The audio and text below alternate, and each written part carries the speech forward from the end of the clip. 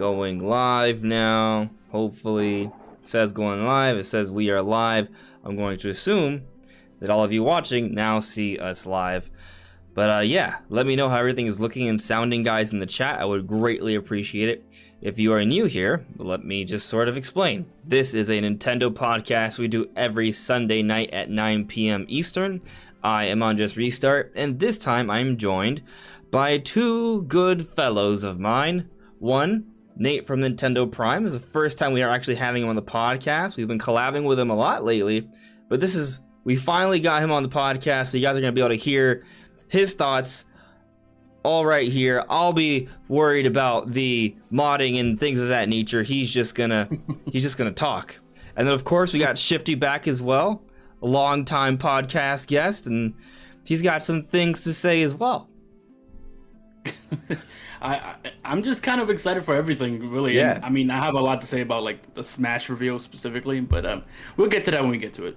Yeah, there's a lot to talk about, guys. But yes, we're going to be focusing on just kind of talking about Nintendo's E3 Direct and I guess all of the implications and ramifications and news that have sort of surfaced since then, the speculation, the theories, it's all over the place. So like, I'll just say this. I noticed that there was like kind of a lot of, maybe not a lot, but there were comments. And I noticed not just on my own channel, but others as well. Like, for example, I noticed even on your channel, occasionally people would say, oh, what are you going to do after E3? You're not going to have anything else to talk about. No. Wow. No, that's not how it works. Nothing. No. Literally nothing to talk about. No. We have far more to talk about now than we did beforehand. Like, there are so many things I want to make a video for. I don't have the time.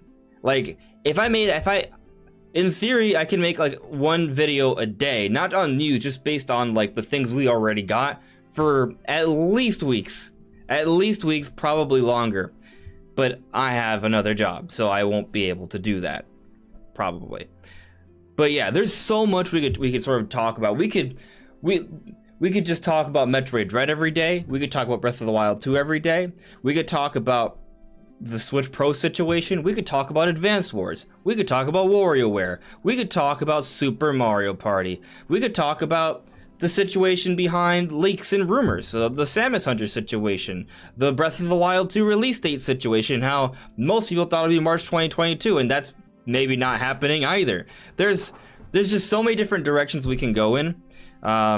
It's crazy. Actually, this isn't even, like, I downloaded Game Builder Garage this week, and it's great. And that's kind of like one of those low-key things that released for Switch that's actually like really, really, really cool.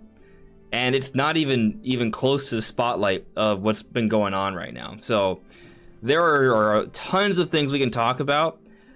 I'm going to give you a little bit of a hint. We're probably going to talk a lot about Metroid Dread and a lot about Breath of the Wild 2 today. So there will be other things, but those two things are probably going to be the star topics of the night. But Nate, you haven't really had a chance to say anything yet, but how about you say hello to everyone? Hi. Oh, good. And there you go. I'm here. I didn't tune out. I wasn't just nodding my head like, yeah, the audience will come in when it comes I know. in. But No. I guess just like your surface thoughts in terms of like what, there's so much to sort of touch on, right? But like there's a lot. So like I haven't had a chance to do much because E3 like ended right as I was getting into my sister's wedding. So she just got married yesterday. So like congratulations. I've been crazy busy myself. And obviously today being Father's Day, I have my own children, so there was that as well. So I have barely reacted to a lot of this stuff. I did do like a podcast episode, a rather short one, with HMK back on Thursday. But it was so short, we barely touched upon much. I think we just talked about the Mario and Rabbids stuff, which you didn't even mention that. That's also sparks of hope. Like, okay, like yeah, I know there's rumors around that, and obviously there was a leak for it on Friday beforehand, but still, like there's just so much to talk about. I mean, even if you just look at like E3 in a nutshell, like I was covering the PC gaming show, and like 75% of the games revealed at the PC gaming show are also coming to Switch. There's obviously third parties and indies, but still, it's like okay. There was a lot more Switch stuff than I expected at non-Nintendo events. But then even Nintendo's event, there's that. Obviously, you mentioned like the Samus Hunter thing. I've had to get in that a couple times with people. And honestly, just there's been kind of maybe a leaker culture issue in general. At this point, I'm not really sure. I mean, I don't know if we're gonna touch upon that, but there's just so much to talk about. Honestly, I know I'm like a news channel, and even today I just put up a video on some news from the Washington Post because Doug Bowser was like, "Hey, you asked me about the Switch Pro stuff, so here's what I gotta say." And it was basically a classic Reggie non-answer, not gonna confirm or deny anything. But it's like, yeah, I'm going to continue to cover the news as it happens, and there's going to be more news coming, and we're getting closer and closer to release of, say, hey, Mario Golf Super Rush is coming up. We just got Age of Calamity DLC on Friday. You could talk about that DLC. You could talk about, Super Rush coming up. Like, people always worry about what the hell are these YouTubers going to talk about that have been reporting all these rumors. Well, for starters, rumors aren't going to go anywhere because there's always going to be the next thing, whatever that next thing is, which is, at least in Nintendo world, there's going to be another Direct this year, right? I feel like that's a fair expectation that we're going to get at least one more Direct this year. So there's that. And then obviously all the big games. You know how much speculation and theories and breakdowns we could do just of the stuff we got at E3? And we got a lot of Metroid Dread at E3. Like, a lot with gameplay and everything. Like, there's so much to go over there and just the history of that game. That Nintendo even admitted, hey, like, They recently just came out. I think it was in an interview today. I just saw it go up somewhere. I just read the headline, so I haven't done my research on it yet, so I didn't make a video. Probably going to cover it tomorrow, but it's something about how, they were literally waiting for the technology to be there to do what they wanted with this game, which sounds crazy. We're talking about a 2D side-scrolling Metroid game. What do you mean you were waiting on technology to do that?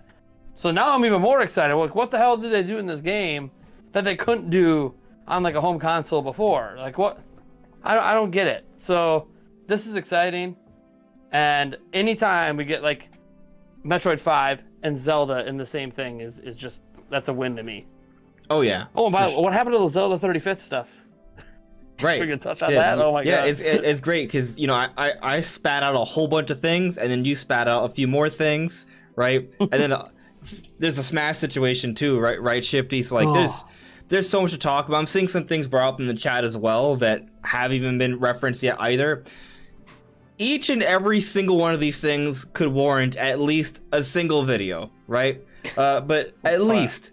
So here's one. Like, so if you guys saw my video about all the theories that came from that small 96-second trailer from Breath of the Wild 2 we got, all those theories were just like the theories that I arrived at from immediately watching it, right?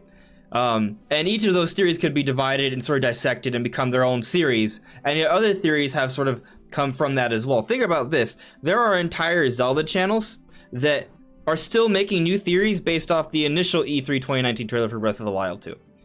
And now we have a new one. So there's just so many things we could kind of talk about. I could argue it's astronomical. But let's get into the chat real quick. Let's see what some of you guys are saying here. Let's see. Let's see. Evan Kirk, I did see that. Thank you very much for becoming a Patreon. That's greatly appreciated. Your support is very, very welcome. Thank you. But let's see here. Vooper, thank you for modding. Birdman, thank you for modding as well. How you doing? Okay, iSonic added me here. There's so much stuff. 2019 all over again. Yeah, it is similar. I don't know if I would say the lineup is stronger than 2019, but it is a situation where we are seeing kind of multiple exclusives come out in a month. So there are some similarities there. We are getting kind of... Say it again? October. Yeah, October. Like there's some good stuff. We're gonna get No More Heroes 3 in August, right? And then we got WarioWare coming, I want to say September, and then to open up October, we're getting Metroid Dread, and then Super Mario, Mario Party Superstars, right? That's coming out at the end of October, so that's 2 games then. And then Shin Megami Tensei 5, a big third-party exclusive, is coming out early November. Then a week later, we're getting Pokemon Brilliant Diamond Shining Pearl. And then the first week of December, we're getting an Advance Wars remake for the first 2. Like, it's not even just a remake, it's a reimagining, right? So those are all like pretty good quality stuff, right? And it's not just Mario or Zelda, right? It's like a lot of different like sort of franchises there that Nintendo fans can be excited about. So we do have like a decent lineup, and then that's going to take us into 2021. I mean 2022, I should say. I'm so used to saying 2021, but yes, now we're starting to get a good understanding for 2022, because we're going to open up with Legends Arceus in January, but we know about now Mario Rabbids Sparks of Hope. Breath of the Wild 2 has been confirmed for 2022. I did record the video of me eating dubious food already.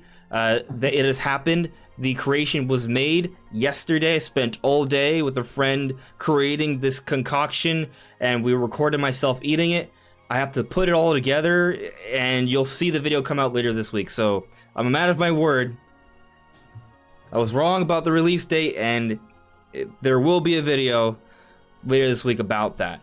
But anyway, we know that's coming out in 2022, and we have Triangle Strategy as well, so soon 3, and who else knows what else could be coming, right? There's quite a few things, for sure. I see here that Birdman was asking, wait, what happened to Samus Hunter? I was just alluding to that.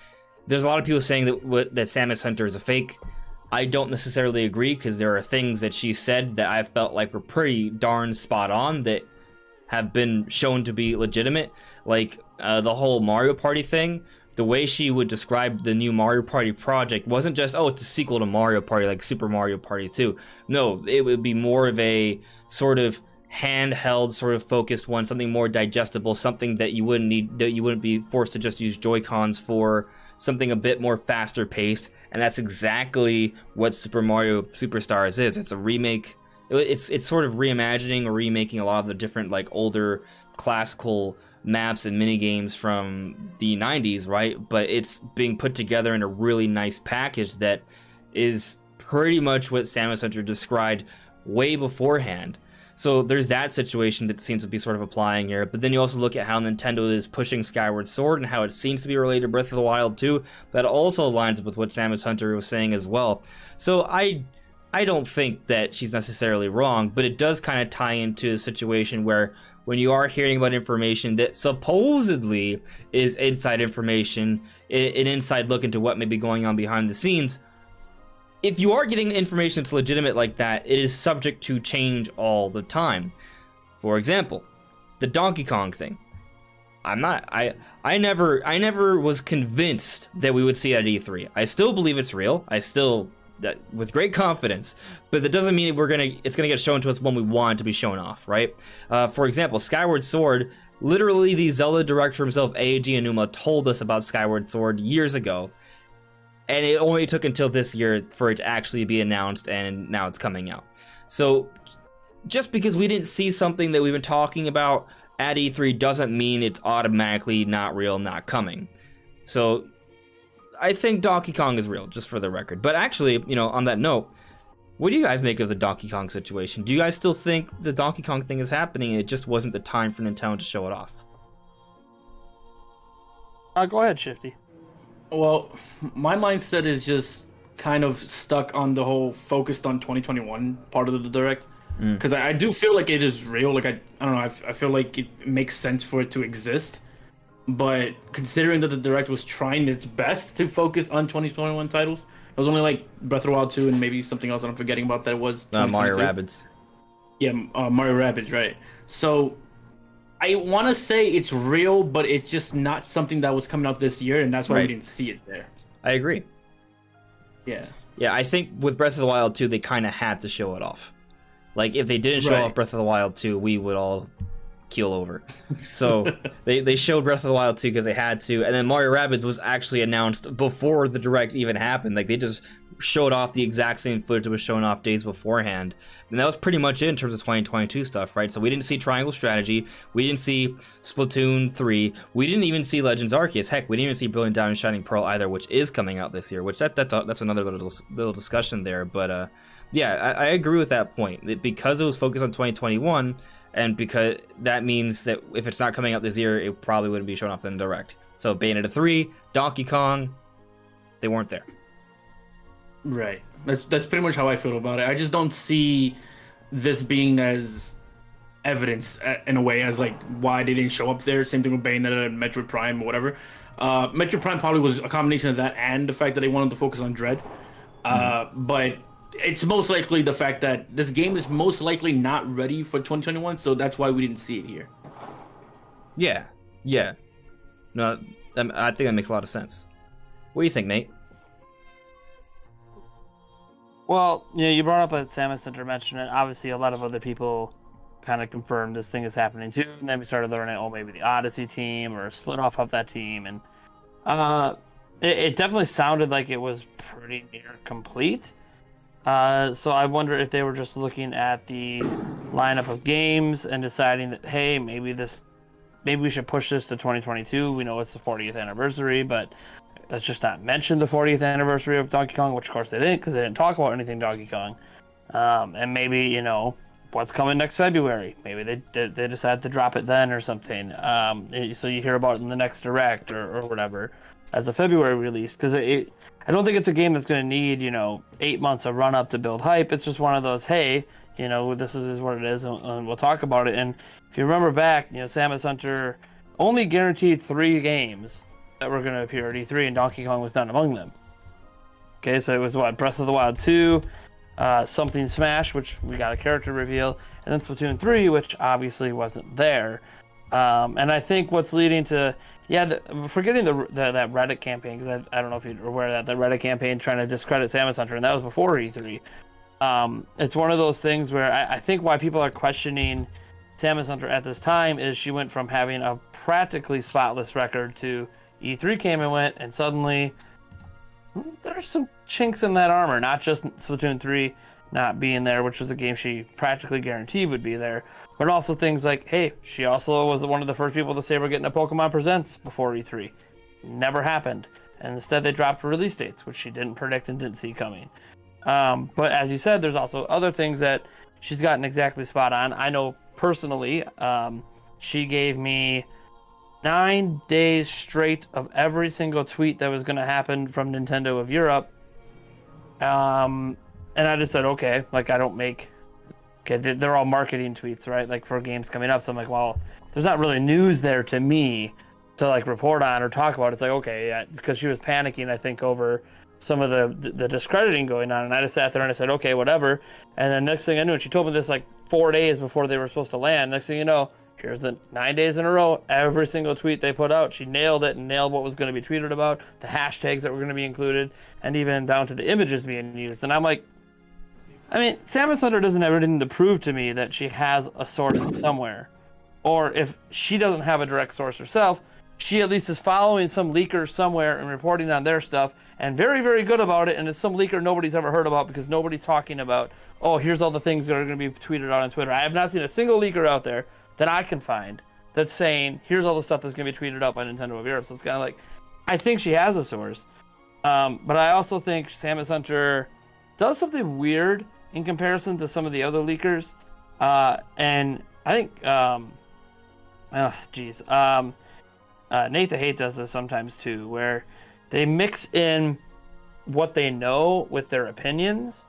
Yeah. Samus Hunter does this a lot. She goes on these long, I don't know about you and DMs, but me and DM, she's going on these long diatribes about all these things that she thinks. And I'm like, well, I don't really care what you think, to be completely honest. Not trying to be offensive to you. It's just, I cover you because you have information that isn't released yet. I don't really cover you because of your opinion, unless you want to come on my podcast, which she's never been willing to even consider. So it's one of those things where I'm like, well, the bottom line is I think sometimes her opinions and her facts get intermingled, and it's very hard for people to differentiate. She was very matter-of-fact about the 3 games she thought would be at E3, but going as far as to say she guarantees it. It's a little interesting, that she decided to put herself out there considering her track record, and was obviously dead wrong on a number of things. So I think there's just this doubt coming up with some of the stuff she says, despite having a number of other things correct. I mean, she's got some big ones floating out there. I mean, she's got the whole new virtual console thing she was talking about last October. That's supposed to happen before the end of this fiscal year, which, by the way, in no ways had to be announced at E3 for that to still happen by the end of this fiscal year. I would expect but it's that like, around September, if anything. Yeah, and she was like the only person talking about that, and it's like, well, if that's wrong, like, yeah, plans change, but like that's a really, really big plan to just all of a sudden scrap that. So it just makes you wonder. I think it's one of those things that a lot of people, including us at times, are probably treating her as not just your everyday leaker. She's just, she seems to be a lot more accurate than everybody else. And now, I don't know that we could say she's a lot more accurate than everybody else. She's starting to fall back to the rest of the pack, where at this moment, there's only one person I can think of right now that has a 100% track record with leaks, and that is Practical Bush 12 over on Reddit, who still hasn't gotten anything wrong. And he put out what he didn't even call it a leak. He put out his expected to be at E3 game list on last Friday, and every single game on that list was present, and it was like 50 games, including the exact titles of games that weren't even unveiled yet, including Sparks of Hope. So it's kind of like, okay, and he was the one, and this is what sucks, is he was the one calling Samus Hunter fake. He's got the literal best track record of every leaker in the world. So it's kind of like, me as a reporter, I don't really care if people are fake or real. I care that whatever they are presenting is real information. That's what I care about. Right, and I guess what's strange to me is, why do some people feel the need to say that person's fake when they wouldn't necessarily know? The only thing I can think of is if they know where she's getting her information from, and they're just not willing to put her on blast that bad. Like if they know she doesn't actually have her own source, she's getting it from somebody else, but I don't want to. I mean, but what you start getting into leaker wars and all that stuff at that point, where you're like unveiling sources, and you're not going to do that. So yeah, it's I know that's what I'm saying. The only like little smidget out of my mind is, well, this dude's 100% track record, and he's had it for years. And he only comes out. By the way, Project Rush 12 isn't someone who's leaking stuff all the time. He comes out of the woodworks randomly every few months with something, and then it's right. So it's kind of like he only talks when he knows. He doesn't talk when he's not sure. So, yeah. And that could be a thing that's happened with Samus Hunter, is if she does have a source, she's just spilling the beans on everything she ever hears, instead of waiting till she knows. Then the problem with her E3 stuff is she acted like she knew. There's no one is entirely infallible, right? There's no one's perfect. But regardless, you gotta take these things with a grain of salt, like, for sure. Always. Yeah. Right. I will say though. I put out a video last June where I literally said Mercury Steam is developing not just a Metroid game, but that it would literally be a sequel to Fusion. In other words, Metroid 5. And we've stuck to that, and that's exactly what it is. Now, there is some things that the people have brought up. There were people who were like, oh, well, what if they call it Metroid Dread? And I was like, oh, that sounds too good to be true. But that part is true. Like that was a part I couldn't believe. Oh, that shocked me. Yeah. I couldn't believe it. They threw Metroid 5 on screen first, right? And I was like, okay. And we had a data mine of the eShop just before E3 that mentioned Metroid 5. So it's like, okay, cool. Literally, you can see it in my reaction. Oh, hey, the data mine was correct. That's cool. And then I started flipping out the moment Dread came on screen. I'm like, no way. But before we dive into that, I do want to kind of get to a few things in the chat first, and then we'll go ahead first into this. There was a super chat here I saw from Taker610. Thank you very much, Taker. Put hearts on screen and have them decrease. Is this in relation to Zelda? I think it's talking about you eating the dubious food. That's a good idea. That would be an interesting little animation. I'm not going to make any promises. I already kind of have a plan of what I'm going to do. That would be kind of a... It is a tough one. That's a tough one. It's an interesting idea for sure. Let's see here. But let me try and get to some of the points and questions in the chat before we dive in. I like Birdman's recent comment he brought up. What do you say? Birdman said, Samus Hunter also said that Purah and Robbie were going to be in the Age of Calamity DLC in the first pass, and they're not. Oh, that's a great point. Yeah. And that there's going to be all these quest lines surrounding them, and that's not true at all. All of that was fake. Really? I forgot about that because I didn't pay enough attention to the Age of Calamity stuff because I haven't played the DLC yet.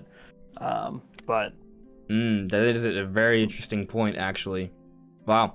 I didn't even think about that. So, see, that's the thing. Like, she's got some of this big stuff just wrong, but then some little stuff right, and I don't really know.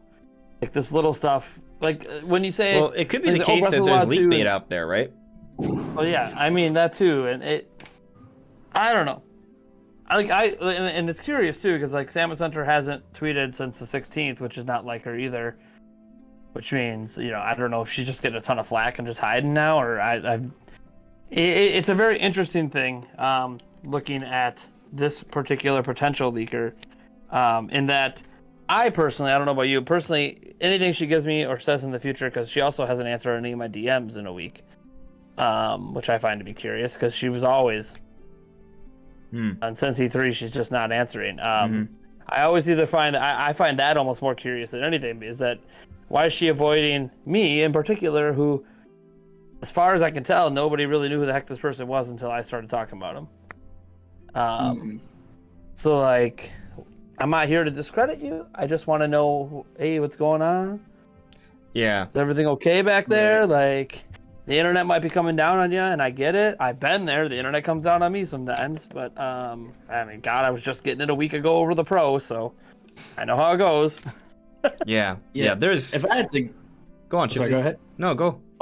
I was just gonna say that, like, coming from my perspective, I feel like it's most likely what you're describing, where it's like the internet coming down on them, and there's this sort of I don't know, maybe anxiety or stress talking to those that they were talking about leaks with, because a long time ago I used to do leaks myself, and I stopped after I got like one major thing wrong, and I was like, okay, you know what, I'm done. I'm not doing this any longer. It's not worth it. But during that period, like, I remember going through that same motion of like having a lot of people, coming at me with the same kind of, expectation and stuff, like what's going on, whatever the case may be. And I can kind of understand them from that perspective if that's the case. But they can't really hide either. You know what I mean? Like, it's something that they do have to address eventually. I had to address it multiple times on my own channel, like, responding to people in streams and whatnot about like what happened in my situation. But I can understand it. I do think it makes sense. It's a behavior that I think makes sense. A lot of the time you see leakers kind of just delete their accounts and just run away when something goes really badly for themselves. But I'm hoping that, everything's just okay with them on their end, wherever they are, and that eventually they come out and just, continue what they've always been doing for the most part. Yeah, I mean, like her two most recent tweets. Well, her one most recent tweet, like, not the Nintendo Brazil one, because that's just, hey, her giving her opinion that it's a good idea with what they're doing with Nintendo Brazil. But like her one before that, because 2 times before that is where she did her final E3 I'm sorry tweet, basically. I got a bunch wrong, I'm sorry. Information, this and that. Giving her excuses, which, is what it is. But then her only real tweet since then that wasn't just retweeting with Nintendo was just saying, hey, nice to see one of my sources was correct. And it's just like, she cares an awful lot about just talking about the things that she's right about and brushing away the things that she's wrong about.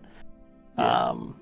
Which is, that's what I find weird, because like, even Nate the Hate, like he's, some people are wafering on him now because he's talked at length on his podcast about how his sources were wrong and all this stuff, but at least he's like really super honest about it, and I think that's what people appreciate about him. Is like, hey man, if I'm wrong, I'm wrong. Like, I'm gonna own it. I'm gonna, address why I thought and why my mind has changed and why things changed. And big thing was he was one of the people saying, hey, we're gonna hear about Switch Pro before E3, and he's like was definitive about it, and then 2 days later he's like, now I'm getting some conflicting information, and I'm not really confident in that anymore. And he explained he didn't say who his sources were, but he kind of explained where his sources came from and how the conflicting information was a bit more trustworthy than the other stuff.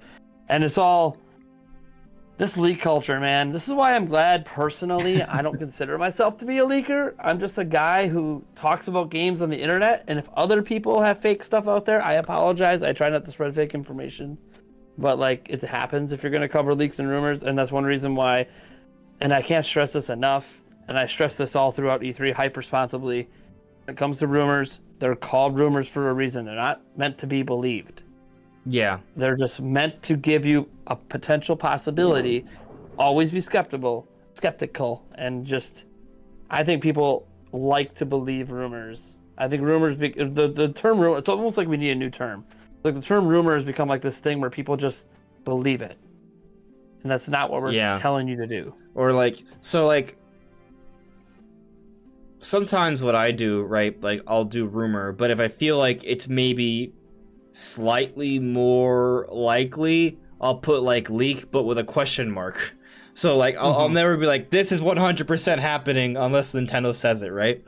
And regardless, whenever I talk about it, I try to, like, if I talk about something, I try to like think about why it makes sense, why it's logical, right? Because sometimes there are things that seem a little strange, right? Like the Switch, the Bloomberg Eurogamer reports about the Switch revision being announced beforehand. I mean, I bought into it because I believe those sites, like they have pretty good track records, but something that we should probably have considered is that there is a history of the timing being a little off. I feel like the thing that's always the hardest about getting things right about what's to come is timing. That's the challenging part, right? Because, for example, like the Skyward Sword HD thing, we all believed it to be real, but it took so long for that to actually happen, right? Metroid 5, I think a lot of people sort of believe that to be real for a while as well, but it was just the timing, right?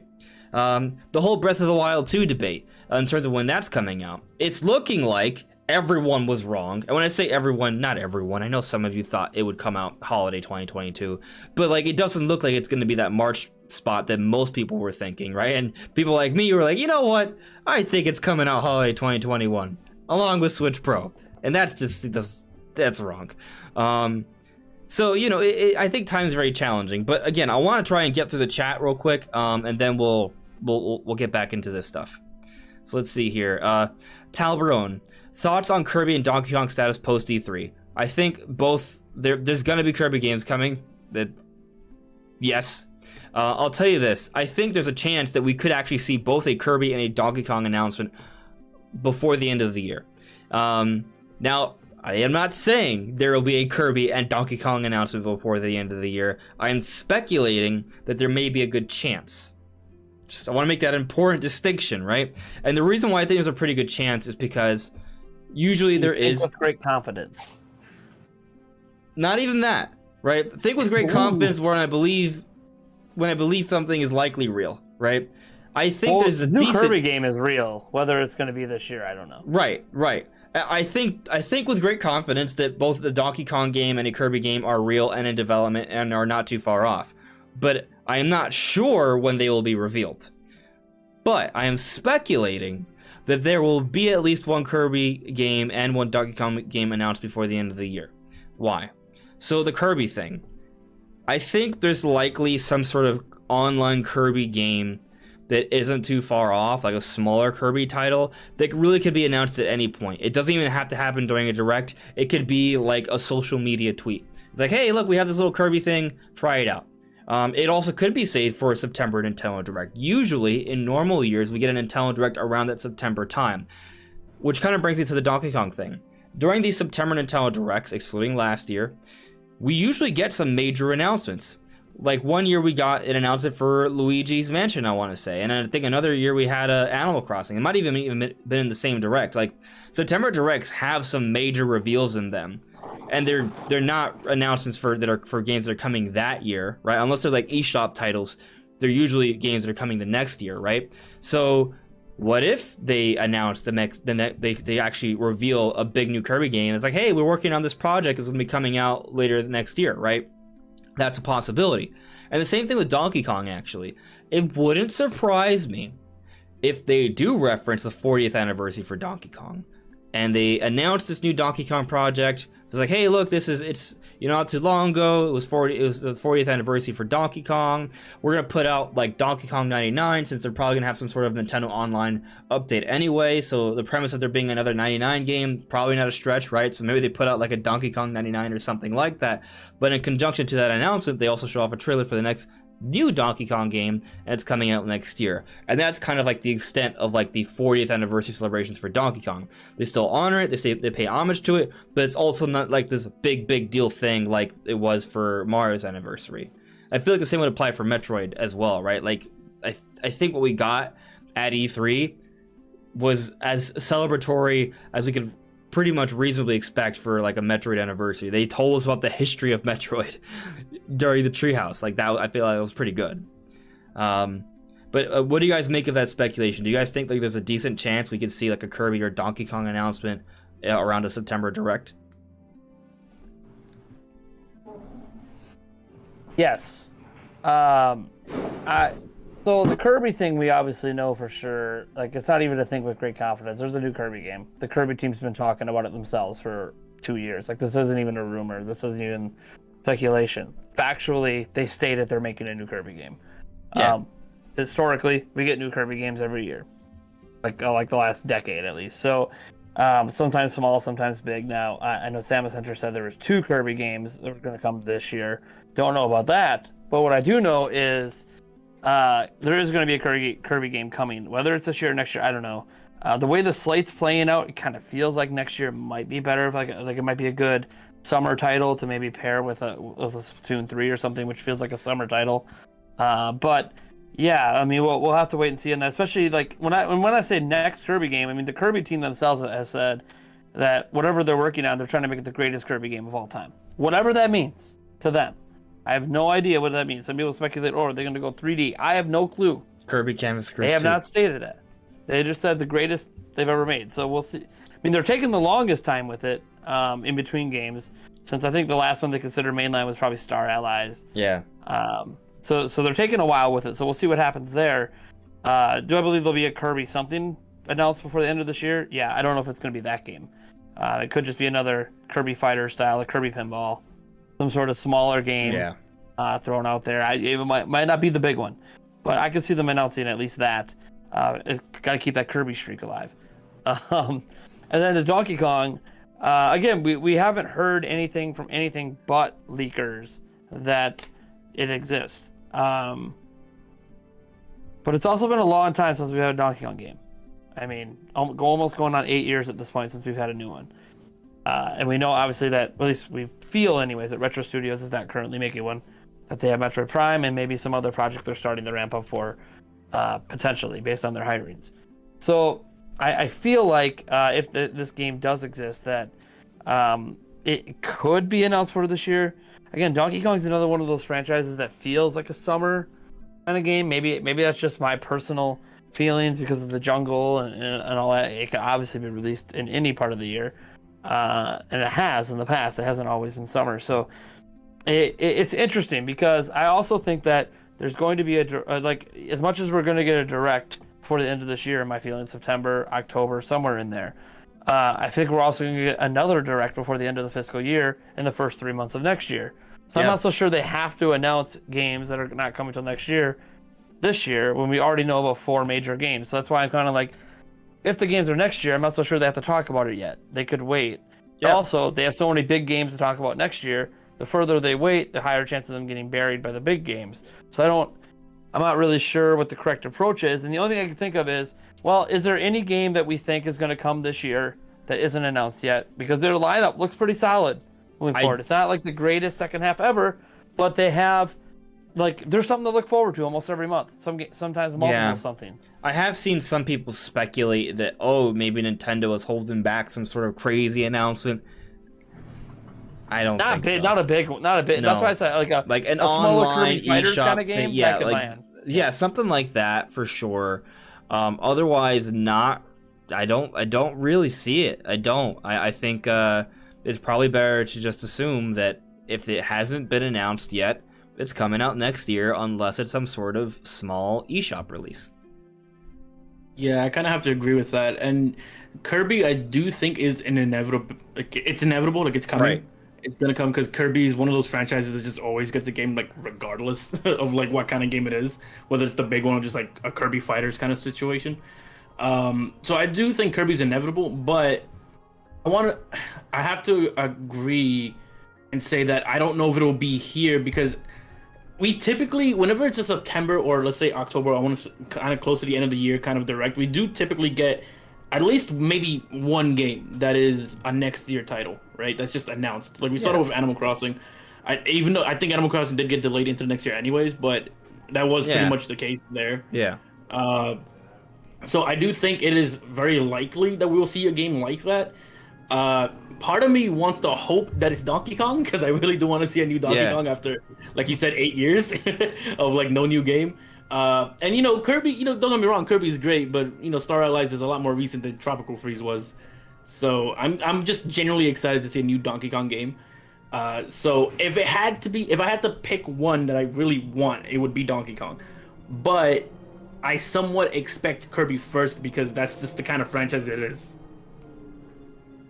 I hear you. I hear what you're saying there. Yeah, I mean, it's guaranteed to get at least like one announcement a year, basically, right? So I kind of agree with you on that one.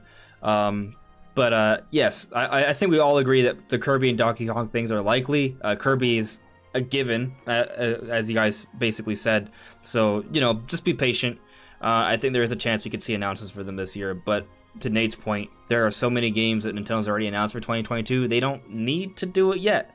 So we'll see. And the other thing is, that's with the assumption that Donkey Kong is coming out next year. We don't know that. I'm inclined to think yes, but that's simply based off what I've heard and seen and been told and all of this stuff, like throughout all the different reports we've gotten about it. Like, I feel like if people are hearing about it, to me that suggests that, just basically from what I've heard, like I feel like it wouldn't be that far off, but I don't know that. That's one of those things that, to Nate, as you were saying earlier, right? Like, sometimes we may get information, or leakers may get information, and they mix in their interpretation there, right? So what I'm getting at here is that what I personally have heard about the Donkey Kong thing, I feel like, oh, okay, well, if what I'm being told is that this Donkey Kong is going to be sort of like, you know, just a natural evolution of what we've seen from Tropical Freeze, then there are renders out there somewhere of at least like the promotional material. If they already have promotional material ready, then surely this Donkey Kong is not that far off. Like that's the speculation from what I've heard, but I don't know. I don't work in that department. I don't have years of experience in that department. I don't know all the ins and outs. So I can't tell you with certainty that's the case. And even if it was the case, they could delay it. They could push it. These things happen all the time. So, you know, just kind of goes back to that point. There's interpretation and then there's information, and there's the interpretation of that information, right? So there's these, you gotta be careful, right? So I think it's important to hear everything out, but you take everything with a grain of salt and sort of logic it out yourself and decide what may or may not happen. And then odds are you'll be wrong and get surprised whenever things are actually announced.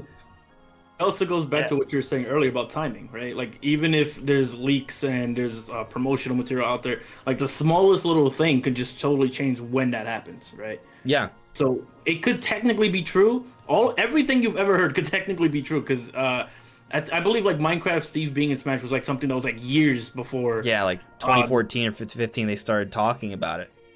Right. So timing is the number one thing. That is the hardest thing, and I can say that as someone who used to leak stuff myself. That is the hardest thing to do and pinpoint, because even if there are people who work within the company who don't know when things are coming out. Yeah. So that's not an easy thing to pinpoint, honestly.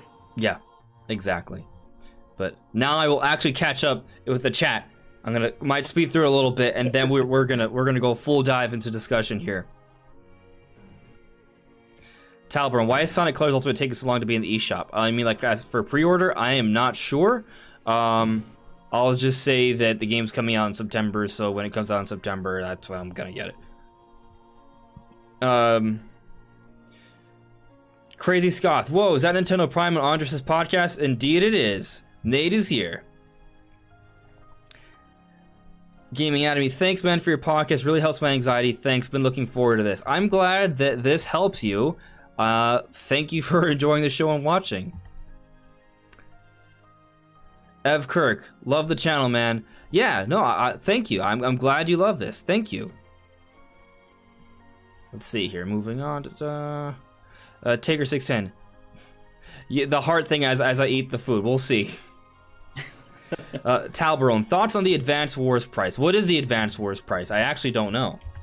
I think it's $60. Oh, that's a can of worms. That's a can of worms. I don't think it's that bad. I don't think it's that bad. No, I just think that diving into the discussion of pricing of games is a can of worms. But the price doesn't bother me personally. No. Yeah, $60. I mean, well, it's 2 games for $60, and it has online. Realizing that, online, and it's remade from the ground up, according to the developers. It's not like an HD port. Yeah, I mean, think of it like this: like if we got a 3DS game in this day and age, it would be $40, and it might just be a remake of 1, and this is an HD reimagining of 2 with online. So, like people just don't value Advance Wars the way they maybe should. I think people don't value anything. It's good games. They're good games. I think whenever someone sees like a game that's of 2-dimensional gameplay, that they automatically assume it shouldn't be $60 because the indie market in this day and age is so prevalent. That's happening with Metroid right now too. Yeah. Yeah. That's why this is a can of worms, because there's so much to talk about this, but I want to get through the chat. I want to get an hour-long conversation. Yeah, we will get back to this. I promise. Macro, do you think we'll get Donkey Kong, the rumored 3D Kirby, the rumored remake of Fire Emblem Genealogy, the Holy War, and possibly GBA and Nintendo Switch Online in the fall direct? All of those things are possible. I don't know about that exact name for the Fire Emblem game. Sounds interesting. But I wouldn't guarantee any of those necessarily, but I think they're all good possibilities. Birdman, no Xenoblade Chronicles 3 at E3, hopefully be shown in the next direct. I think we should probably be expecting the next new IP from Monolith first before Xenoblade 3, but I think both are on the way, so we'll see. Hello there, DE Fox. Hello there, Super Chris. Thanks for modding, guys.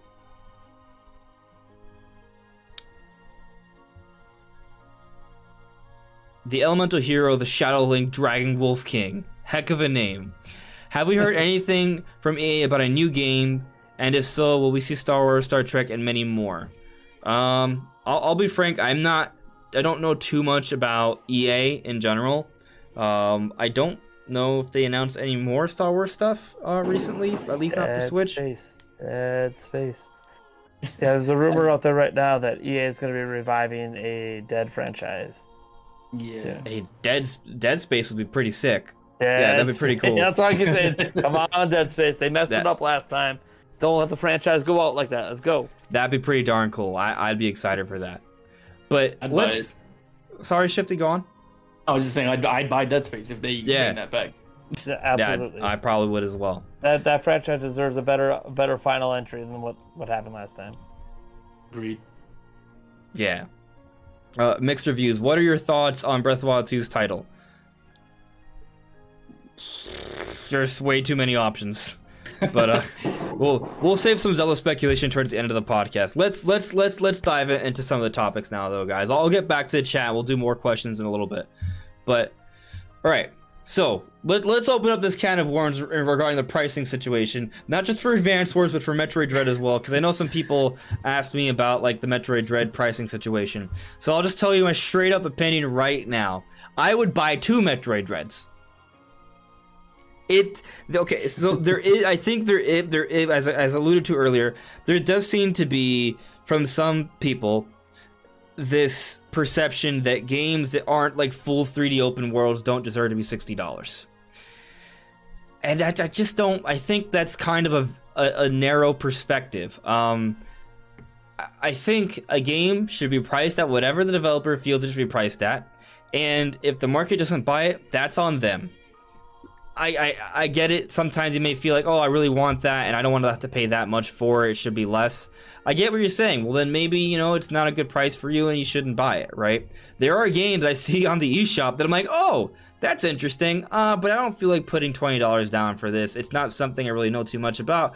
I'm not gonna buy it, right? Or maybe there's a $60 game that I am not super confident that I will enjoy, and I might not put that money down for it. Like, so, you know, I think we vote with our money, right? I feel like some people may argue otherwise, that it's not fair these companies do this, but Metroid Dread, come on, this game, Metroid Dread is not one of those.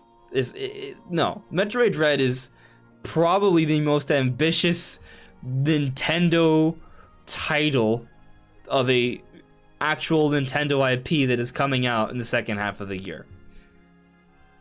Advance Wars is great. I'm buying it. I'm super excited for it. Metroid Dread is more ambitious than that.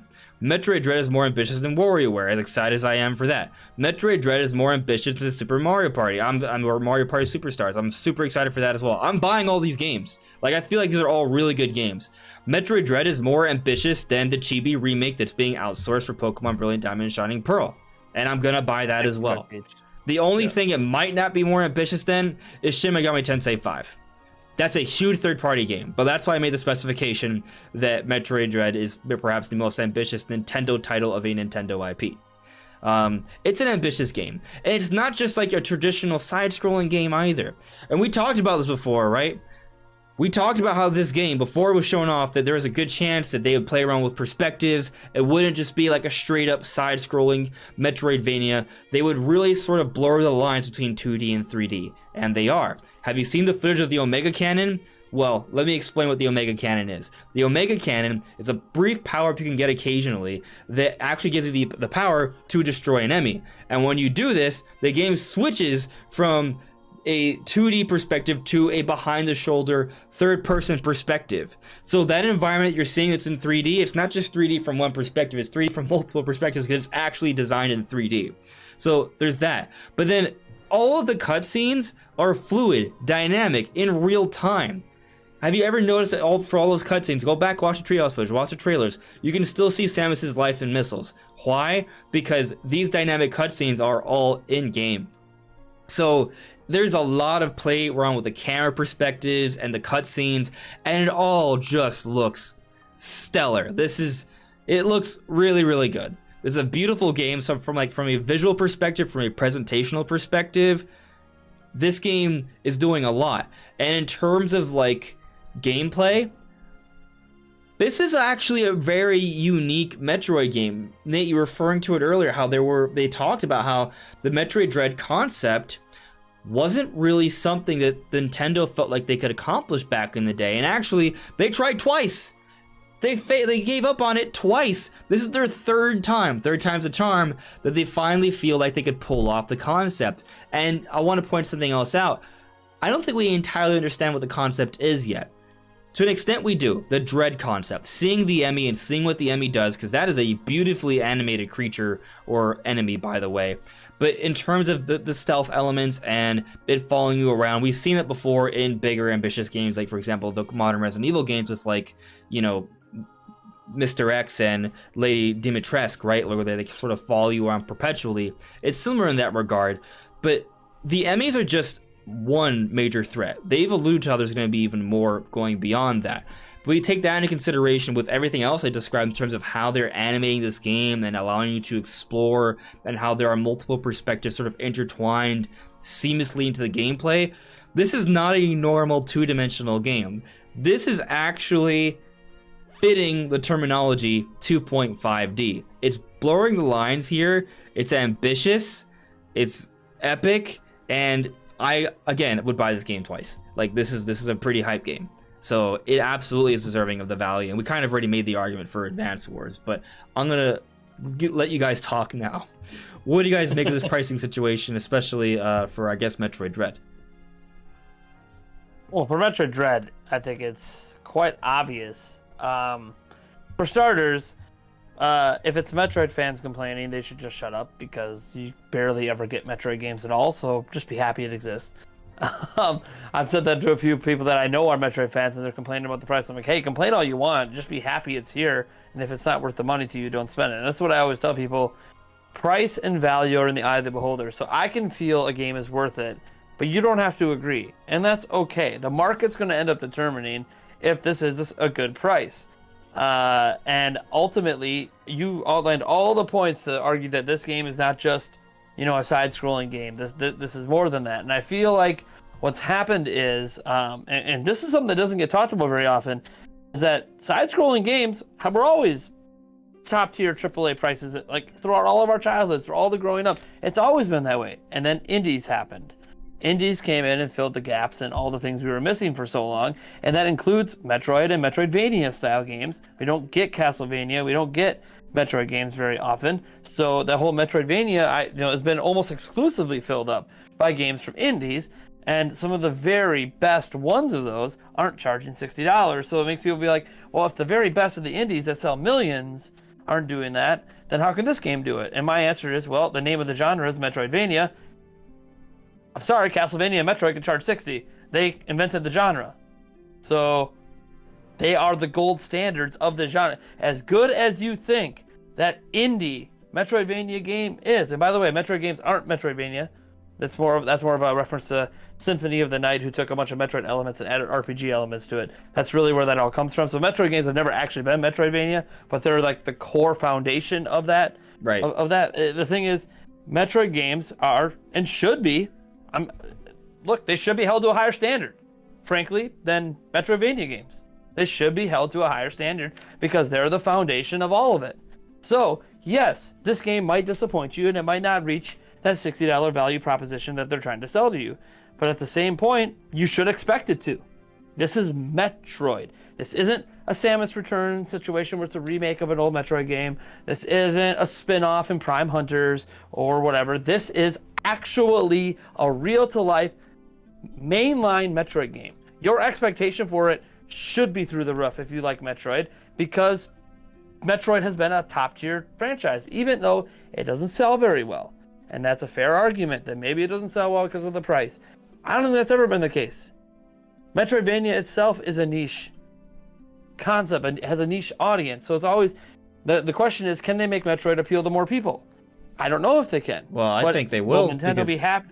I hope so. I hope so. I'm sure you saw, right? The Metroid Dread's like the top of like the Amazon pre-orders right now. Oh yeah, I know. Yeah. I know it is, but also it's interesting because the best-selling Metroid game of all time is Metroid Prime. Right. The very first one sold like 4 million or 4.5 million or something. And you think about that, like that's a really bad-selling Zelda game. So Metroid's never been super popular in the first place. It's just done enough to stay around. But it's also why, guys, you don't get a lot of Metroid. All Metroid fans, you wonder why you don't get a lot of Metroid games. It's because they don't sell very well. And we should be fortunate that Nintendo's even willing to still make them. Very fortunate we're getting Dread, even over Prime 4. Like Prime 4 makes sense because all the Prime games were the best selling ever for Metroid. So like a Prime 4 is just logically, absolutely, they should do that. But Metroid 5 wasn't like this for sure thing that we should get. This Metroid Dread's been failed to make twice, as you mentioned. Obviously, Metroid 1 through 4 weren't exactly selling gangbusters. So it's kind of like, we should be fortunate to have this. But also, I don't want to hear any arguments from any Metroid fans. $60 price point. Okay, yes, absolutely, it's worth it to me. But the reason it's worth it to me is, one, it's probably going to be the best of all of the 5 mainline Metroid games, setting the Prime series aside. I feel like, at least the way they're setting it up, it feels like it's going to be the best. Definitely going to be the best animated and the best visually. Yeah. But beyond all of that, my expectations are through the roof. And for once, we can't argue that Metroid is not being given a fair shake.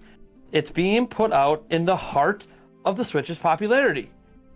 And Metroid hasn't always gotten that treatment. It's always come out at the tail end or at the very beginning. This is in the heart of one of Nintendo's most popular systems of all time. If it can't sell now, then Metroid just can't sell. But you know, it seems like they're actually finally giving Metroid the best opportunity it can, because I tried to make this point in my previous video. They got their A-teams on this. Yeah. Like, so not only did they did the thing where we thought, right, where they would mention Prime 4 and then announce Metroid 5, Metroid Dread, but then they open up the treehouse, not with a typical treehouse segment, but they actually have a developer diary. And they tell us the history of Metroid because they want to explain to a whole bunch of people what Metroid is. Then they give us the opening gameplay segment for Treehouse with Metroid Dread, but also they give us the closing segment for Metroid Dread. Metroid had more of an influence on Nintendo's marketing for E3 than any other game.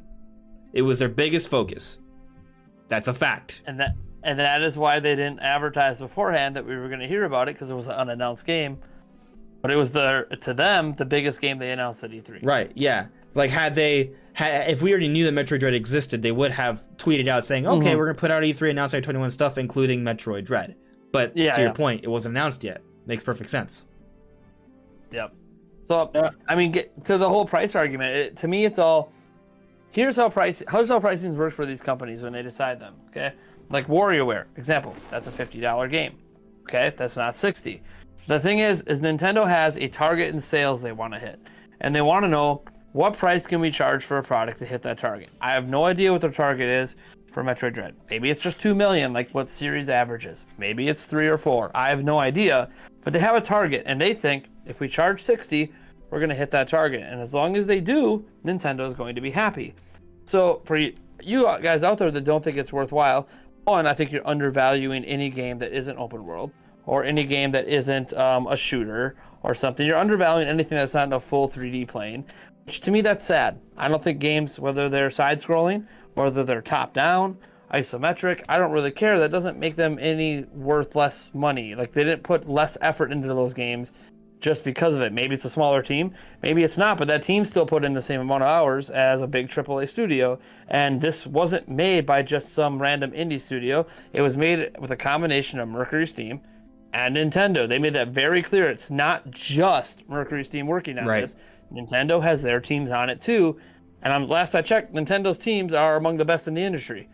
So if you're combining those two epic teams together, this has probably got almost 100 people working on it, if not more.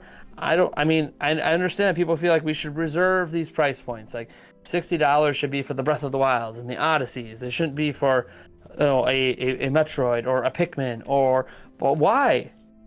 Not every $60 product needs to be a 20+ million seller. Like, it can be smaller games that aren't going to sell well at any price point. Like Pikmin 3 Deluxe wasn't going to sell 20 million copies if they would have only charged you $20. It wasn't going to happen. The interest level is not there at any price. Yeah, they have to decide, like, because there is like a, if you making it cheaper doesn't mean it's going to sell more, to your point, right? So if they sell the game for $20, they just lost out on $40 per sale, right? Like, maybe it's just a Pikmin audience, like maybe. Well, and I've done the math. Like, let's say you think you're going to get let's say if they charge $40 for Metroid, they think they're going to get 1 million more in sales, and they do that. They're still making the same amount of money as they would with 1 million less. So why not just leave it at 60 and hope that it outsells your expectations? Like, why devalue the IP? Because gotta remember, price points also are where Nintendo values that IP at. When you set a $40 price point, you're making fans expect less than you should from a $60 game. Yeah, that's a good point. I don't think we should expect less. That's why Nintendo doesn't drop the price of any of their... should be one of the best side-scrolling... Yeah, one of the best side-scrolling 2.5D games of all time, and I think that's what we should expect. Yeah, but to continue on with that thought, though, right? Look at the Switch pricing. They still haven't dropped the price. We are approaching the 5-year anniversary. We're 4.5 years in. They still haven't dropped the price for the Switch. Why? Because Nintendo values it highly, and guess what? So does society. The Switch is still breaking sales numbers. People value what the system is, right? So to your point, like, if they start lowering the price, there is sort of like this sort of psychological effect it has on people. When we see a lower price, we're like, oh, okay, it's lower price for a reason. Maybe it's not as good. Maybe it's not as impactful. Maybe it's not as long. And on the note of like length and game quality and things of that nature, it's not one particular thing that makes a game the price, right? Because there are big, ambitious AAA games from all sorts of companies. I'm thinking more outside of Nintendo. They make these huge, like, film quality kind of like experiences, and they're only like 6 to 8 hours, or sometimes less, and yet they sell them for $60. Does that mean they're not worth $60? What? Yeah, the Order game on PlayStation 4, that was a big controversy with it. Right. Well, that's another example, right? That was a $60 game that literally was like 5 hours long. But was that? But no, the thing is, well, in general, I would probably not want to buy a $60 game and only get 5 hours out of it. Is that 5 hour experience a very like diverse and quality experience? Because for some people, it may be worth it, right? So it kind of depends. Like, there are games that I know I may only get 15, 20 hours out of, but if I know that 15, 20 hours are going to be a magical experience and I'm going to really enjoy it for what it is, I'll spend $60 on it, right? Just because, let's say there's, I don't know, for example, Fortnite, game's free, right? But like, you can get hundreds and hundreds of hours of gameplay out of it, right? And the experience is fine, but does that mean Fortnite is a better experience than like Breath of the Wild because it's free and I get lots of hours out of it? No, Breath of the Wild is like one of my favorite games of all time, and it's not unlimited what hours. You're into, too. Right. I mean, sure. Like if you're into battle royales and stuff like that, then like Breath of the Wild might not do it for you. So.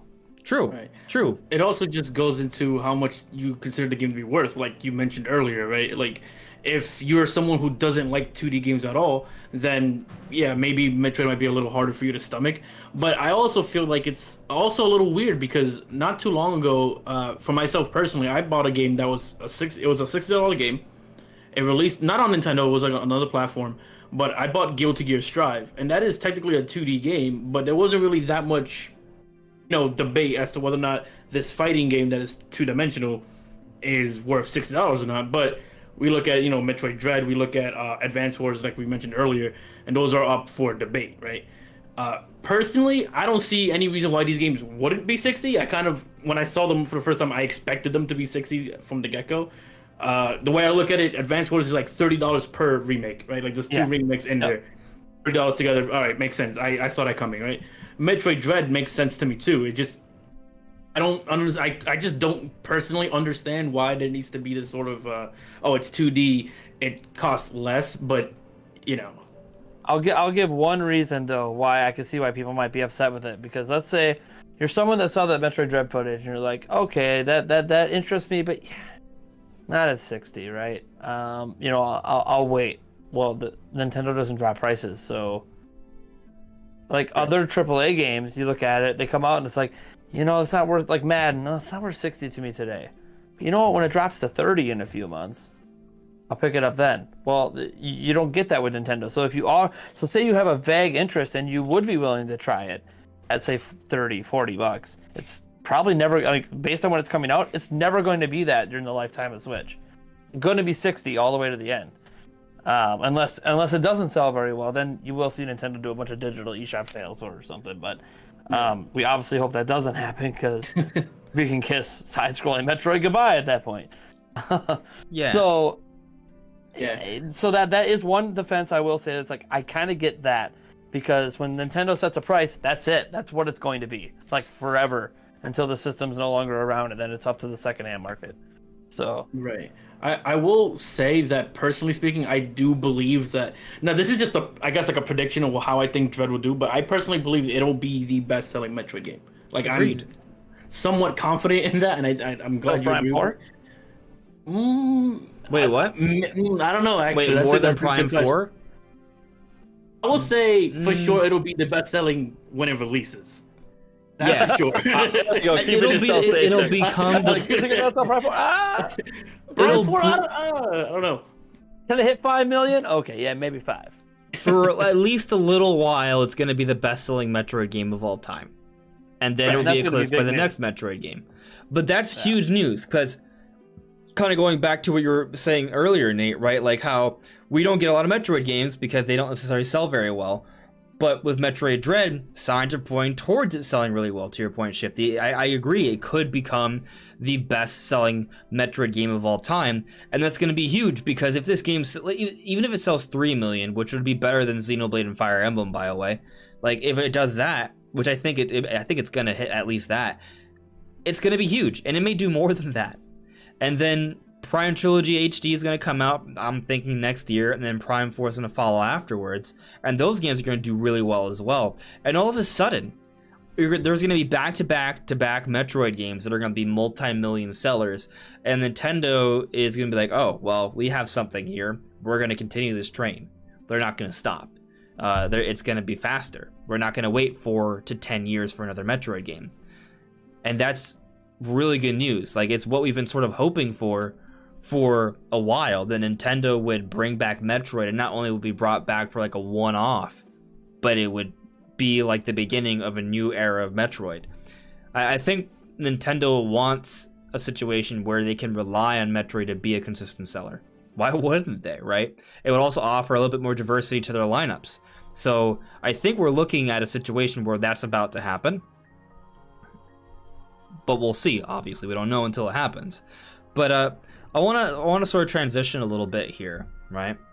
Unless there's anything else you want to say in terms of the whole like sale thing, in terms of the pricing for Metroid and other Nintendo games.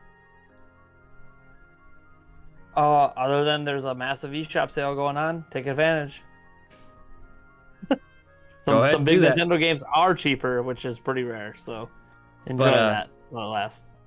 So, just from E3 itself, right? Like, was there anything like what was like your let's exclude Breath of the Wild 2, because I know we're all excited about that. We're all kind of on the same page there. We're going to talk about Breath of the Wild 2.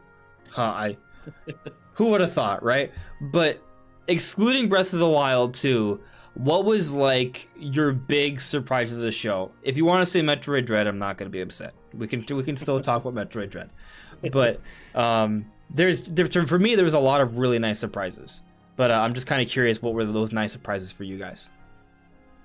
Okay, well, on my end, normally I would say Metroid Dread, but just for the sake of conversation, I'm gonna gloss over that one and choose something else. And for me, I would say it was Kazuya in Smash Brothers. Okay. Because I am somebody who did grow up playing Tekken. I've played Tekken since Tekken 3. And pretty much every Tekken game after that point forward, I played Kazuya. I think Tekken 3, he wasn't in that game. But pretty much every other Tekken game that came out after that point, including spin-offs, I played Kazuya at that point. So for me, that hit really close, you know? Yeah, it was interesting how they opened up the trailer, because I think most people expect like a Smash review at the beginning of a Direct, right? And sure enough, that's exactly what happened. But they started off with a dead Ganondorf. And people were like, what? Personally, I totally think it was a reference towards what was going to happen at the end of the Direct.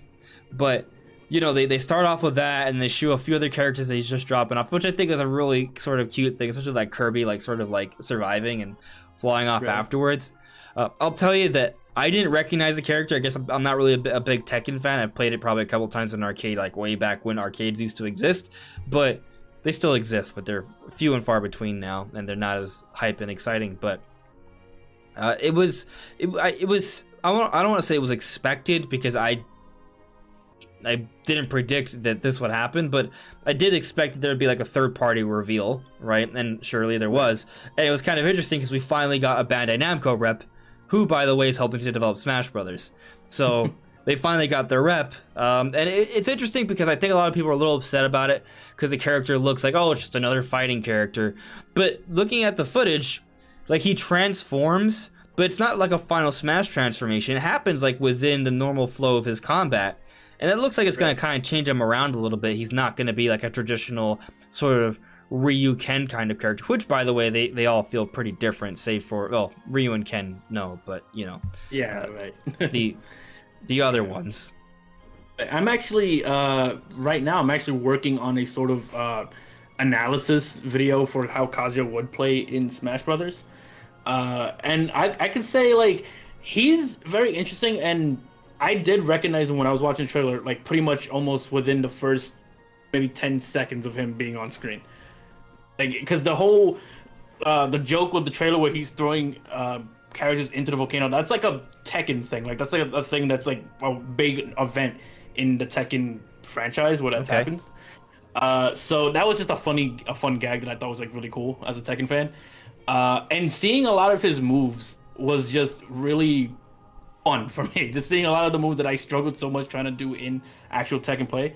I also did recognize a couple of little things that he's going to have that clearly come from Tekken, and specifically Tekken 7, where Sakurai's clearly trying to, mimic that into Super Smash Bros. Ultimate. So there's clearly a lot of detail going into the character, and I'm actually really excited to play the character or see more of them. I think on the 28th. Yeah, it's not too far off from now. Right. Yeah. So it's just, I don't know. I was personally really excited, and when you add into the fact that I know, because I did see some of the talk you were talking about with some people being a little bit disappointed with Kazuya getting into the game, I do want to point out that, like, while I understand, like, if you never played Tekken, it's understandable, but Tekken as a franchise in of itself is up there with Street Fighter as one of the best-selling fighting game franchises of all time. Like, that's an extremely well-known game, and in terms of 3D fighter specifically, it is the best-selling one. I'll tell you that Tekken was more known to me than Fatal Fury. Yeah, which, by the way, I think Terry Bogard is a really cool character, just for the record. And Terry's cool. Fatal Fury is more of one of those respected old school type of things. Like King of Fighters is a thing, but Fatal Fury hasn't really had a game since Garo, which I don't even remember when that came out. Yeah, but I mean, so. It was, again, not like super surprising they had like a Smash reveal like that, but it was cool. It was cool. I think some people were kind of expecting there to be two characters because it happened that one time in 2019. I wasn't thinking that because I feel like they do kind of want to space it out a little bit because it's going to be the last one. Yeah, milk it, exactly. Like, at least because now they can have that September Direct, and people are going to be like, oh, what's the final Smash character? Who's it going to be? Like, there's going to be a lot of hype and speculation leading up to that final reveal, presumably in a September, October Direct. We just need a little bit more time. What if? I don't believe that for a minute, but yeah, what if? And I mean, actually, on that note, like, what do you guys make of like a final sort of Smash update? Like, do you think we're just gonna get one more character and that's gonna be it, and then Nintendo's gonna say goodbye to all the Smash hype for an indefinite amount of time, or are they gonna have another sort of interesting announcement regarding Smash Brothers? Well, they just announced it's that game, Mario Kart 8, and Splatoon 2. They just announced that they are partnering with colleges now to make it like part of the competitive environment in colleges. So I think that what Nintendo's setting up is like, yeah, maybe we don't have these character reveals anymore, but we're going to try to, I'm going to say try because the Smash community is going to be mad if I say anything more than that, but I think they're trying to keep its relevance by getting it more involved in esports, which again, I think what people miss in the Smash community when they get upset when you bring up Nintendo and esports with Smash is because they want Melee to be the thing. Nintendo's not interested in Melee being the thing. They want Ultimate to be the thing in competitive. So anything surrounding the Melee community, Nintendo doesn't care about you. And that's hard to hear, but they don't. That's not their new game. That's not the game they could sell copies of and make money off of. It's also not the game that has supported online functionality. That's what Ultimate is. So they are supporting Ultimate more and more as an actual esport. And that's, I think, how they're going to keep it relevant, at least until next generation system, when I think we're not going to get a new Smash, and they're just going to give you the deluxe version of this one with all the characters. And then potentially add new fighter DLC at that point. Although I don't know if Sakurai is going to be making that DLC or not. That's going to be kind of the big caveat if he returns. Because I know Sakurai's been trying to walk away forever from this IP. And I kind of feel like he didn't want to do that until he made his ultimate version of the game, Super Smash Bros. Ultimate, where everything's all together in one game. And I feel like it was also, I think we're going to find this out in an interview down the line, and Super Smash Bros. Ultimate is his ode to Iwata, because he only kept making the games because of his friendship with Satoru Iwata. And when he passed away, he's like, I needed to do this one last thing for him. Yeah. And I'm gonna make like this ultimate game that can never be topped by anybody else who takes over this franchise. Yeah, I have a hard time seeing how they're gonna fall. Like they have to like just do a reboot of the series. Like I don't know. Yeah, the reboot's the only thing I can think of, and then that's gonna piss off so many people. Yeah, they'll be like, there's only 16 characters. This is stupid. It's not worth $60. Yeah. Look how many characters we got last time, and now you're only giving me 8. What? We're Yeah. gonna be right back here on the podcast again, doing another $60 discussion about whether or not it's worth it. And my argument would just be, hey, you know what? This is post Sakurai. Like, I really wouldn't be shocked to see a reboot post Sakurai because it might not be the same game it once was after that. So.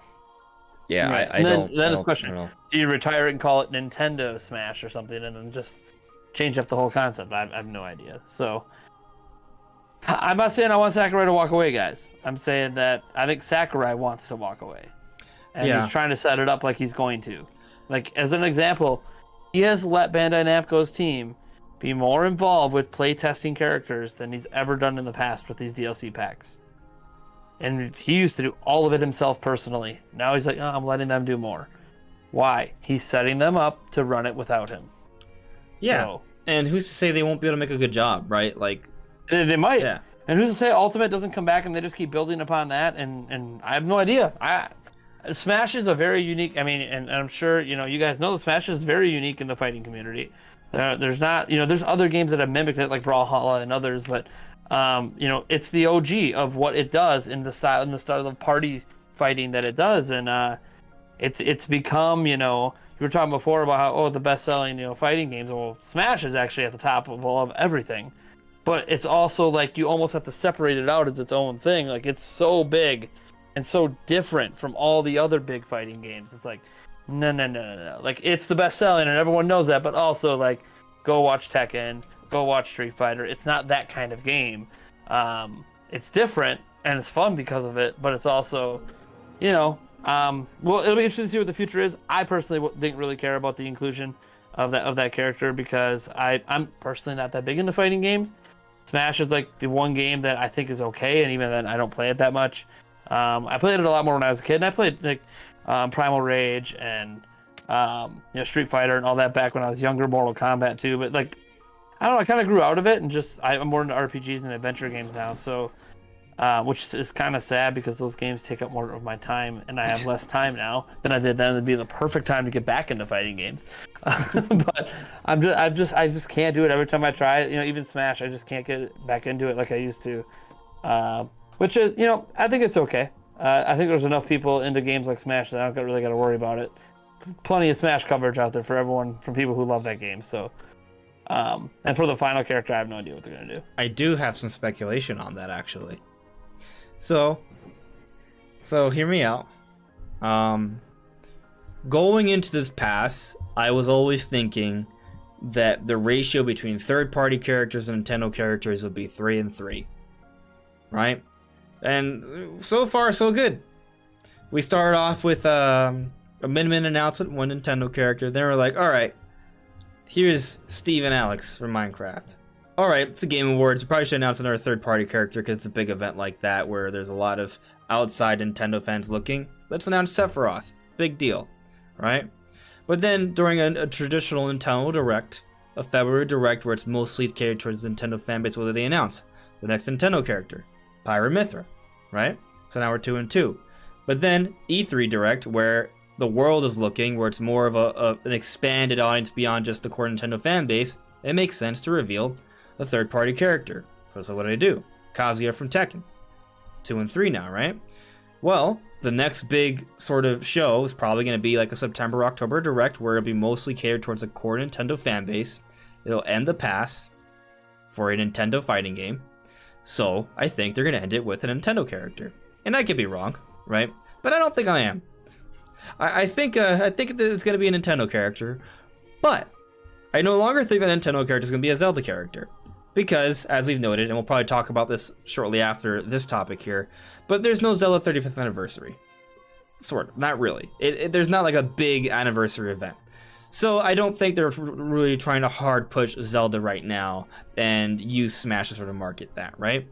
But you want to know what they are trying to hard push and market right now and turn into a consistent high million selling franchise? Metroid. So, you might ask, wait, but we already have Samus, we already have Ridley, we already have Zero Suit Samus. Who could they possibly add to Smash Bros. That would make sense as a character? Well, there's been a long time speculation they would add Sylix. And maybe they'll do Sylix. Could be. Might make sense. But I got another character in mind.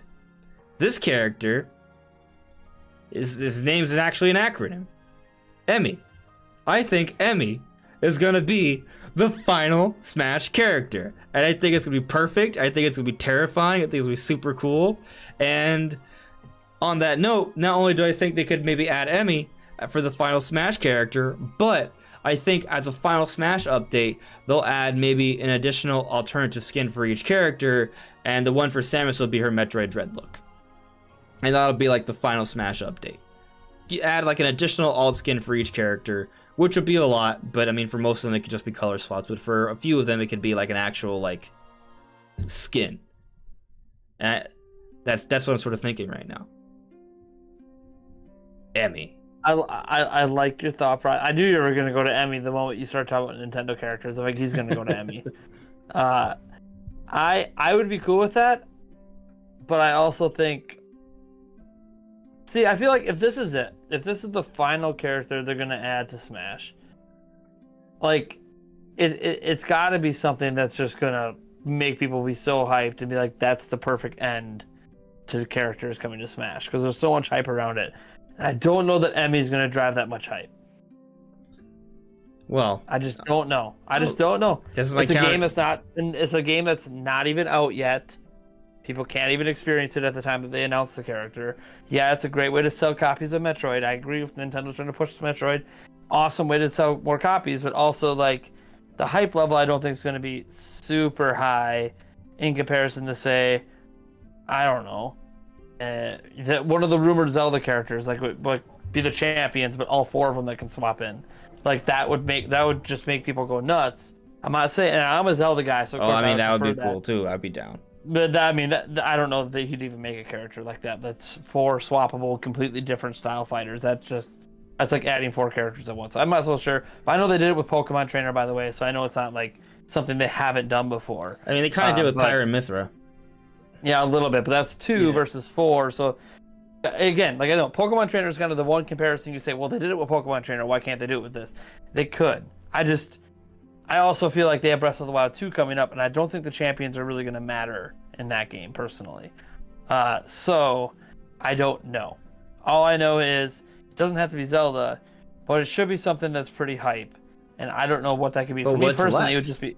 It'd be Conker from Conker's Bad Fur Day would be mine. But I don't think that's big enough to be a final character. That's more like a... if they were going to end with Banjo, that would have been huge. Like, end with Banjo, great. Like, no one would expect it. It's awesome. There's a history with Nintendo with that character.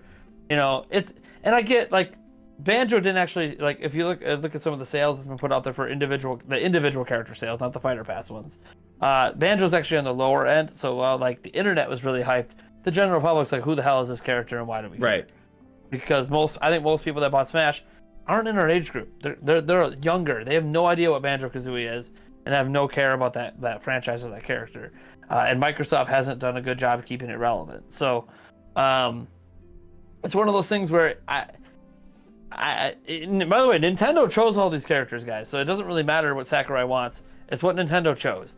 And so it depends on what Nintendo's focus is. Are they focused totally on selling future copies of games, or are they focused on selling the most amount of this DLC character as they can as the final entry into Smash? And I don't know what their focus is going to be. And is it on appeasing a third-party company that are swooning to get a big third-party game over? Or is it going to be focused on something else? Like, I think a great final announcement, and this would be kind of cool, especially if it's paired with a certain other announcement I think would be nice, is if Master Chief was the last one. It's like, oh, wait a second. That's a really big one. And all of a sudden you pair it in the direct with, by the way, the Master Chief collection's coming to Switch. Oh, that's kind of a big deal now. That's a relevant character. That's literally a mascot for an entire console. So, like, it's on the box of the Series X. Like, oh, hey, Halo Infinite's coming out. That could drive sales of that character. So, because there's a lot of, people don't know, there's a lot of crossover with Switch and other consoles. Other console owners, a lot of them own a Switch. Because they can buy a Lite for $200 and just play their Nintendo games on the go. Play their big TV games on their other systems. So, like, I don't know. Like, I agree with you, the 3-and-3 thing makes sense, but also, like, Emmy? Yes, if they just want to push Metroid and they just don't care. about it being like a great finale. Here's my Smash, kind of like you know? counter argument to the whole big finale thing. They haven't really done that before. So the way they haven't reached the end before. This is the first time they're at the end. If there's no new Fighter Pass coming, this is it. Well, they knew at the end of Fighter Pass 1, Fighter Pass 2 was coming. That was like the big announcement. And by the way, we have another Fighter Pass. You could, I hear your argument with that, right? So they ended Fighter Pass 1 with Byleth, right? And they also ended... and that pissed people off so bad. And they also ended the final character for base roster with Incineroar, right? Yeah, so not exactly... Sure, but they also ended Smash for Wii U and 3DS with, I want to say, Bayonetta, right? And I think Bayonetta's pretty hype, but... You know, it's not like... Well, I think that was more of a late addition. Once they got that exclusivity for Bayonetta 2, and Nintendo's... They don't own the IP, but at this point, it's almost synonymous with Nintendo because Sega has definitely not seemed interested in doing anything with it. So, and Sega obviously works with Nintendo on like other games. So I feel like Nintendo just wanted to get it in there because now it's like, hey, this is the IP we have that we own, basically, that we don't have a character from. And the thing is, like, think about it, we got an ARMS character. Well, what was their new IP this generation? ARMS. So like any newer Nintendo IP that's gonna have sequels was gonna get included. That's why I keep thinking like, Nintendo doesn't really have like. Here's another crazy thought. That Monolith Soft new IP that we still don't know what the hell it is. What if that's the final character? Something from that. It's a new IP Nintendo owns. Well, the game would have to be announced. Haven't had it revealed yet. What if they reveal that IP and then announce a character from it? Maybe. I mean, maybe. I don't know. So there's another speculation to be had, right? Like, so we assume this is the last character, and I kind of expect it to be the last pass, but there has been a lot of consideration that maybe we get like a bonus character after the Fighters Pass, right? So then all of a sudden, Emmy, if it's like Emmy, a Piranha Plant kind of, yeah, like an outside the pass, or maybe Emmy would be the bonus character added, right? Oh, sure. Yeah, which would kind of be sort of similar to Piranha No one would Plant. care about that. Yeah, a free bonus character. Yeah. Cool, Emmy. Oh, yeah, all right, cool. You know, or is Emmy just a spirit added to the spirit port? Totally possible. That happens. That happens. I don't think Silex has been added as a spirit either, so there could be a Metroid. It's like everyone wants Waluigi, but then like he's already in the game in other ways. Yeah. So good luck with that. But also, you know, Master Chief would be a hype way to do it. I just don't know if they're gonna go for like this crazy character deal to close things out. I think if they had Master Chief, they would have done it at E3. Maybe. Yeah. It's hard to know because like Halo Infinite comes out later this year, so sure. announcing it closer to that release might actually help sales more. So. And I'll also say that supposedly, right, according to the rumor, that we're gonna find out about the Nintendo-Microsoft collaboration in the fall, which does line up closer to the Direct and that final character reveal. So, you know, maybe there's something to what you're saying, right? And I've always been, not always, maybe always is an exaggeration, but lately I have been warm to the idea of maybe Master Chief getting at it. Like, I don't think it's out of the question, right? I think it also depends, like, what's cooking between Microsoft and Nintendo that we're supposedly finding. You know, I know not Game Pass, but xCloud's been rumored as a big thing. If that's it, well, then, like, that just means that the partnership's like this. And if it's like that, then, then Master Chief might as well be in Smash because you're going to be playing Halo on your Switch. You're playing Halo Infinite multiplayer literally this fall on your Switch. Which, by the way, that's another thing that wasn't shown off at E3, but... I didn't know that. I didn't think it had to be. Right. I mean, one of those. According to the rumor, it's supposed to happen in fall. So.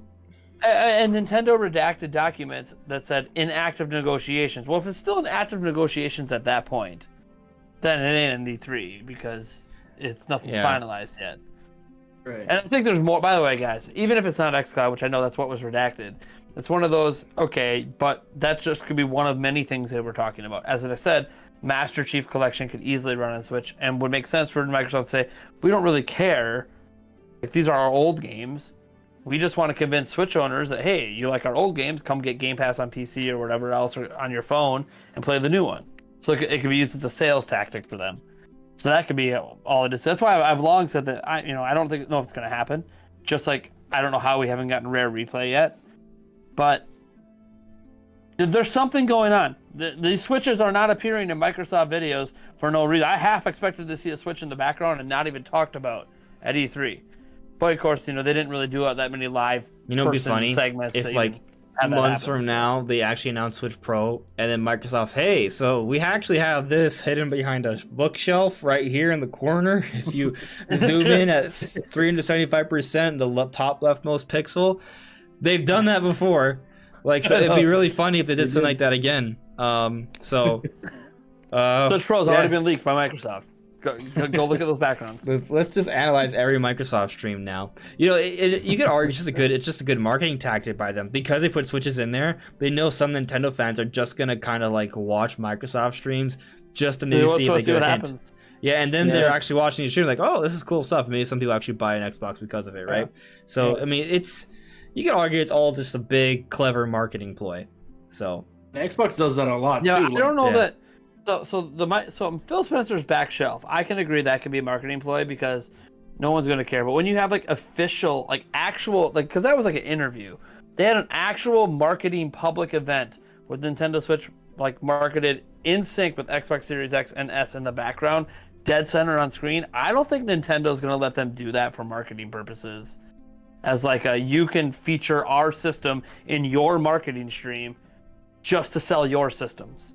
I don't think Nintendo would have been cool with that. The back shelf of Phil Spencer's one thing.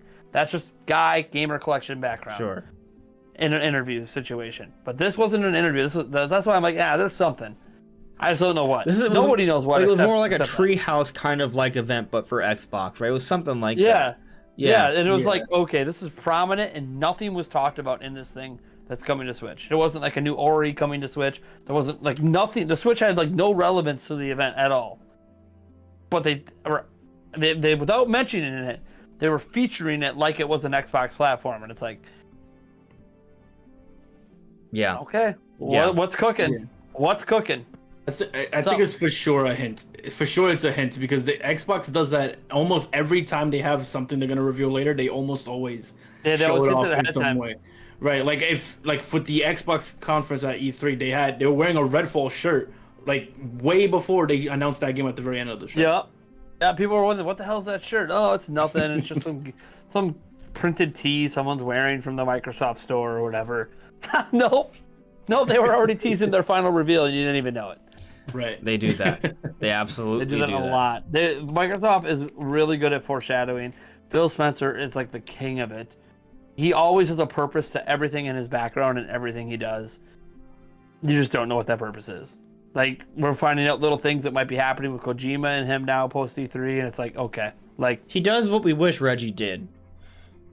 Yeah. He's wearing that Metroid pin. It means no. We're announcing Cranky Kong. I do believe that at one point, well, at least not the Metroid pin back during the Cranky Kong reveal, but like more recently, like let's say like 2018 when they were showing those pictures of Reggie and Jeff Keighley like having an event to get like a meeting together, and he was wearing a Metroid shirt. Then I think he was trying to tease something, but then Prime 4 was delayed. So I think initially there was going to be some sort of Game Awards announcement, and then that was sort of pushed. I don't know, man. Reggie has teased a lot of things from Mother 3 that's never happened. He's teased certain Zelda things in his office when he's at Video Shop in his office that never happened. Yeah. Well, I'm just saying that these things didn't happen. There is also the piece of art that was made for when Reggie retired from Nintendo. Like Retro Studios had this illustration that they made for him, and they signed it all over. Then there's different characters they worked on. They had Samus, they had a Metroid, they had Donkey Kong, and they had Diddy Kong. And there was a Mario statue blocking one character on there that had like a mechanical hand. We have no idea who it is. And we may never find out because that game may never actually release. Because that's actually, another kind of point I want to jump to. Oh, by the way, shout out to Yellow Kazoo. Thank you for modding, my friend. Good to see you, Kazoo. But I was kind of talking about this before with a few people. But like we've been waiting so long for Retro Studios to announce another game because the last game they came out with was Tropical Freeze in 2014. I know they ported it to Switch, but besides that they've done nothing that's come out to the public, right? We know they're developing Prime 4, but surely they could have made another game since then, and they haven't. Where is the Retro Studios game? At this point, I'm starting to think that it doesn't exist, or it's canceled or delayed or what have you. Like, I don't know.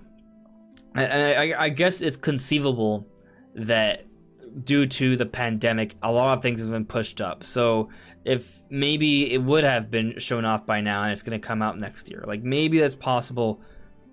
But at this point, I'm kind of done sort of like expecting there to be another Retro Studios project. I think we're getting so close to the Metroid Prime 4 reveal already, and we know nothing about Retro Studios' supposed other project that they've worked on before Prime 4. So at this point, I'm kind of thinking that Retro Studios just doesn't have that anymore. Like whatever it was, it's never going to come to. We're going to hear about it years from now and be like, oh yeah, this is a canceled Retro Studios project, and maybe someone will leak out a piece of concept art, kind of like how we heard about that, how they were working on like a Zelda spinoff so many years ago, and it was going to be like a dark sort of Sheikah sort of RPG thing, right? And that never materialized. Like, so we might hear about it years from now, but it's not going to actually come out. Like, that's currently what I'm thinking. I'd love to be wrong on that, but at this point, I feel like they just showed off Metroid Dread. I do think we're getting close to the inevitable Metroid Prime 4 reveal. We got that moment, that Zelda moment where they're like, hey, look, we know we're working on Prime 4, development's going really well. To me, that says that we're probably maybe within a year of seeing Metroid Prime 4 gameplay. So if we're already within close to that hype cycle for Prime 4, I really think that if there was another Retro Studios game, it's canceled. Like it's not coming out. What if we see that game in 19 years? Sure. Yeah. Could be. I'm kind of with you on that, where I don't really see it happening unless it's some kind of some kind of character that we don't see coming in a game that they are already working on. Right? Like, what if it's like repurposed in a way where they kind of take, okay, maybe that game didn't survive, right? Maybe it didn't survive the initial development process, but they really like that character and they wanted to use it for something. So what if they repurpose it and end up using it in Metroid Prime 4, or they use it for whatever next game they have coming up? But in terms of that exact whatever, I guess, game that character was probably initially for, maybe that doesn't exist anymore. Maybe we see that come back way later, and we look back one day and we go, "Wow, that existed like a long time ago, right?" Yeah. So I don't know. I want to say it's probably going to be repurposed. But I feel like if they were that confident to send that to Reggie with the other characters they worked on, I feel like, and mind you, it's not like they only put main characters, right? They put Diddy Kong in it too, who would obviously be with Donkey Kong. Yeah. So Samus can easily have like something else there. I don't, off the top of my head, I don't remember what the details of the character looked like necessarily. It had, obviously, there's interpretation to be had there, right? But based off what we could see, I feel like it had a similar shape to Monita. Monita, okay. The monitor in Nintendo Land. It has like one mechanical hand, and it's like a monitor, like an actual monitor. Right. So, I mean, if it's a sci-fi like thing, who knows? Maybe it could be repurposed. Maybe you're gonna play Metroid Prime 4 2 years from now, right? And you're gonna see a character that looks like that for some reason. Right? Yeah. Maybe it could be some kind of companion thing, or I don't know. But I just have a hard time believing that they would abandon that character design if they were confident enough to, send that out to Reggie with all the other characters they worked on. Yeah. I'm seeing ASAP Rel added me. Is Microsoft buying Nintendo? No. No. They tried that once. No. Yeah. Didn't work out for them. The top shareholders are people that don't know about Nintendo. Not only does Nintendo own a significant amount of shares of their own company, like 30% or something, to get to 51 to do even a takeover. Something like another 34% are owned by the founding family of Nintendo, who, when Yamauchi passed away, they promised they would never sell those shares. So Nintendo can never be sold, basically. Nintendo themselves have to decide to do it. Yeah, Nintendo would want to be sold, and then they'd have to convince it, enough of the the other shareholders to do it. Because the Yamauchi family has. Now, that doesn't mean there isn't going to be someone who inherits those shares one day that thinks differently, but it's not going to happen in our lifetimes. So. Yeah. But Shifty, I guess I didn't get to hear this sort of perspective from you. But what do you make of like a final Smash update? Do you kind of see that happening, or do you think it's just one character and we're done? I don't know, because Nintendo's a weird company when it comes to making decisions like this. Typically, if we were talking about the average company making a fighting game, I would say it would be very likely we get another pass, like a third Fighters Pass. Because it seems like these days, when you're talking about Street Fighter, Tekken, Mortal Kombat, or any other fighting game that's out there in the genre, it's not common to only do 1 or 2 seasons of characters. Like, they typically do maybe 3. Sometimes, in some cases, they go 4 or 5 seasons ahead, right? But we're talking about Nintendo, and I think you guys know just as much as I do that Nintendo is not always the easiest to follow in terms of like how they make their decisions and, you know, go about monetizing their games. So I'm 50-50 on it. Part of me, like, maybe it's selfish for me to say, especially as a Smash player who has about like 2,000 hours on Smash Bros. Ultimate. I do want more characters, but I understand if they decide not to, and I also feel like it is also just as likely for them to, you know, decide to end it with one more character and just, you know, yeah, leave it there. I mean, I guess my thing is that, like, if you just compare their support for Smash Ultimate compared to other games, I mean, we're approaching 3 years after the release for Smash Ultimate. Like, how much longer are they going to add new content to the game, right? Right. I mean, if they announced another pass, I would imagine it would also span across 2 years, you know, unless it's like a smaller pass, it's only like 3 characters, you know, but they would have to price it differently too, so I don't know if they would even do that. It's hard for me to sort of see, especially because I do feel like Sakura wants to step away eventually. I think he'd probably want to like make another game or 2 before he just retires. And we do know that like he is thinking about retirement, right? I'm not saying he's going to retire yet, but his end is in sight, basically. So I don't know. I'd love to see another pass, but I'm not expecting another pass. Maybe another character, like as a bonus character, but that's kind of like the highest of my high expectations. But we'll see, for sure. Right. But kind of going back to you know, just like games we were excited about. Nate, was there something else from Nintendo's Direct that you were like, yeah, that's the game that I didn't know I wanted until I saw it? No. Okay. Okay. I'm gonna be honest. I said this be before E3. The only thing I cared about going into E3 was Breath of the Wild 2, and the only thing I care about after E3 is Breath of the Wild 2. And I'm not trying to be disingenuous to Metroid and all the other games. I'm gonna buy them all, and I know it. But that's because I'm just waiting for Breath of the Wild 2. If Breath of the Wild 2 is here, I wouldn't be buying any of them because I'd be too busy playing Breath of the Wild 2. So, and I know we're gonna get into that later, and I wasn't allowed to use that for an answer.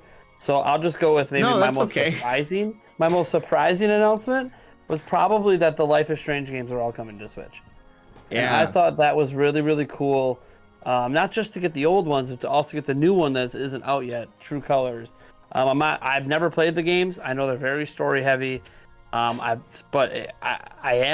seen the True Color stuff. I've watched it appear a few times now, and I'm kind of interested in those ones specifically because it seems like they obviously had a bigger budget for those ones. So the animations look a bit better to me, where I'm not saying you need good animations, but when you're a very story-heavy driven game, the animations add to that story, in my opinion, anyways. So I probably might actually give that one a try on Switch, and I wasn't sure if I was going to try that game out before. I mean, maybe if it came to Game Pass, I would have grabbed it, just because I don't have to pay for it then, but I was very surprised to see that announced, especially the True Colors coming to Switch, because since there's no history of Life is Strange on Nintendo platforms. So I thought that was really cool. Like, kind of one of those, you know what, that makes sense. Yeah, we're not going to get Call of Duty Warzone or something, but this makes sense. This is the kind of stuff Switch can continue to get from third parties. Yeah, I mean, I didn't even know what it was. I had to, like, watch, like, other trailers just to understand what the gameplay was like. Like, because as someone who was not familiar with the franchise, I was like, okay, I have no idea what this is. Like, the only reason, like, I bothered to, like, look more into it, because I heard a lot of people sort of, like, talk about Life is Strange. I was like, okay, this is clearly something. I need to figure out what this is. And it's interesting, right? So basically, like, you do a lot of talking to different people in a town, right? Yeah. Based off different characters. And each character has some sort of weird power. That's not your typical sort of powers, where like one might be able to be sort of like read feelings, another one could sort of reset like events, and that's super cool stuff. But it's all about kind of like making decisions and communicating, understanding people. It's very based off like character development, understanding like human emotions. So it's very interesting sort of series that I only really learned about because of the direct and people talking about it. I don't know if it's something I'll pick up. We'll see. Maybe there'll be a rainy day and I'll be like, hey, you know what? I'll do it. But yeah, it was very interesting to see that on there for sure. Something that someone in the chat just reminded me, Everyday Gamer, shout out to you from the chat, about the cloud streaming thing. There was a couple games talked about in this direct that are cloud streaming. And I find that to be interesting. Is this like, are we going to start seeing this more often in these directs, a bunch of third-party games that are just in the cloud? Probably. Yeah, I mean, it's at least a part of the Switch ecosystem already, right? Like it's few and far between, but it is a part of it. And I don't mind it. I mean, I know some people have a hard time swallowing a $60 price point for cloud games. I mean, I get that. That's a huge criticism on Stadia, is that they charge full price for games that you can only play if the servers are working, and your internet's working. So like you don't always have access to the game per se. And it's kind of weird because Nintendo's doing the same thing. And no one seems to really be talking about that Nintendo's doing exactly what Stadia is doing. Just don't have a thing called Stadia. It's just go on the eShop, buy it like you can any other game, but it's a cloud game. Yeah, well, the difference is that's not Nintendo's main thing, right? Well, no, it's not. It's not, but it's still like, but it's starting to become more common. Before it was like, oh, we're experimenting in Japan with Resident Evil. Oh, we have Control. Well, now we have Hitman 3. Now we have 2 more games announced. And by the end of next year, it could be over, 30, 40 games they have offered right through the cloud, to the point that I almost feel like they should start separating it from the rest of their games as like its own thing. Because I think it's kind of confusing now. And you go in the eShop and you're like, oh man, look at this. And you click on it, you might not read the fine print. Oh, it's cloud only. Which they might not notice. If you only play at home, you might not even notice it. But depending if you just never happen to get a bad connection. But it also depends on where you live, right? Like I'm seeing Darcy saying here in the chat, as an Australian, cloud streaming is effectively the same as it not existing.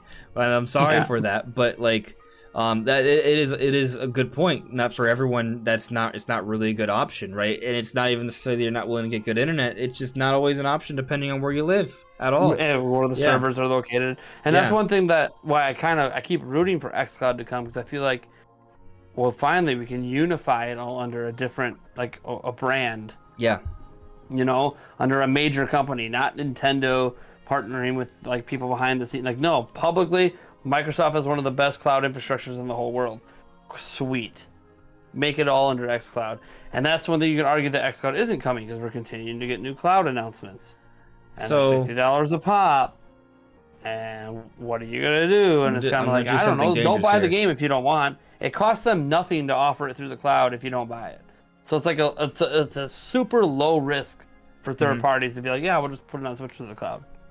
Yeah. I'm going to do something dangerous here. So we're seeing some cloud games, right? What if the situation is that there will be more cloud games coming to Switch, base Switch, and when Switch Pro comes out, a lot of these cloud games are actually like the exclusives that are actually available like straight from the system and not streamable. If it's a situation where the game can't run on base Switch anyway, where it would not have come anyway, I don't feel like it's something where we should complain about. Obviously, we won't know. That'll be up to the developers and publishers to be like, yeah, we can't do this, but let's at least get the streamable version. It's better than nothing. We have to kind of just trust developers with that, right? But it's not out of the question. Is that not what Microsoft is doing with the Series X and Xbox One?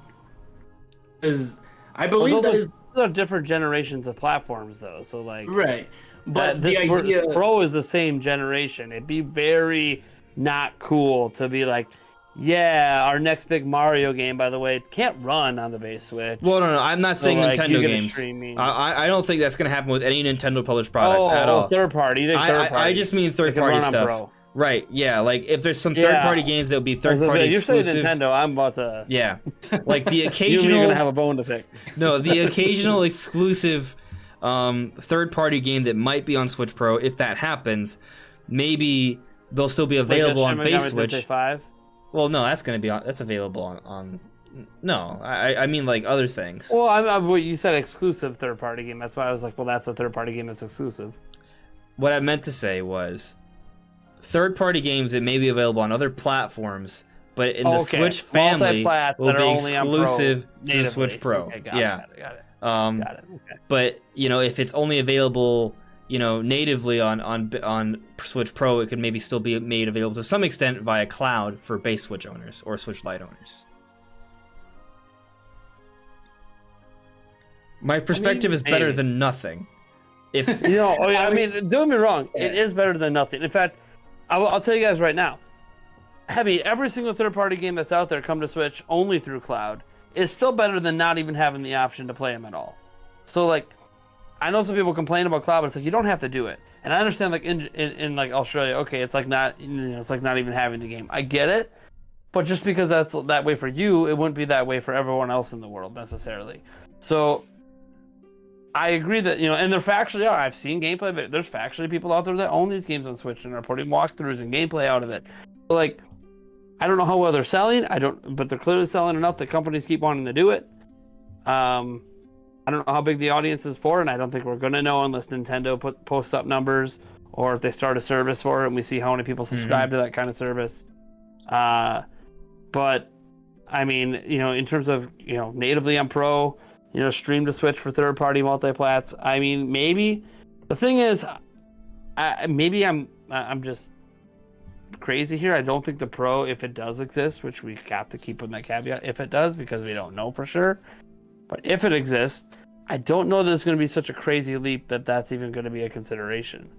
And I wonder if it's going to be like what Sony and Microsoft were doing when they said, hey, any game you make run on this also needs to run on the old platform or don't bring it over. Could be. Yeah. I mean, now, the thing is, by the way, guys, they didn't do that with new 3DS. Straight up, there's games on new 3DS and third parties you cannot play on the original 3DS. Minecraft, big example. You grab that Minecraft version that says new 3DS only and you slap it in your 3DS, it will not even boot up. It'll tell you, sorry, you're incompatible. And you're all confused because I bought a 3DS game and it's just Minecraft. Runs on a potato.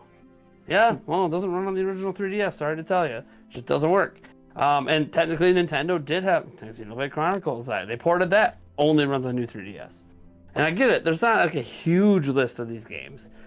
But 3DS was also not as popular as Switch. And if a Switch Pro can end up getting its own market of 20-30 million in sales, that's a big enough market to start considering doing this kind of thing for. Yeah. But again, we also don't know how long Switch is going to last. We don't know if Switch Pro is real. Is it something that maybe was real at one point and they're scrapping it, saying screw it, we're just going to ride and die with Switch till we do next gen? Well, nobody knows. It's interesting, right? Because I think we're in a very peculiar situation because we're in a situation where it does not look like the Switch is going to have anywhere near the sort of similar lifespans as previous Nintendo systems. Maybe it'll be more comparable to some of the handhelds, but like we're entering year 5 in less than 6 months. Okay, I'm a little off. And Switch is peaking. 6 months, I'm a little off there, but we're getting there. Yeah.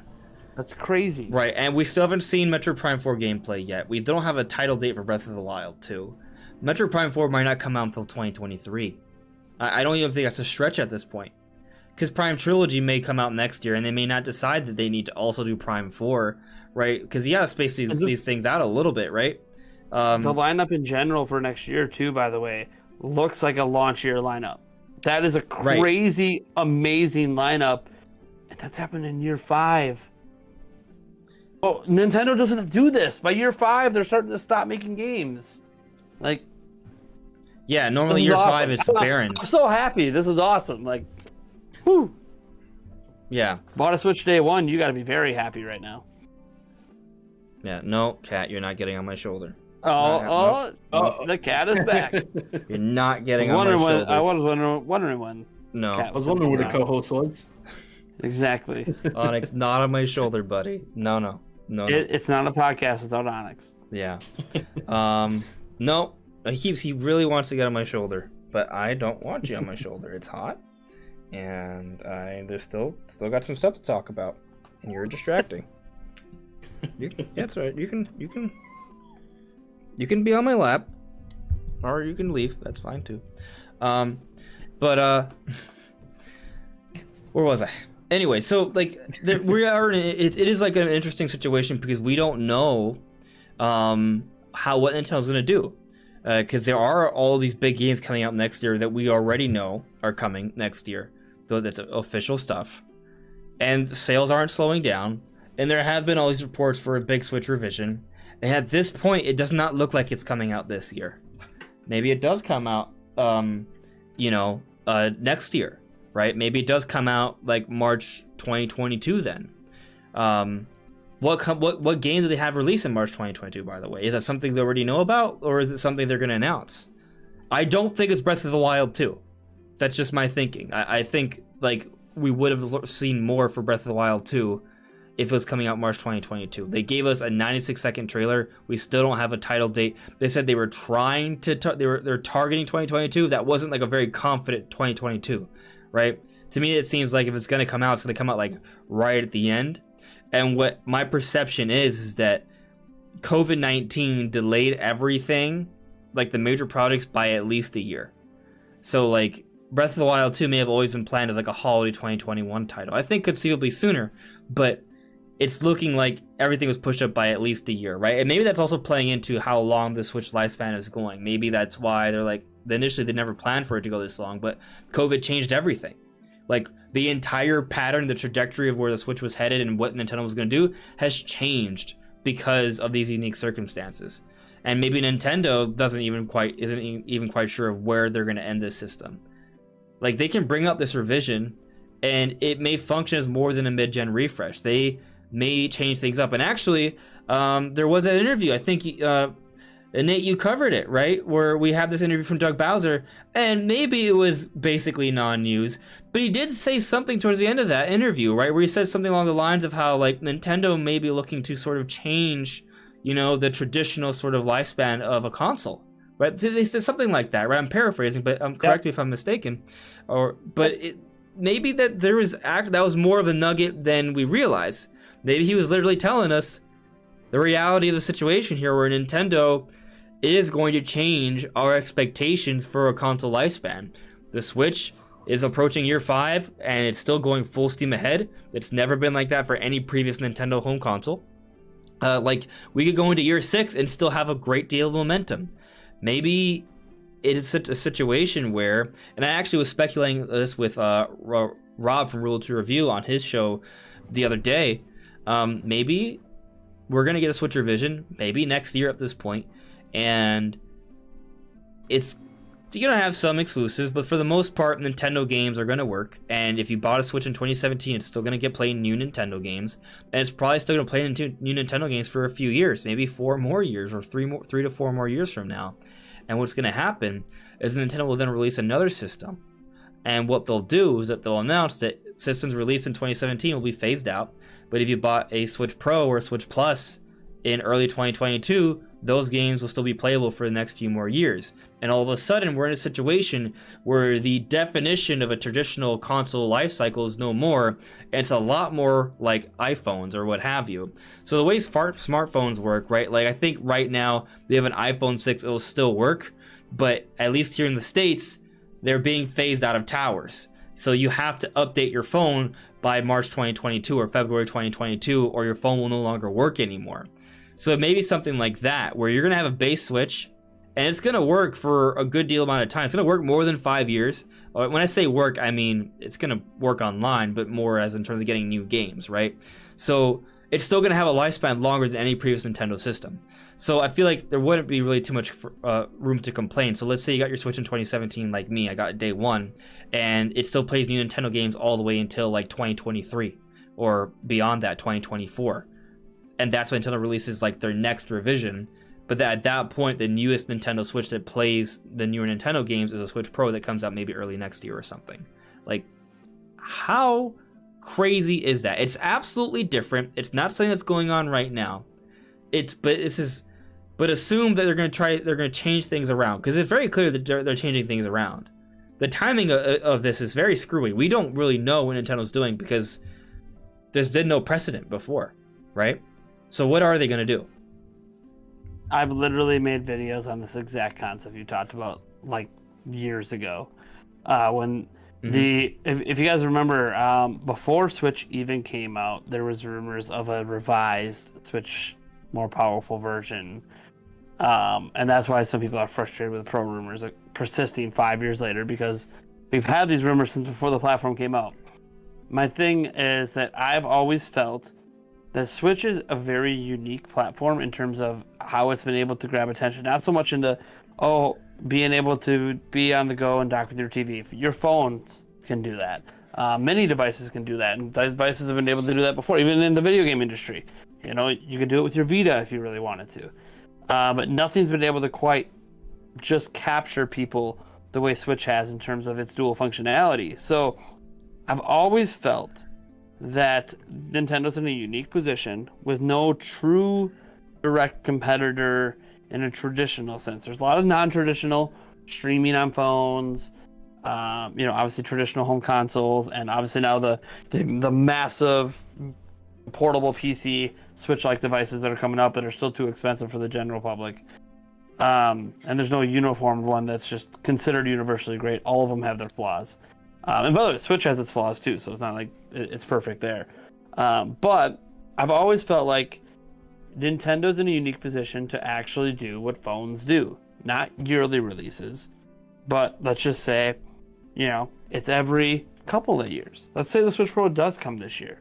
Well, we got the Lite in 2019, revised the chip, and kind of made things just a little bit better. More so from a battery perspective, not power perspective. Not saying, though, that because things are better from a battery life perspective, that version 2 Switches couldn't run a little bit faster because they're producing a little bit less heat. They could, but they don't. So let's say Switch Pro comes out, and what happens is you're at that level, and maybe those year one Switches start to get a little bit phased out as they bump the boost clocks on version 2 and Switch Lites just a smidge. Keep them around a little bit longer.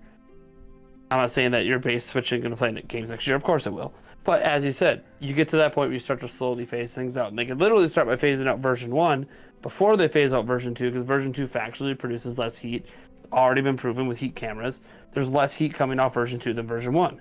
That means they could increase clocks to reach the heat levels they did before. I don't know how much they can increase it, and we know, obviously, modders everywhere have already pushed the chip to its limits, and the Switch handles the heat just fine. Like, they can literally push the chip to its max boost clocks. Switch does not overheat. But is it a comfortable heat to hold? Obviously, that's up for debate on whether or not you can handle holding such a hotter device like that. A lot of people get very uncomfortable with devices that just feel warm. Yeah. But like also, I mean, think about it like this: like this laptop, it's meant to be put on your lap. How many of these get too hot to comfortably sit on your lap? Oh, there's almost all of them. Yeah, almost all of them. Are not comfortable. If it's not a Chromebook or a tablet, all of them, right? So it's like, is that really going to be a deterrent, especially when it's docked and you're not touching the device anyways? Like, let's say those boost clocks are only while docked. Fine, we already have additional boost clocks while docked. What are we going to care if we get some more?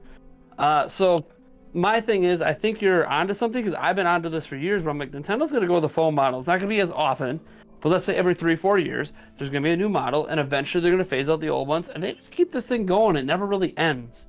And I know they call every iPhone 12, iPhone 13, new generation. So like the S's they do in between are kind of mid-gen refreshes, and then new gen. So phones kind of, iPhone does it like every 2 years. I think it's an interesting concept, and I think it's one that nobody's really successfully explored in the video game realm. And I think it could work, and I think it could work brilliantly well, especially as long as there's not really any competition for Switch. They could literally redefine generations by saying, we don't really have generations. We just keep releasing the same product that's better over and over and over again in several different ways. And guess what? We can phase out old ones and keep this thing going, and we have no reason to get off the Switch train. My biggest fear is next gen arrives and they're done with the Switch. They're off the Switch train and they're doing something else. And that's fine. Nintendo's always doing that, but Nintendo's had reasons in the past to get off the trains they were on. Got off the motion control train because people didn't really care, and other devices were coming, including what was the natural evolution for motion controls? VR. And other people got ahead of the game on Nintendo on that, to the point that Nintendo couldn't really go that route.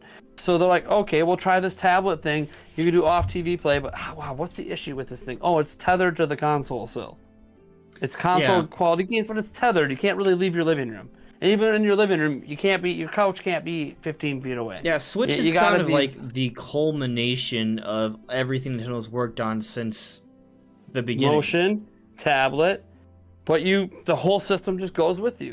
Yeah. And it's awesome. And so it's a portable system. It's a home console. It's got motion. It's got everything. Why abandon all this concept that nobody else is doing? You can do everything you've been doing the last 20 years on this platform. Just keep innovating. Keep OLED screens. Okay, that's great. Yeah, that's the next thing, right? Get rid of the bezel, OLED screen, put some more power in the system. Okay, next time around. Yeah, obviously, every time you increase power, Nintendo's been doing that with their systems anyways, even if it's not the power these people want.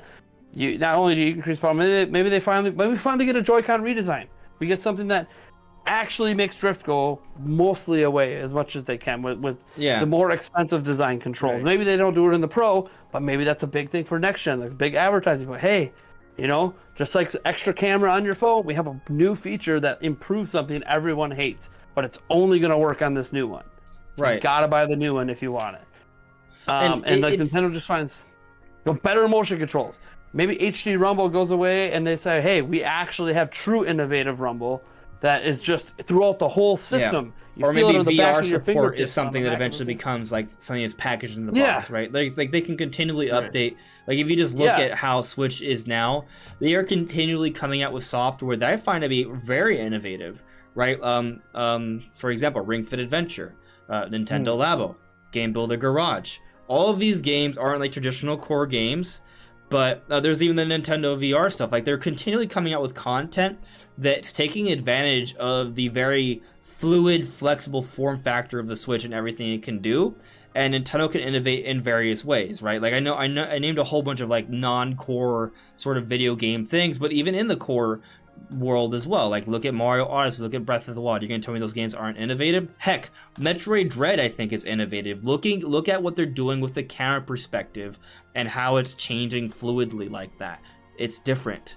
So Nintendo's going to continue to innovate, but they can do it through their software, and especially now with the Switch and how flexible it is with its form factor and such, they can still find other ways to innovate because, there are peripherals and things they can do to sort of add on to that.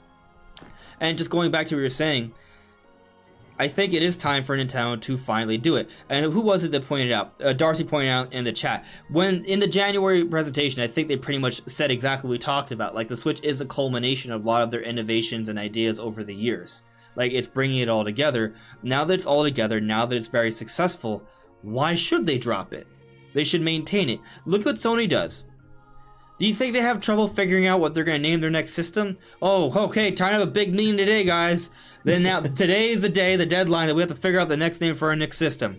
Are we going to call it PlayStation 6 or PlayStation 6? Oh, I don't know. What if we were to call it PlayStation 6?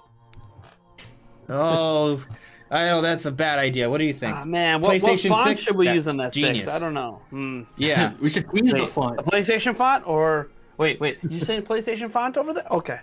Right. So, obviously we're joking, but the point is that what the next PlayStation is going to be called. And everyone knows. Everyone understands when they add the number, that's what it is. iPhone 13. People are going to know that iPhone 13 is the next generation after iPhone 12, and there will be no confusion. So all Nintendo has to do is be all right, this is the next Switch.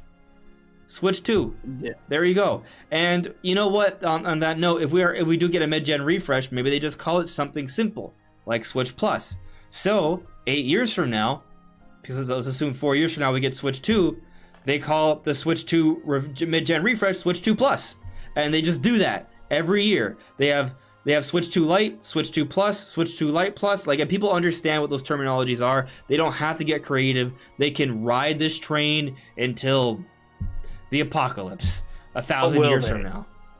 That's the question. Will they? Will they? Because Nintendo doesn't always do what's logical. they do what they want to do. And But what it's they what- want to do could be as simple as, hey, we're building a system around that vitality sensor that we left behind, and we're not doing that with Switch. We're doing something totally different, and we're going to integrate it with your alarm clock in your room or something like Nintendo comes up with these ideas that you're always like, why did you do that? Like, they always find a way to ruin their success, basically, is what I'm trying to say. They're onto something now that's proving it's different than Wii.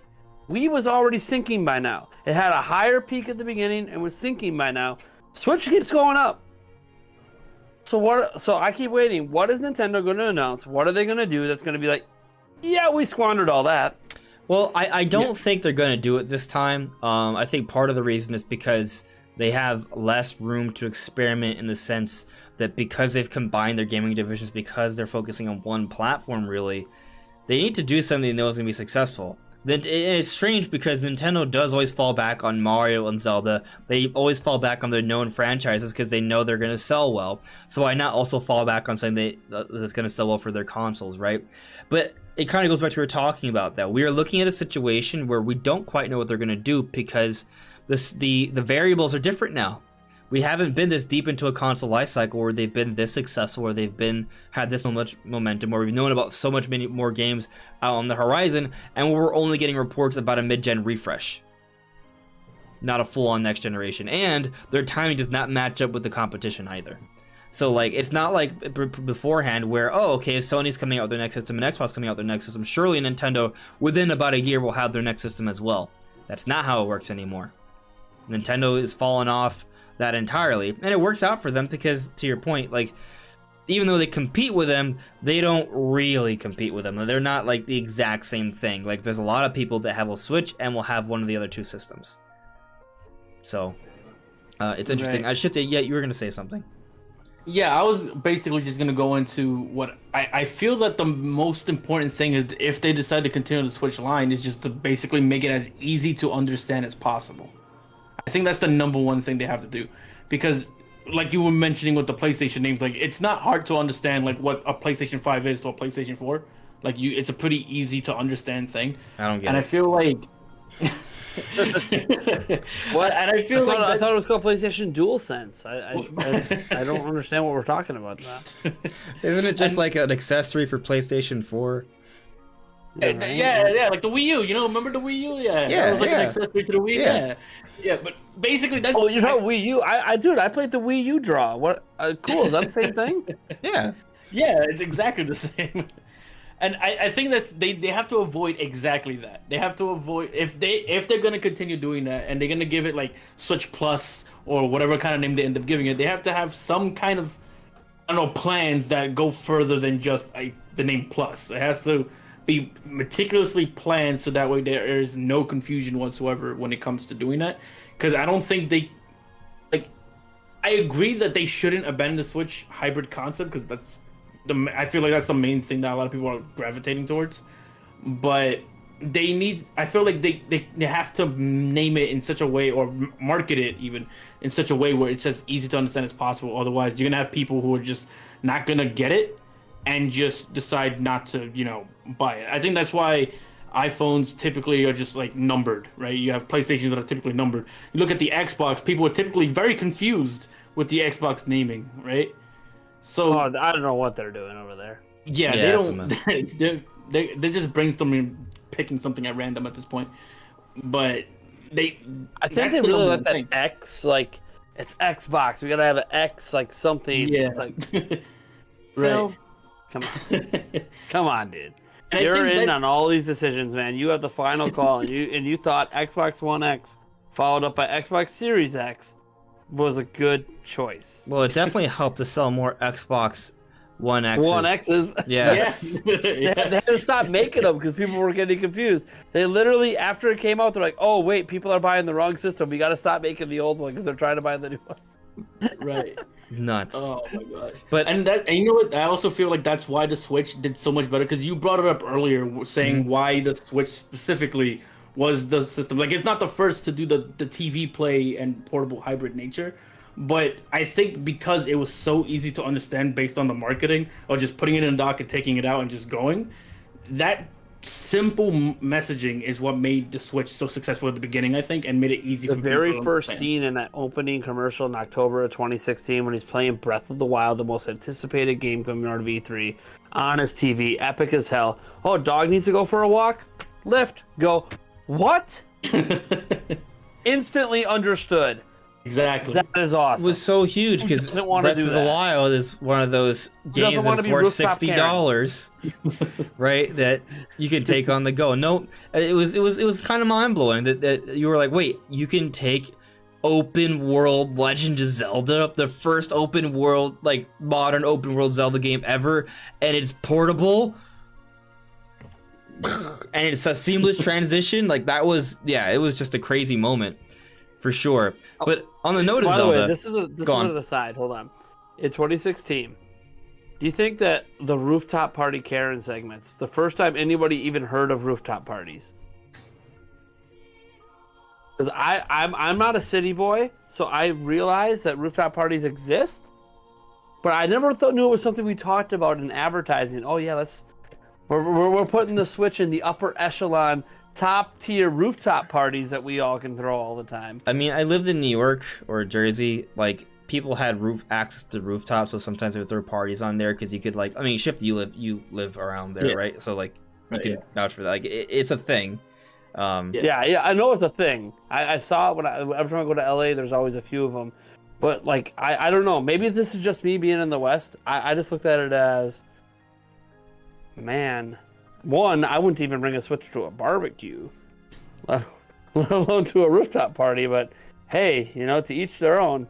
Yeah, I mean, bringing a Switch is, I don't know. I mean, I'll tell you that like in college, I was a kid that's like, yeah, well, you guys want to hang out? Cool, I'll hang out.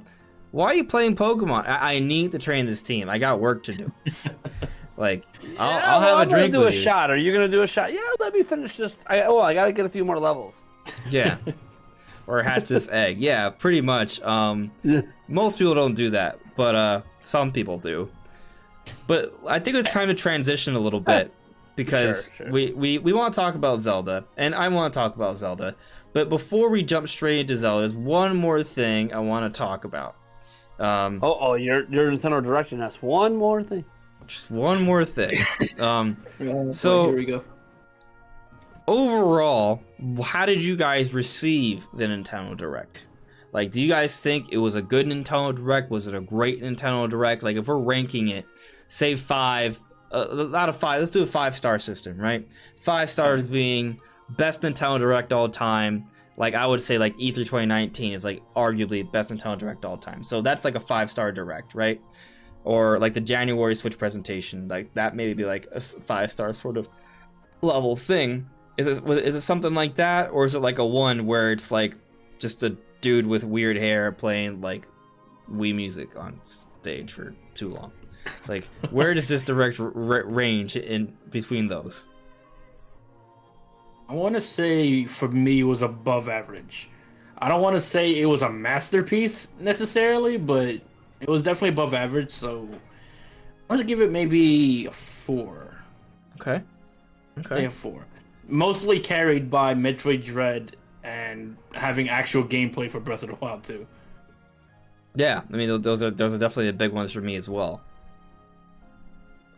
How do you feel, Nate? So I'm biased massively, and I'm not afraid to admit it.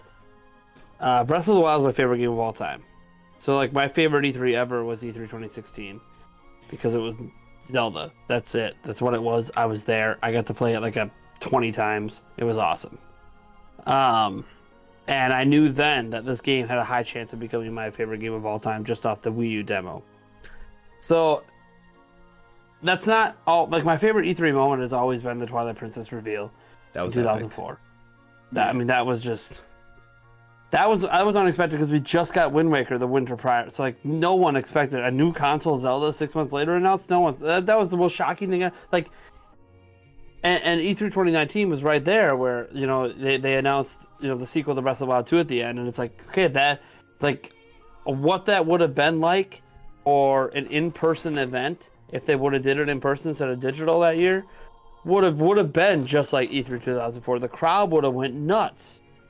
and like people online were going nuts. It's one of those like, it almost felt like that moment deserved Nintendo to go back to in person just for that.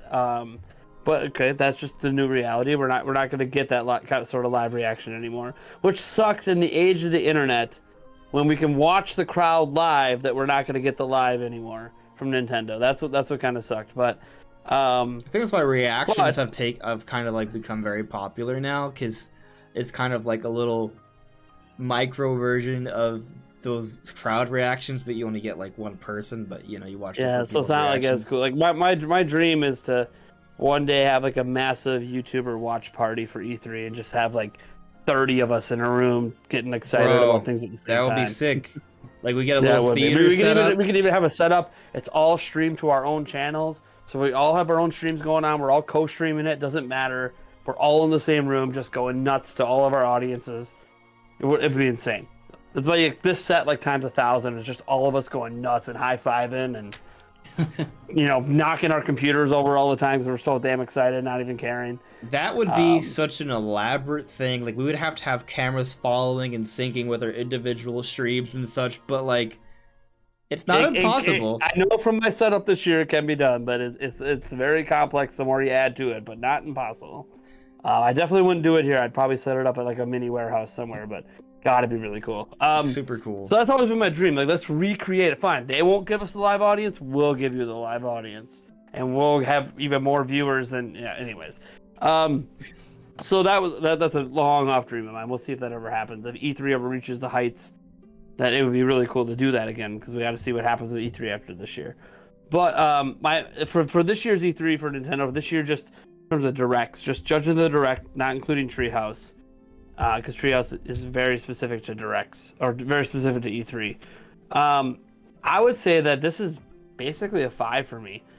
You could talk about all the games before Zelda, but honestly, anything that Breath of the Wild, anything in, it's like automatically a 5 for me, unless I'm disappointed by what is shown. And E3 2019 was a 5 because of the shock value, but we never saw gameplay. It was a cutscene, and I'm cool with that because of the shock value of the announcement. It's kind of like how Metroid Prime 4 was the shock value of the announcement, but kind of dampened by the fact we didn't see anything but a logo.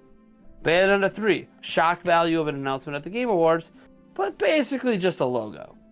So it's like I'm cool with logo reveals, but also like I remember all Smash Bros for Wii U and 3DS getting announced, but then like wasn't even in active development yet. That was really weird when they did that. I don't know why they did that. It's like, Sakurai, guess what? We just put all the pressure on you on a game that you just agreed to last week to make. Have a good day. It's like, what? Nintendo, what are you doing to this poor guy? Because we found out later that like Sakurai said when it was announced it hadn't even begun active development. It's like, why are you announcing a game not even in development yet? That just, and I'm not saying that wasn't true of Metroid Prime 4. Clearly it had a developer. I know it's presumed to be Bandai Namco, but we don't know for sure. But right, because I don't think Nintendo ever gave us the exact details of the original, because they don't want to throw a developer under the bus that they partner with regularly. But it's one of those situations where Breath of the Wild 2 was shown. It looked amazing. I literally said this in a tweet once I got settled down. I said, this thing looks like it has the potential to be my new favorite game of all time. And if that's the case, and that's how I feel, how can this not be my favorite direct of all time, and thus a 5? If it ends by showing what might be my potential favorite game of all time, everything that came before, it's all gravy. It's like, it's extra. I didn't need Metroid Dread. It's amazing. We all got Metroid Dread. By the way, might have just saw my favorite game of all time. Oh, and we got Metroid Dread. Oh, and we got a Mario Party that looks like it might be even better than Super Mario Party. Oh, yeah. Or at least better online-wise. Definitely better online-wise. Hoping for free updates or new map or new additions in the future. They have so many classic maps they could draw upon, but whatever. Hey, look, they're adding new. Look, what was the only criticism people had of Mario Golf Super Rush? Everything looks great, but only 6 courses. Oh, they're adding courses for free later. Oh, that's really great news. That was announced during this direct. Like, that's awesome. We got Advance Wars coming back. Oh man, I love Advance Wars. Sweet. All these huge announcements that might not be big enough on their own to, like, Metroid Dread. Big announcement, but Nintendo knew. You can't use that as your big announcement. A new Smash Fighter is announced. Like, all these things make for solid directs. But then we have Breath of the Wild 2 to cap it. And I get that people are dampered for it because we didn't get the 35th information. We didn't get the 35th anniversary we wanted or whatever. That's fine. And I get being disappointed. I get it. But what's more important than anniversary of old games? New games. New! I've said it all along. Who gives a shit about the 35th anniversary of Zelda if you get the new game? And yeah, it's not coming until 2022, and if it even lands in 2022, EJ Noah didn't sound like he was so certain it was actually going to come next year, but so you kind of agree with me then that March 2022 is just out the window. Like I've ever since EJ Noah's words afterwards, he said 2022, and I was like, I saw the date, and I'm like, oh, okay, this will be March. And then he said, we're aiming for. I'm like, oh, right. This is like EJ Noah admitting this thing might get delayed.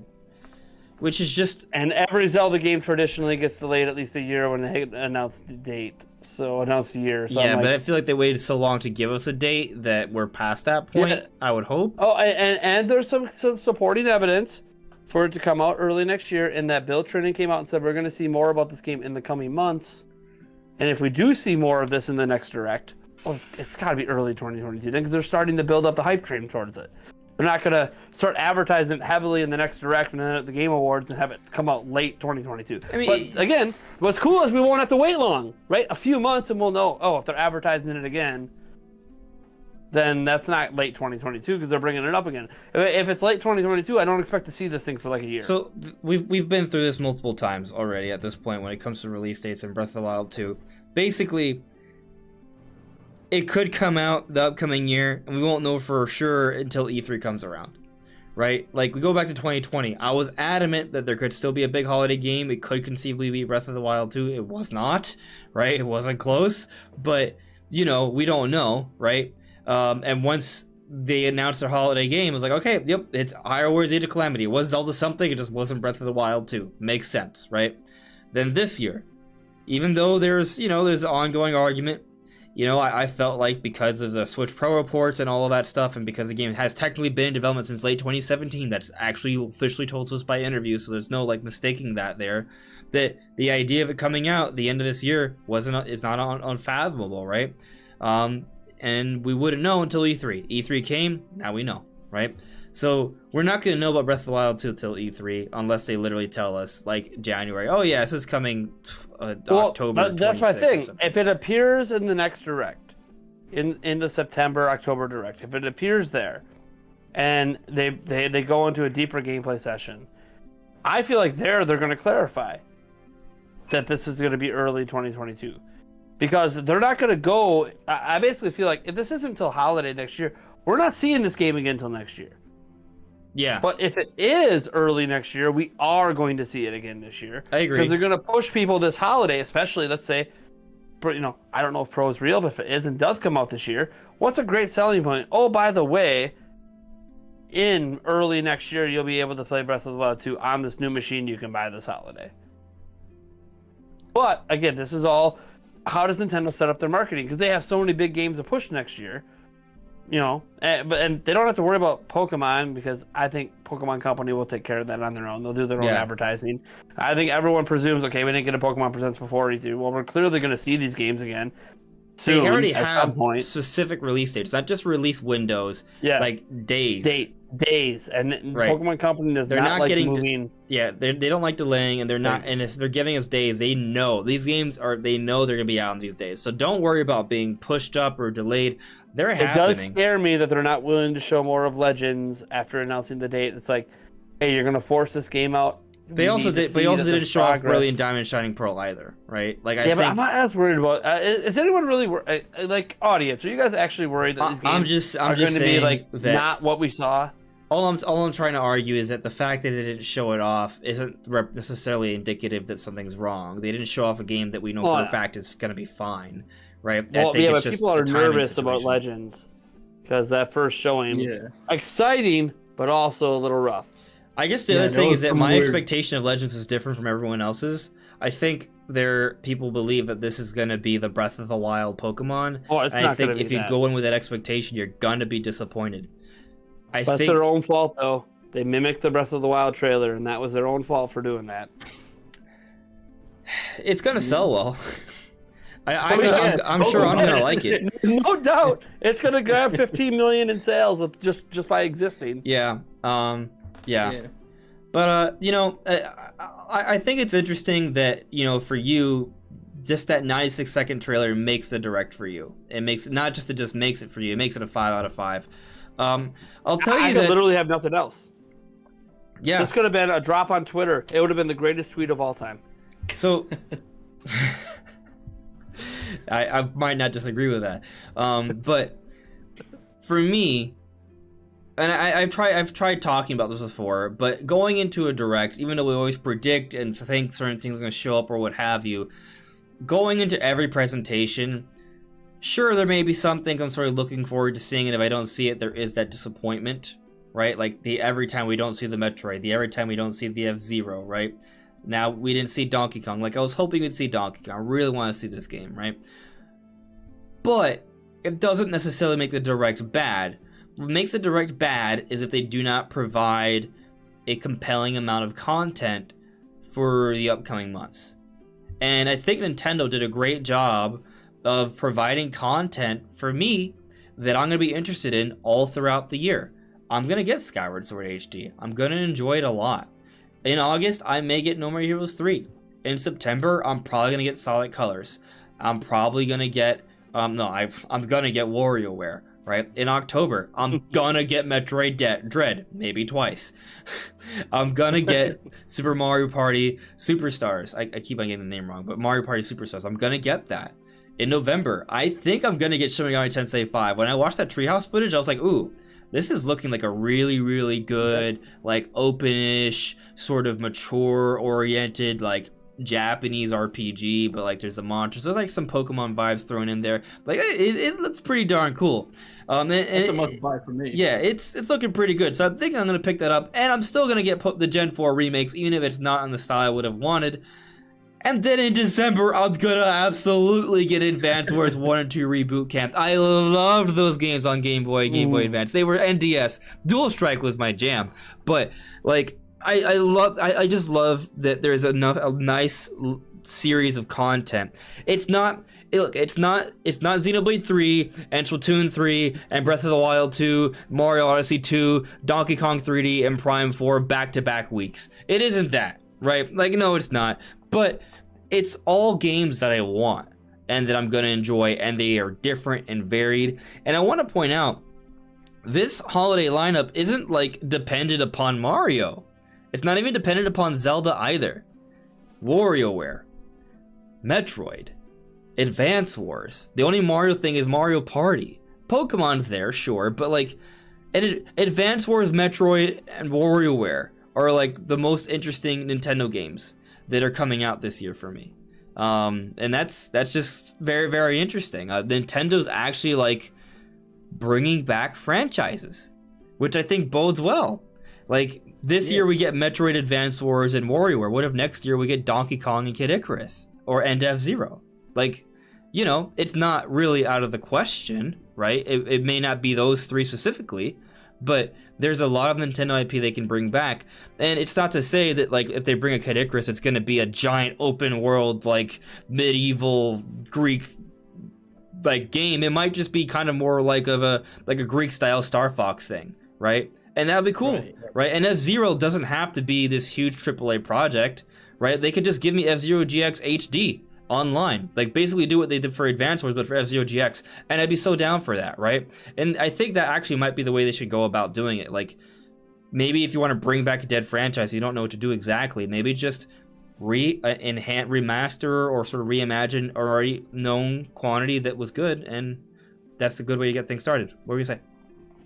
The funny thing is, I've been saying that for years when it comes to F-Zero specifically. Yeah. Where I feel like it's been long enough, and you've heard me say this before. Like, I've been on the podcast before saying this exact point. With how long it's been for F-Zero, you could just do a remake or a remaster of GX with online and whatnot, which is pretty more or less exactly what they're doing with Advance Wars. Right. And I fit under this perfectly when talking about Advance Wars, but I never played Advance Wars before. So for me, it's a new game. It's a new experience for me. I've never played Advance Wars. I've heard of it from a ton of different people who tell me that I would love it, right? But in that same vein, like, if you bring back F-Zero, maybe you bring back Kid Icarus. Maybe you bring back Golden Sun also, right? Yeah, or back... Wave Race. There's so many good options. Right. Yeah, and if you just remake these games, there's gonna be people like myself who didn't play these games back then when they were children, or maybe they weren't even born yet when these games released, right? They could experience these for the first time, and these are treated like the new games for those people. Yeah. Yeah, a lot of people play Advance Wars for the very first time. A lot of people play WarioWare for the first time. It's been a while since we got a WarioWare, right? It's not as old as Advance Wars, but, it's been a few years. Been a while, yeah. Yeah, and same thing for Metroid Dread. Like, that's going to be the first Metroid game for a lot of people. Yeah, that's, what is that, 19 years in the making, technically? Yeah. I mean, I don't love it, how people are excluding Samus Returns, but it's a remake, and I get that. It's 19 years of a new... Right. Metroid. Yeah. I mean, Samus Returns had some new content in there. I don't want to spoil anything, but there's some cool stuff towards the end that's like just straight up extra content that extends the game. It's not even like post game. It's like just an expanded ending. Let's just say that. Yeah. So I actually honestly recommend playing Samus Returns if you have a 3DS. But it's.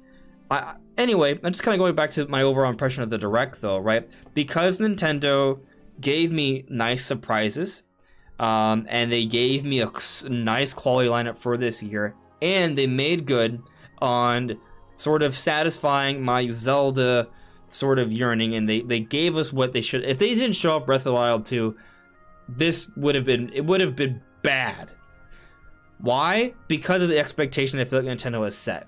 Because last year when they revealed Age of Calamity, they said, hey, you just have to wait a little bit longer for Breath of the Wild 2 details. And then in February, they also said, hey, later this year, we'll be giving you Breath of the Wild 2 details. When they do that back-to-back times, if they were to have the E3 Direct and not even mention Breath of the Wild 2, that would not have been okay, right? But Nintendo knew that, which is why they gave us a trailer. It was not a long trailer. It was 96 seconds. It wasn't that much. But at the same time, it was a whole lot, right? Because we can extrapolate so much from those 96 seconds, which we're about to do for the final topic of this discussion here. But it was a good way to close things out. They opened it with Smash, which was expected, but also a totally fine way to open things up. And there was a nice variety of things, right? Dragon Ball Kakarot, that's a nice thing, right? There's a number of like little third-party things that were in there. They showed off Mario Rabbids again, which I feel like was a little redundant, but I kind of knew that they had to kind of bring it up again. It was fine. And I also think it's worth noting that compared to everyone else at E3, Nintendo had a far more of a viewership. It suggested that they had more of an exciting event. And I feel like the general consensus, and if you guys feel free to disagree with me if you feel differently, but I feel like the general consensus is that Nintendo did win the show. Like, I don't think there's much debate about that, right? I think even a lot of Xbox fans, the Xbox fans will be like, no, we got Halo Infinite, and that's fine. Halo Infinite looks great. And there was also Forza. But Nintendo did a great job relative to everyone else, because everyone else didn't have that much. And even when you look at Nintendo, you could also maybe argue, well, everything they're putting out isn't like really like big, ambitious, like large in scope projects for this year, right? And it kind of makes sense. I mean, it looks like COVID absolutely impacted things, and a lot of things are being pushed into next year. God of War was recently delayed into next year. Do we know about Horizon Zero Forbidden West yet? Like, is that going to make it out for this year? Because it's supposed to release this year. Yeah, they haven't given us a date yet. Not the last I heard, at least. But I guess the point I'm making here is that, like, I think Nintendo did a great job when you take COVID into account. Because clearly it's impacted everyone. Because looking at E3, the consensus is that most companies didn't have that much to show off. And I guess that has a lot to do with COVID. But yet Nintendo, despite COVID, has given us a lineup of quality games with variety. It's not bad. See, I would say... Also, like, Metroid Dread, just want to say, like, Breath of the Wild 2, we've been waiting for that for years, but Metroid Dread is the stuff of legends. Okay, Dread has been rumored and speculated on for years. It was canceled and it was reported, and it was just amazing. And then seeing Metroid, and then seeing Nintendo actually cares about their history of this franchise, and we have such a rabid core fan base for it, and that now it looks like Metroid is going to get this massive revival and maybe become like a consistent franchise. It's just magical. Go on, Shifty. What I was just gonna say was that I agree that Nintendo had one of the best. I also want to give credit to Xbox for their show because I do think they had a good show as well. I would say the way I look at it, it's Nintendo and Xbox up here with the upper echelon in terms of those shows, and then everyone else is just rock bottom. Yeah, Like that's how I look at it, because like all the other shows either had maybe some of them didn't even have a new announcement of any kind. It was just games that we knew about already. Here. Yeah. Yeah, like hey, look, there's some more info on this stuff you already know about. Or it was a new game, but it was like one or two of them. Like it wasn't very much. With Xbox and Nintendo, I feel like they both stepped it up compared to the others, and I feel like they're both like, you know, obviously like if you're a Nintendo fan, you like Nintendo more. If you like Xbox, you like Xbox more. Like that's fair. But I do think that they're both like up there. Like they both made E3 what it was this year. And I will say like Xbox had their own little like version, because like I mind you, I have an Xbox. I play it a little bit, and I do know that for like years the name Redfall was like a rumored thing for years, and then it became like an announcement at E3.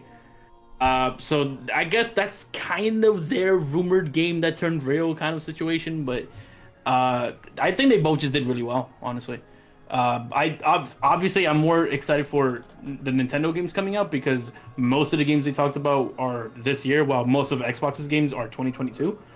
Other than Halo Infinite, I believe Psychonauts, which are both games I'm interested in playing. Yeah. But primarily, like the main, stuff that I'm interested in are Nintendo because they're much sooner. Like they're coming, like in a few months.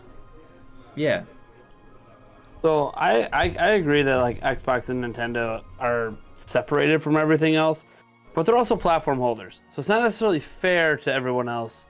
Platform holders are supposed to have the best every E3. And I know sometimes it doesn't happen, and platform holders really tank it, and then we're starting to be like, well, then who was the third-party company that stepped up? Sometimes it's been Bethesda, sometimes it's been other companies. I feel like I don't know that like they're up here though and everyone's down here. A lot of companies are down there, definitely. But like Square Enix, I wasn't super impressed by their showing. Ubisoft I just thought was fine. They're Ubisoft. This is what I basically expect from an Ubisoft showing. It was their best Ubisoft forward. It's like the third one of them they've had, and this one was way better than the last two. So based on that scale, it was all right. And I thought Elden PC Ring's gaming show. Sure. Best PC gaming show ever. Like ever. I've watched all of them. All the other ones were crap fest. This one, the comedy landed, so it was a good presentation just from a presentation perspective. And they had a wide swath of variety of games from indie to AAA. Some of them as exclusive new announcements. And I thought that was really, really cool. And there was a lot in there that interested me as someone who does play on all platforms, including PC. And as a Switch owner, I mentioned before, like, hey, there's actually quite a few games coming to Switch on there that shocked me, because usually the PC gaming show really leans into the PC Master Race thing, which is supposed to be games we only get, or games that are so much better than console. And instead, they're just freely saying, hey, this is on PC. Oh, it's also on Switch. It's like, oh yeah, they know. PC owners play Switch. They know it. They're not dumb. Just like Xbox knows.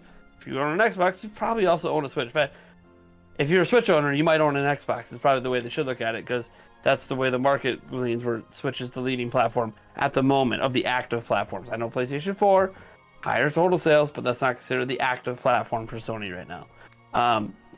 So I agree there, and like there's been some other ones that did okay. I don't want to discredit the indie showcase. That half-hour showcase they did was really, really good. I know that people don't always get hyped for indie games, but it was a really good showcase, I felt. Would have been really great if they would have had, like, Silk Song in there, but we already knew ahead of E3 that wasn't going to happen. I was really hoping that might slip in, like, as like, oh yeah, it's just not happening at Nintendo, it's going to happen here. But I thought there were a few that were okay. Obviously, I covered all E3. I live streamed the whole thing. Most of it sucked. Most of it wasn't even about games, and that really, really sucked. How an E3 gaming event wasn't about games for large chunks of E3. I didn't understand it. But I don't know that, like, I'm a Nintendo guy, so Breath of the Wild 2 makes a 5 out of 5. And I still sat there thinking Xbox had the best show. Maybe not the best show for 2021 in terms of setting up a 2021 lineup, but the best show overall. Xbox sold my co-host Eric on buying an Xbox, and I didn't think that could happen, because the only thing that's ever sold him on buying a system lately was Breath of the Wild, to convince him to buy a Switch, and he got to play that demo in person.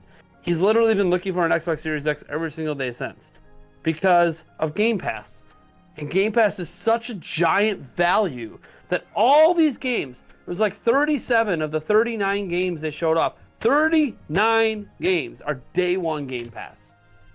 Yeah, like it's insane. That's impressive. And so like you look at it like, oh yeah, I don't care that much about Forza. It looks really, really damn good, and you don't have to pay extra to play it. Just have a Game Pass subscription. You know, here, and this was a big one. This was a surprise announcement.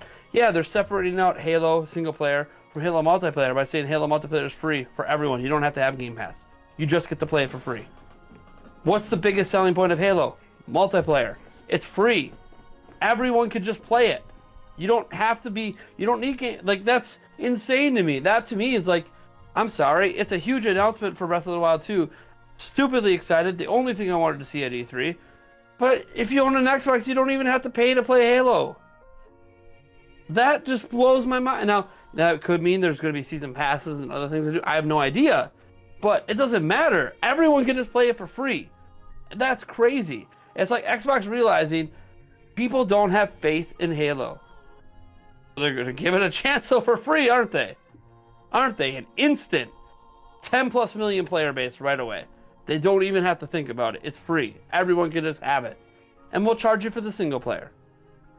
Okay, or if you have Game Pass, you get it all anyways. I really do wonder how that's going to work. Yeah, I don't know if they're going to get away with $60 for just a single player, but we'll see. We'll see. I have no idea what they're going to do there, but... They did mention they're doing a battle pass for the Halo free-to-play multiplayer. Yeah, I figured they were going to battle pass it up. So they're going to Fortnite the money out of this. It's people, gonna be really fun. People don't seem to mind battle passes so long as they don't give you competitive advantages. Yeah. I think they never it's a fine formula. For Halo. Yeah. And like I'm like just looking at them like Stalker 2. I know that it's been rumored. Don't care. We haven't had a new Stalker game in almost 30 years. This is huge to me. I love it. I love the original Stalker, and we're getting another one. You know, Contraband looked really, really good. Can't forget about the Pirates of the Caribbean expansion for a really big bounce back game for Rare. Sea of Thieves. I saw that trailer. Yeah, that's interesting. Yeah, and I think it's a perfect crossover for a pirate game. Okay, get Jack Sparrow in there. I don't know if it's gonna. I'll tell you that the trailer to me looked a little cringy. Like I like the concept of it, but the execution seemed a little cringy. Have you seen the last few Pirates of the Caribbean movies? It kind of fits. Maybe they are also inherently cringy. I'm just saying that, like it kind of fits in with the latest movies. But like that was a really, really neat announcement for a currently ongoing, popular, never-ending game that they have. 12 minutes. Obviously, that's a game we've seen before. Indie game looks really, really interesting though. Day one on Game Pass.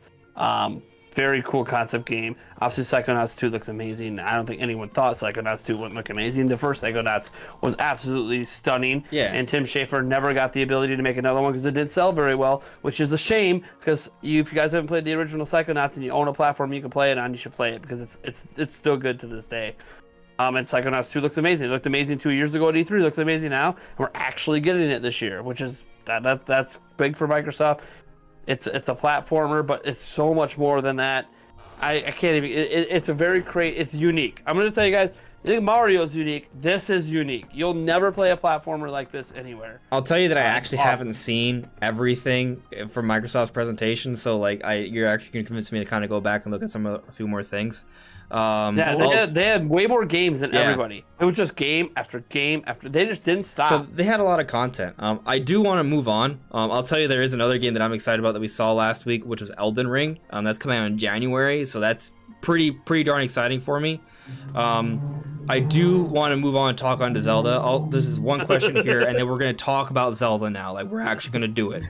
By the way, if anyone wants to do me the favor of actually like plotting out the actual topics for the podcast, I'd love it if you were doing that in the comments because I don't know if I'll be able to, but we'll see.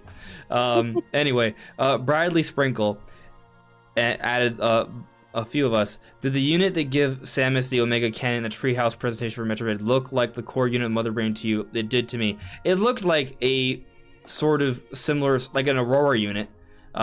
There's more than one. So it has like a brain in it. So maybe there's something to that. I don't think that one was specifically Mother Brain. I think it looks something like an Aurora unit, which has kind of like it's like a supercomputer with a brain in it. So there's gonna be more. That wasn't the only time we'll see the Omega Cannon in the game. Yeah. But it's a we'll see thing. Yeah, but let's now talk about Zelda. And there's a lot of different directions we can go with this, right? But like, there's so much, you know. There's so much they kind of showed in that short trailer. So I'll just spew a couple things, and then we'll see where we go from there, right? We talked about how this game was gonna go to the sky. Tell me we did not talk about that happening before. We were going to the sky. It is a thing. We are talking about the sky. We are playing in the sky, and it looks like it is the opening segment of the game. And I think that's really interesting because, well, they want to start off with something fresh. Like, they have that opening cutscene where you see Link's hand getting annihilated by Malice.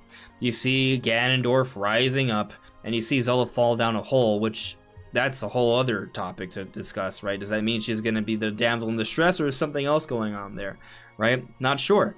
But that all happens, and then it seems like there's a bit of a time skip. That's my I'm not saying it's a long time skip. It could be like a day or two, right? But it looks like, you know, the opening scene is something very similar to Skyward Sword. It's a very similar position, flying down like that. Looks like he's about to jump onto a loft wing. Maybe there's loft wings. We'll see. I feel like the odds have definitely increased now for that, right?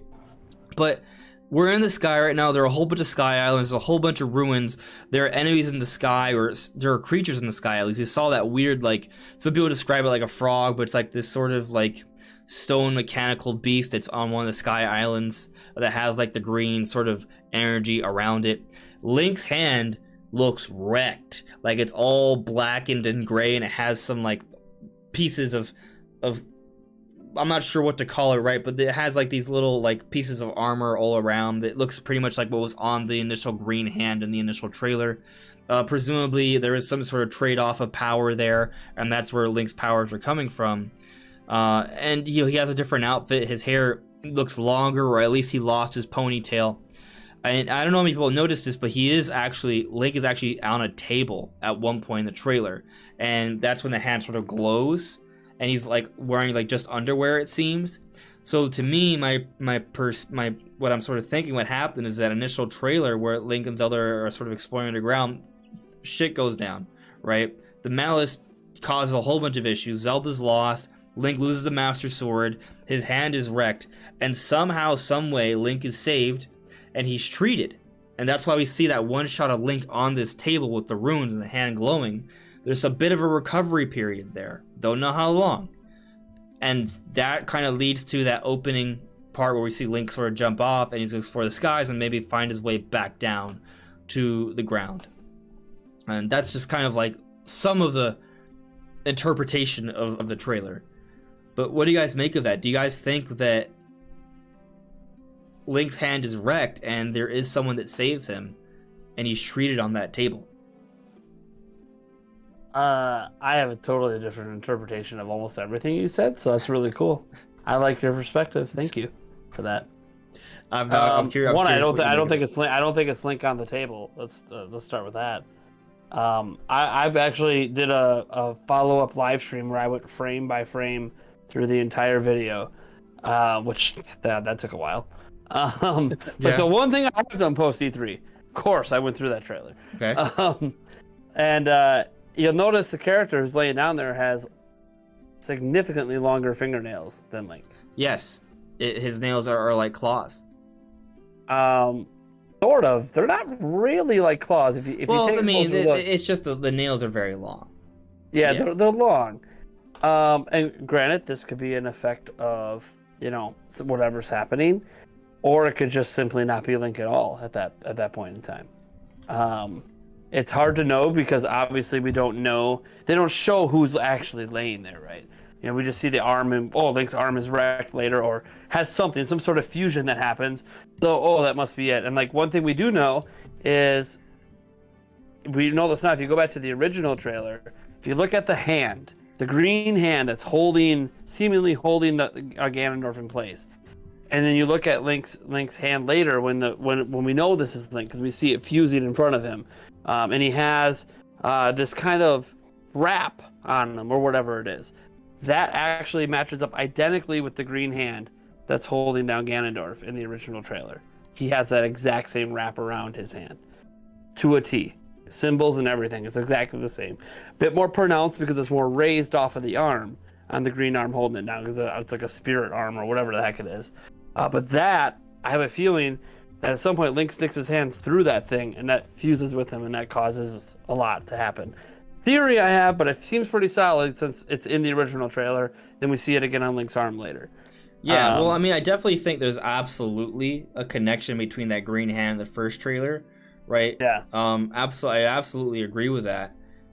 It's interesting though, like, because I mean, I think everyone agreed that like Link gains the green power, like we see it in the trailer. He has the powers. Yeah. He literally holds Right. his arm up and you see it happen. Then he has powers. So like, Yeah. you know that's a thing. But what's the story behind all that? It's all kind of figuring it what's out what's at the this order of point. events here? And is that initial trailer sort of retconned a little bit, right? Like because the malice, we see the malice wrecking Link's arm in this trailer, right?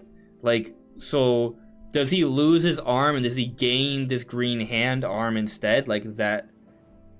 You also notice in this trailer, there's a point where one hand grabs another hand like it's saving Zelda from falling, and then a completely different hand grabs another hand.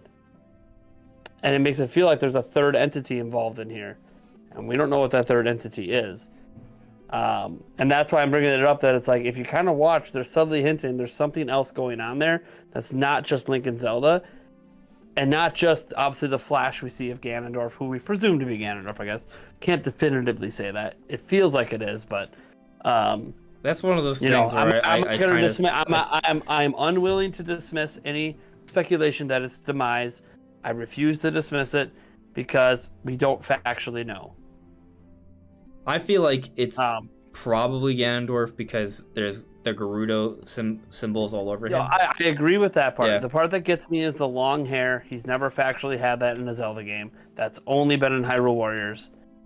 Well, So where the long hair comes from. grow. And Demise doesn't have hair, but he has fire long hair. So sure. Like, Well, I mean, the thing is, it's still like the Gerudo have red hair, right? Yeah. Totally, so, yeah. And I believe, actually, I mean, it depends on how you look at it, but Twilight Princess Ganondorf had long hair, but it was sort of rolled up. So without the ornaments tying it together, it would actually be a fair bit longer. And then, there could be some growth that happens after the fact. Like, this corpse is, like, semi-alive, right? I'm just throwing out there that, like, we don't have to debate long on it. It's just we don't know. For sure. 100%. It's not 100%. It's the safest bet is that it's Ganondorf. Absolutely. Like, I do feel like there's going to be at least some nods towards Demise. Like, I think that story, that connection is absolutely relevant. It's absolutely important to it. That I agree with. I don't think it's specifically Demise, but I at least agree that there's a connection there for sure. I'm also not sure if the falling from the sky actually happens at the beginning of the game or towards the beginning. I'm wondering if it's after we get out of the intro story area. That's like the next event. That's our Kakariko village. Because I don't think it happens until after Hyrule Castle goes up. There's quite a bit to the opening cut. There's quite a bit to that opening cutscene, if that is all the opening, right? Like, do we explore around with Zelda underground first? Is that like think about segment? Think about this. We get in this trailer, we know that he gets the arm, and the arm gives him abilities. And we see later in the trailer that one of those abilities potentially might be adding a dragon to his shield to breathe fire on something that's underground that very well could be happening in that beginning area. If you slow it down frame by frame, when he does the fire breathing thing, it actually is a dragon head. And it could look similar to some of the Zonai head stuff we see in Faron. Yes, it looks like this might all be connected to the Zonai tribe that we have never actually seen, but only had it referenced. So like all of this could be connected. I have an idea here, actually. So, if I wonder if I can, is there a way I can share images? I don't know what your setup is over there. Yeah, I know there's a way. I just don't remember. There's definitely a way because I do that it, one. but I have a way more complicated setup than most Wrong. people. I'm See, trying. it's cool that I can just pull it up on a screen now and I can just hit a button. I Here it don't is. have it set up right now. Yeah. Hold on. Yeah, it's something you got to think about ahead of time to really do it on a live Yeah. show. Okay, this might work. Hold on. Here we go. Maybe. It's a big maybe. Well, you can set it up in a new scene and you can like... Yeah, that's what I'm trying to do. Yeah. And then you can just transition. You just got to make sure the audio is all there. Okay, it looks like you guys will be able to... I'm literally just showing you guys my editing software, okay? So... Yeah. Nothing wrong with that. But, so it's just so I can go frame by frame here. And guys in chat, let me know if you can kind of see. I got to bring up the stream. Yeah, it looks like, okay, it looks like you guys can see it. Okay, cool. All right. So which part I wanted to show? There's quite a few things, really, but let me see here. All right, so that was the hand on the table thing, right? Like it looks. Yeah. I mean, we could debate. There's someone laying down, right? And to me, that's my interpretation that it's Link getting some sort of treatment, with that green hand. Right, and I don't. We have different ideas, but I feel like our ideas don't necessarily have to be like contradicting each other, right? It could maybe be a bit of both, but could be Princess Zelda. Well, I don't know. So this is the part that I wanted to show right here. So we see there's the dragon head that Nate was talking about, but we see here this little drop of water. Now, if you pay attention to what's around the water, it's green grass. This looks like where Hyrule is, like the ground level. Surface, on the surface, correct? But then we see the water drop going up, and then all of a sudden it just shoots up to Link, presumably Link, right? Flying up with this green swirly energy through. Oh, damn it! There we go. Going through almost like some sort of like weird water thing, and he comes out of this thing. By the way, I think this has to be Link because he's only wearing half a shirt, and I don't think it could be Zelda. I'm pretty sure we play as Link. Yeah, I just don't know if it's Link in that cutscene. I think there's more to it. Maybe, okay. But like the point I'm making here though is that we see him fly through, right? Now, phases it. Right, but it almost seems like his is a teleportation from the surface level. Yeah. So if this is the case, right, maybe that's how Link jumps between the surface and the sky, at least in the beginning of the game, right? Maybe eventually that boundary is broken down where he can fly up there just seamlessly. But at least in the beginning, right, you have to sort of phase up with this ability. Mm-hmm. What if... Because the thing is, we know from the initial trailer, we are under the impression that this is all happening underground. So let's say the malice, right? The malice that just wrecks Link here, right? This happens during that initial cutscene. His arm is injured, right? And there's that green swirly hand. Maybe that green swirly hand helps out Link after he loses Zelda and the Master Sword and he's injured. And how does Link actually get from this underground place where he's about to get destroyed by Ganondorf to the sky where he's treated? Well, what if this green hand is what literally teleports him up there to the ruins? Because there we see the green swirly energy. Like, what if it just does it for him this one time? And that's where we see the scene here where there is someone on a table, right? I think it's at least related. And I feel like this jump right here is how Link initially gets to the top. Like, I'm not saying this one frame is where it happens. Like, that thing is like a power he can use to teleport up there. But from the beginning where he's getting destroyed, how does he get up there to start, right? Because at some point he has to get to the sky, right? And there you start off presumably underground with all this Ganondorf stuff happening. So how does he get there? I think that weird green hand literally just teleports him up there for the first time, and that's what gets us here. What if because we're talking about the person on the table, right? And how they have the green hand thing going on. What if it's just what if that's just this game's version of downloading a rune for the Sheikah Slate? What if we're looking at somebody who maybe it's a Zonai, like an ancient Zonai, laying down on the table, and Link interacts with it, and it goes into his arm, essentially. What if we're looking at that the wrong way? if that makes sense. Like, you think maybe this is him laying down somewhere and is downloading information for a new power-up? Maybe, or maybe it could be because, you know, you get runes by, like, you know, the teardrop falling into the slate, and then you would, you know, use that however way you see fit. How does he get his powers? Maybe they're showing that by... Maybe he interacts with, like, an ancient Zonai that has one of those arms, and then it, like, transfers to him or something. It could be. There's Well, something. there's There's definitely something going on there. Like, I do think there's gonna have to be, like, I don't want to say a tutorial phase, but I think there's gonna be something similar to the Great Plateau where they're gonna have to sort of showcase some of his new powers and get you acclimated to that, right? I feel like the beginning. I'm assuming that the sky part is the beginning because we get kind of like, you know, we get this red stuff as an intro, right? And then once he I sees feel all like the he already fall has his abilities in the sky stuff. And if you think about Breath of the Wild, he got his abilities in the beginning. So if he already has his abilities, then it feels like it's after. So, but look what I'm about to show you though with this frame we're about to get to, right? It's kind of dark for a little while. Yeah, I know. It has like this white light that sort of shows up, kind of similar to the beginning of Breath of the Wild, where there's just like this light that kind of opens things up. So to me, it just seems very symbolic of a beginning. Now, I'm not saying this is exactly the beginning. I'm not saying the game opens up with Link falling through the sky, right? But I don't know. I feel like this is fairly early on. That could just be a transition too. Like, like I don't know that because it's all cut together and sliced together. So like I don't know. I think they just wanted it to be like Zelda falls down. What's the next big epic thing we're going to show you? Oh, you're at your point of despair. Let's show you something epic now. So kind of thing. let me spin this at you, right? So we're looking at this shot here, right, where Link's falling through, right? He has just this green garb and a skirt-like thing, and you can see his weird new hand now, presumably Link, right? But then the next shot, we see him flying around with the paraglider, a new version of it, and what look to be like snow boots. But he's still wearing the opening garb. So, didn't we get snow boots in no, we did not get snow boots in the Great Plateau. We were just given the snow tunic, right? Yeah.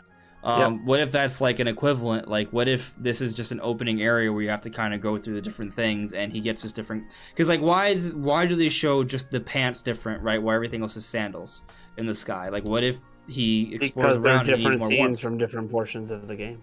Maybe. They're just teasing different things from the game. That's all it is. Nintendo does this all the time with their trailers. They tease you different parts of the game. I mean, think about all the trailers for Breath of the Wild that you know, and how many different parts of the game we saw before it came out. Right. You know? What do you make of the giant horns and the bokoblins? I mean, that's just... there's going to be an explanation for it, of course. I don't know what it is. It's going to have something to do with Hyrule Castle going up and whatever the hell happens with the Ganondorf thing, I'm sure is going to be. But I think Nintendo was looking for a way to repurpose old enemies that are obviously living in Hyrule and are there, but like, how can we make them feel different with some sort of new attack or new something? So, because you'll see later also one of the Goblins has also a bone style helmet he's wearing that they never wore in the original game. Yeah. And obviously this is a stone talus with a bokoblin cap on top, which we've never had either. So I think they're just repurposing, which by the way was going to happen anyways. The moment they said the same Hyrule, okay, well you can't just eliminate all the enemies that were already there in the first place. So how do you make them feel fresh and new again? And I don't think, by the way, I don't think it's just a design thing. It's obviously there'll be some sort of new, like they'll run and try to spear you when they get close or something. Maybe. Like there'll be some sort of I just don't feel like it's just I don't feel like it's just a dress up. I feel like there's gonna be something. I think the canon explanation is that because Ganondorf is now resurrected, presumably his influence with the malice is far stronger. So, and it does seem like the Blood Moon and the malice is all connected to these enemies. I think it just means that his influence has just led them to be a little bit more powered up, which could lead to some different gameplay possibilities, right? To your point, that they're trying to remix things up a little bit there. As we see, like, there's an outpost, but it's on a stone talus, which I think might imply that it's destructible, because you're going to have to take down a stone talus, so it would also, in theory, be an actual outpost that can be destroyed, right? Which we see happen in Age of Calamity, which might have been, potentially a hint towards... Foreshadowing, yeah. Some destruction there. I think that makes a lot of sense. There's so much of this game. Yeah, what were you gonna say, Shifty? I was just thinking that, considering what we're thinking of when it comes to the whole sky area, it seems like the impression I'm getting is that a lot of what we're seeing is the beginning area of the sky and not so much anything further than that. Yeah. Because it seems like they might just start us off in a similar way how Breath of the Wild started us off, where we just start in a very condensed area. We get the upgrades, and then we eventually, like, you know, spread out there. I don't know if it'll be the very beginning of the game, or maybe it's just, you know, when you get to the sky, they want you to learn how the sky portion works, necessarily. So maybe it'll just be like, that's why you saw the armor barely change, and it was just the boots that basically changed. Maybe there's going to be like a small, like, I don't know what you would call, like, an archipelago of islands that you would that's my kind of impression right now. It feels, that's my impression, that what we're seeing is an early part. There's probably going to be more in the sky. But yeah, it is something like that where he's kind of exploring around, and that those boots are just something he acquires in that early part of the game. Maybe, yeah. And then maybe the scene with the arm could be, you know, the equivalent of getting the new runes into that arm. Could be. Because you look at, I have to look at it again myself, because I don't remember if this detail is noticeable or not. But I know in the scenes that you were showing in the stream earlier, that his arm was just like brown and it was like covered in that stuff or whatever. Yeah. But then when you look at the cutscene with the person on the table, it's green, and then it kind of just like exits the arm in some way. So that makes me feel like, does the arm only glow when it's using powers, or is that like the return of the magic meter? Like, is that how, like, maybe that's how it works? Maybe that's exactly how it works, and maybe that's just okay. When the arm is full of magic power, that's when it's glowing like that, and maybe that's why, you know, in that beginning scene it's not glowing. But then when you see the person on the table, he's essentially downloading the rune off of that arm, off of that maybe ancient Zonai. And then, you know, maybe that's where he gets like that new power. Conceivable. The only weird thing to me is that is he gonna have to lay down for every power up, right? Well, yeah. I'm thinking it's not him laying down. Yeah, it could be that too. But I'm also thinking, like, it's not him laying down. It's like you know how you would see the ancient Sheikah always in that pose when you go complete a shrine. Sure. I'm imagining the Zonai being the one that's laying down on the table, and Link just interacts with it, and the power goes into his arm. That's what I'm like picturing. Yeah, no, I get what you're saying. Yeah. I also wonder, like, in the debate over, like, is this the beginning area or not? I think we're seeing the beginning area of the sky. I don't know that that's necessarily the beginning of the game, because I feel like when you look at it, because of that change of garb, we see so many other times where Link is back to wearing his blue tunic, and I feel like he's going to start out wearing that because that's the big signified look from Breath of the Wild. So I feel like everything, and we see him using abilities while wearing that blue tunic, which makes me feel like we don't really go to the sky right away. I feel like we have all these abilities before we even get there. And then the final ability we get is the one that teleports us to the sky. And maybe that's when things change, or a story thing happens and we get dropped from the sky. I know Theory and Loft Wings and everything else, but I feel like the sky is obviously going to play a role and it's going to open up, but I feel like we're not going to get there for a little bit to start the game. And I feel like, this is just a personal opinion, I don't know, but I feel like the only reason we even saw the sky right now is because of Skyward Sword HD. So actually, on that note, while I think there is a chance the sky might be the beginning, gameplay wise, like, I agree that they're gonna probably showcase that blue tunic Link at least for an opening cutscene to show the whole Ganondorf nonsense and Zelda getting lost. I don't necessarily like the assumption that, okay, if they show us sky stuff, therefore the big draw of this game is we get a whole bunch of sky stuff. I think that's obviously a draw, but I don't know if it's the draw, right? Like, who's to say there will also be a whole bunch of underground stuff too? Like, we see Zelda fall in a hole, but supposedly Ganondorf is rising up with Hyrule Castle. So is Zelda actually kidnapped by Ganondorf again, or just something else happened to her, right? I don't think she just dies by falling down a hole. I think this means something else for Zelda, right? Hopefully, there's at least an interesting storyline for her, right? It's not just, she's lost and we do nothing else until we find her at the end. Now we don't hear about her till the end of the game. But maybe there's also like a huge emphasis on underground exploration, right? Which is what people assumed with the first trailer. But I think, you know, they're going to have to expand Hyrule in multiple ways. This game's been in development for years, and they had already a base. So they got to be doing a lot of things to change here, right? I am expecting underground exploration, right? And actually, kind of going back to the flamethrower scene, right? There's a couple interesting things about that scene. One, In the back, there's like a bit of an altar or a pedestal, and you're fighting this enemy. What if when you beat the enemy, a chest opens up? What if that's a shot from more of a traditional style dungeon? To strengthen that argument even more so, look at the thing that's on Link's shield. It's like some sort of weird item. But it's not like it's not like another shield, like another sword or another arrow, like in Breath of the Wild. It's like a whole new item. Like if this was a previous Zelda game, we would have just assumed that this is one of those special items you get in a dungeon, like a hook shot or like, you know, like ball and chain. What if that's like a literal like new item you get in a particular dungeon? And what if it's a hint towards, okay, we're gonna have some actual items that we get in dungeons now. Like you're still gonna have your core sort of sword, bow, web options, right? And you're still gonna get those special rune-like abilities, but through the hand this time around. But there's also gonna be some special items, maybe like that flamethrower that we get in actual dungeons. There's even like this weird thing. I'm sure you guys noticed, right? But there's like this giant structure in the sky that's hidden by clouds, like really high up. Like it's not like any of the archways, it's something else. Yeah. That looks like something very important. My first thought is maybe that's a dungeon in the sky, right? Yeah. Maybe. It could be just like some sort of weird temple of like these ancient people, and that's where you go to like get your hand powers or whatever. But what if it's a sky dungeon? You know, it's just like one of many special dungeons that are hidden throughout this expanded Hyrule. Yeah. I mean, I'm all for dungeons coming back. When I saw the fire ability, it did make me think of, is that something we get in a dungeon? You know, because the thing he's fighting looks like it could be a potential mini boss or something. It might just be a common enemy that's underground. I have no idea. But it's so huge. It makes me be like it's a mini boss or a boss itself. But then I look at the room and like a big indicator for me that this feels like a traditional dungeon is in the background of that room. There's an area where you would see in traditional dungeons, beat this thing, and a chest appears. Yeah. And that thing factually exists in that shot, and I'm like, but there's no chest there. I'm like, so do you have to beat this mini boss to get the chest to appear? Okay, and then what's in that chest?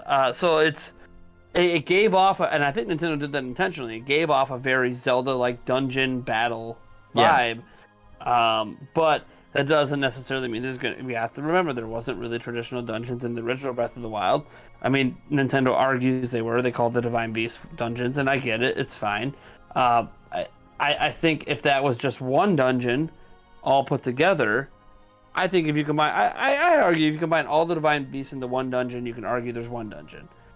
Because they are like traditional dungeons, they're just very samey feeling. But and maybe Nintendo takes that criticism to heart and be like, we have an underground dungeon, we got a sky dungeon, we're gonna have a forest dungeon later, we're gonna do this, we're gonna do that. I mean, you know, there's a lot of ways.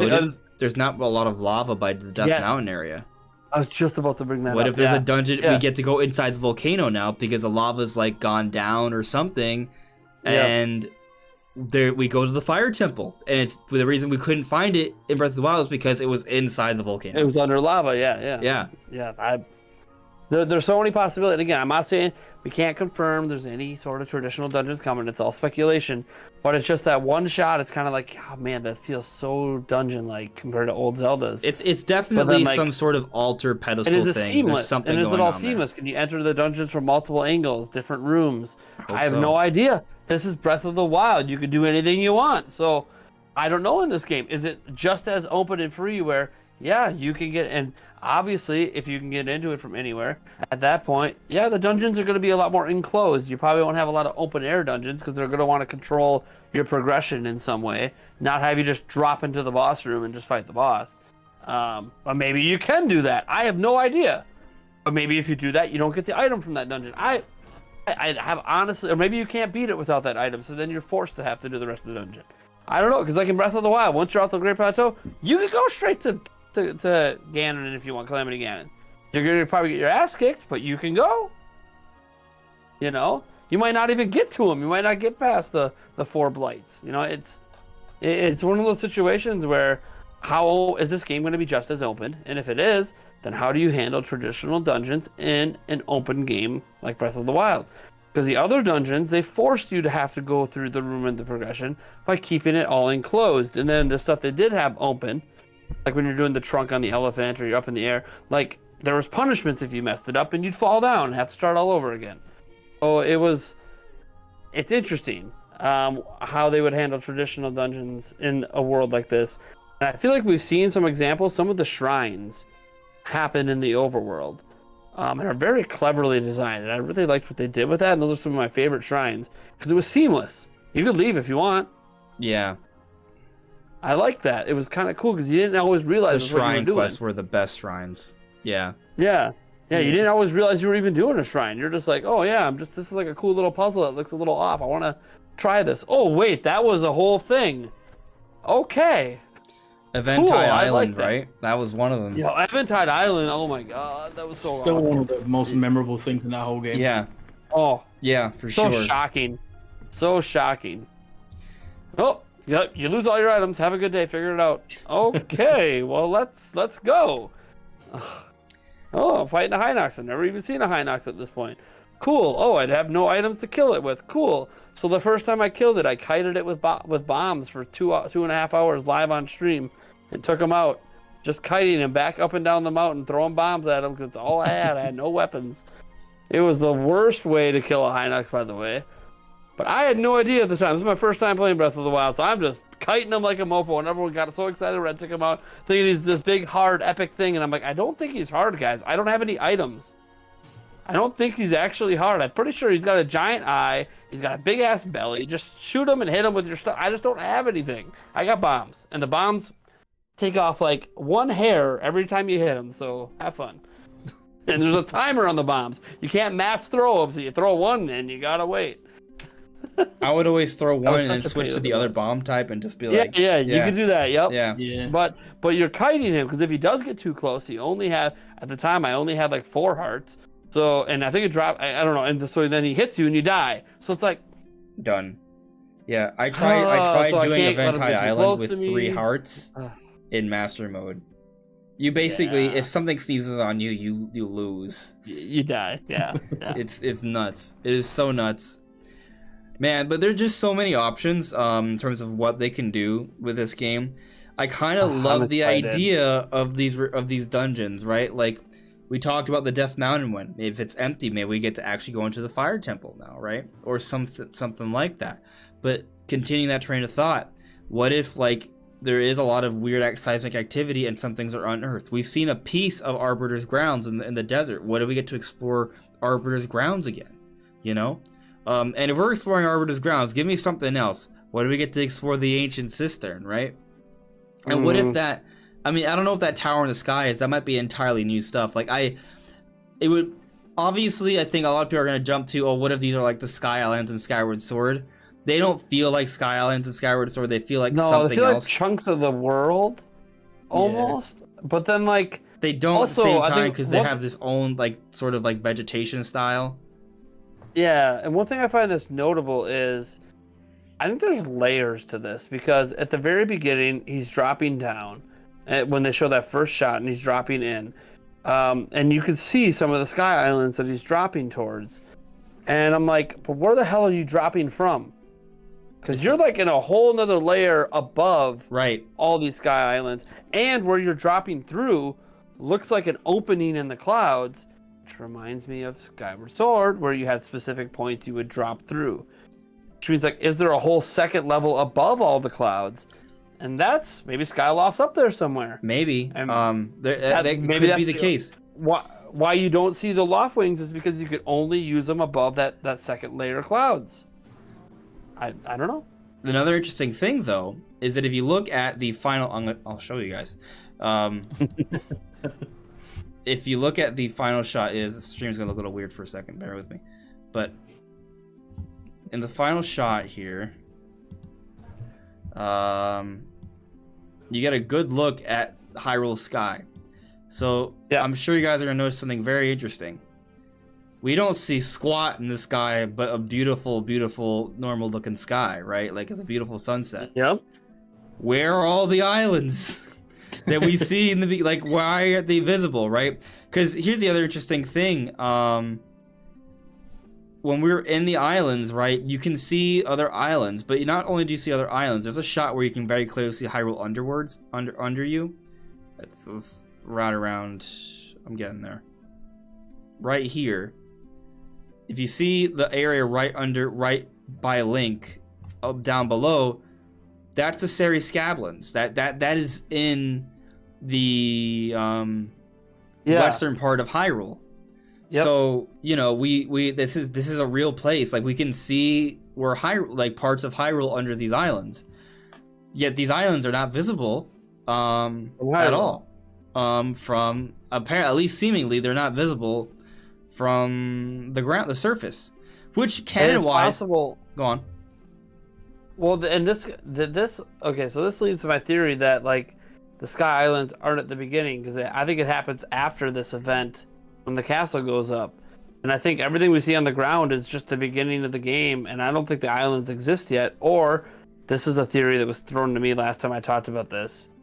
So we know he's got that ability where he throws the thing and it looks like it goes backwards in time. Like he stops the ball and it goes back up the hill like the path. Straight up time reversal. We see it there. Time reversal. And if you think about that raindrop, it looks like the drop is going in reverse. Like it's like sucking back up like how it came down. Very interesting point. We don't know. And again, this is something someone brought up too. Even the glowing arm. We think it's sucking in green. What if it's repelling it out and Nintendo's just mind playing with us with the footage? Which they could be doing. They've done it before with Zelda. It gets really weird sometimes. What if this whole sky thing isn't even happening in the Hyrule that we know? He time traveled. And we're back to a time that even predates Skyward Sword. It's possible. I personally don't want there to be time travel like that. I know.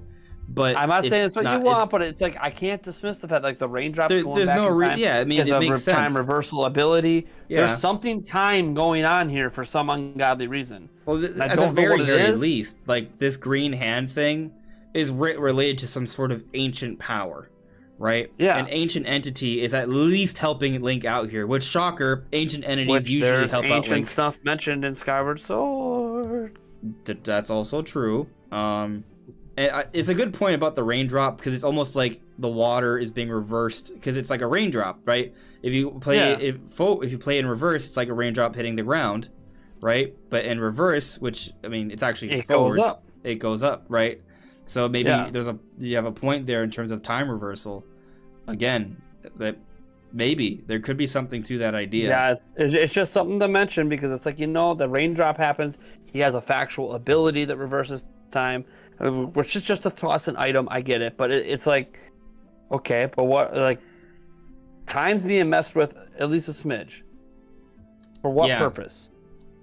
Yeah, I mean, it wouldn't shock me if there's a little bit more time play there. And we've had time travel obviously before in the series, so it's like not even like a new idea. Right. We've just only have traveled so far, like 7 years in Ocarina of Time. So we haven't had like huge leaps. Like this would be 10,000 plus years worth of leaping if it goes back to Skyward Sword. Maybe you're traveling forward in time. That's the thing to consider as well. Maybe it's a forward time travel thing. This is what Hyrule looks like in the future. I have no idea. Yeah, after Ganondorf destroys everything. Mm-hmm. Could be another just taking cues from Ocarina of Time. Hey, maybe you need to go to the future to save the past. Okay, let's do it. It's possible. Then we're about to split timelines and things going nuts and Age of Calamity. And the thing is, Age of Calamity already introduced time travel as canon. So, I mean, if we think Age of Calamity is canon, then time travel is already canon in Breath of the Wild anyways. So we just haven't done it. That's another thing that supports the whole time travel thing is it actually already happened. If this game is canon, then time travel already exists. We just haven't done it. So I do have another potential theory to explain why we don't see the islands at the end of the trailer. So, and there's something to this. In Breath of the Wild, the three dragons, Nadra, Dinral, and Feroth, when you hit them, they rise into the sky through a portal, through the clouds. Well, what if this whole Skyward Sword connection is real? Like, I want to go to Skyward Sword. If I remember correctly, you still can see the sky from the surface, but you cannot necessarily see Skyloft. No. What if these islands, these ancient islands, are maybe not specifically Skyloft itself, but related in the sense that there is a sky realm that is not something you can see from the surface, and you need to go through some sort of portal that is the cloud barrier to get through it, and the dragons in Breath of the Wild are able to do that given that they're gods, right? And maybe that there's something there to that. Like maybe it explains why we can't see the islands from below, but maybe from the surface we can. Or maybe as you play throughout the game, that cloud realm sort of starts to break down. And maybe it's somehow related to what Link needs to do to defeat Ganondorf. Maybe he needs to sort of break down the boundaries between the sky and the surface, and perhaps other realms. Maybe there's a ground realm, maybe there's a water realm, right? Maybe there's a lava realm, and you access it through Death Mountain. All of a sudden, it's an entire lava universe or something. But all right, Onyx. No. I like your explanation better than my logical one, which is, well, in the real world, airplanes fly at certain heights that go above the clouds, and when the clouds aren't there, you still can't see the airplane from the surface because of the height it's at. So there's also just the logical explanation that it's so high up you wouldn't be able to see it from the ground anyways. It's just weird that you can see parts. I hate that, by the way. I hate that explanation because it means there's nothing fun. There's no fun there. Yeah, There's this no is fun Zelda there, though, that's right? just This logic. is Zelda though, right? Like maybe they're gonna. I feel like they're gonna do something fun. I mean, Yeah, there's yeah. also to kind of continue with your thought process though, right? Like from a technical perspective, maybe they just don't want to show the islands in the sky because that just might be too much for the game to run at a time, right?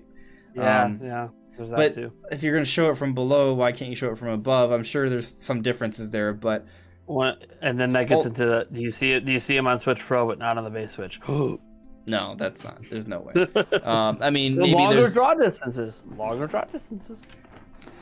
Yeah. The other interesting thing is again the castle doesn't go that high up. Yeah, that's weird. Yeah. It's more just like Ganondorf's castle, like from Ocarina of Time, where it's suspended in the air to an extent, but not like in the sky realm. Yeah. Yeah. It's not Back where to the Rainbow Bridge. Let's go. Rainbow Bridge. That's one of the Yeah. weirdest things in Ocarina of Time. Like, why is it rainbow all of a sudden? What if am I that's in Mario? basically Did I it? just go to Mario 64? What if that's the basic premise? Like you have to go to 6 different dungeons in the world just to open up a rainbow bridge to get into Ganondorf's castle. They're going to call back to everything in the series again, like they did in the first game. So Yeah. Yeah. They'll probably have something like there's a ward on the castle, so you can't just like drop in on top of it or something, and maybe you have to do the dungeons to like. someone will glitch in right away. Yeah. So Yeah, I mean, sure. do you guys Oh, feel yeah, like they're I'll- gonna do away with the whole ability to end the game early on? I don't know if they're going to actually do away with that. I think you're going to be Oh. able to. But I think just like with the base game, it really encouraged you not to do it by making you face the blights without any stamina, any extra hearts. Well, you have either one extra heart or one extra stamina if you go right away. If your 4 abilities, you'll have practically all crap weapons, which doesn't necessarily matter in the Calamity Ganon fight because he throws weapons during the fight that you can end up using. But that doesn't happen in the blights. You don't get extra weapons when you fight the blights. So I you didn't gotta even find know a way they to beat threw them. extra weapons. Every time I've gone to fight him, I've just Yeah, Calamity Ganon throws weapons during his fight. Yeah, and he actually throws some halfway decent ones that you can beat him with. Calamity Ganon is a joke of a final boss in my opinion, but that's a whole nother debate. best final boss in my opinion is the final boss in Ocarina of Time. Like the whole segment between when you're climbing up the whole stairs, you sequence. hear Whole sequence. you hear the multiple organ, stages and Yeah. the chase Every downwards. stage of it's awesome. Yeah. That's the perfect ending. Like Breath of the Wild 2 needs an ending like that. Yeah, Like if they Breath need of to the Wild improve the had an ending, ending sure. like that, I would have been like, yep, this is absolutely the greatest game of all time. I think Breath of the Wild 2 could have a better ending. It could have maybe a bit better balance, better story, and then all of a sudden it's like the best game ever made. Yeah, and I think Breath of the Wild, as I said, getting back to what I was talking about, I think that you'll be able to go to the end right away if you want, but it's going to be so difficult that most people aren't even going to attempt it because there's going to be something. You get abilities or, wards that you could take off it that just make it that much easier.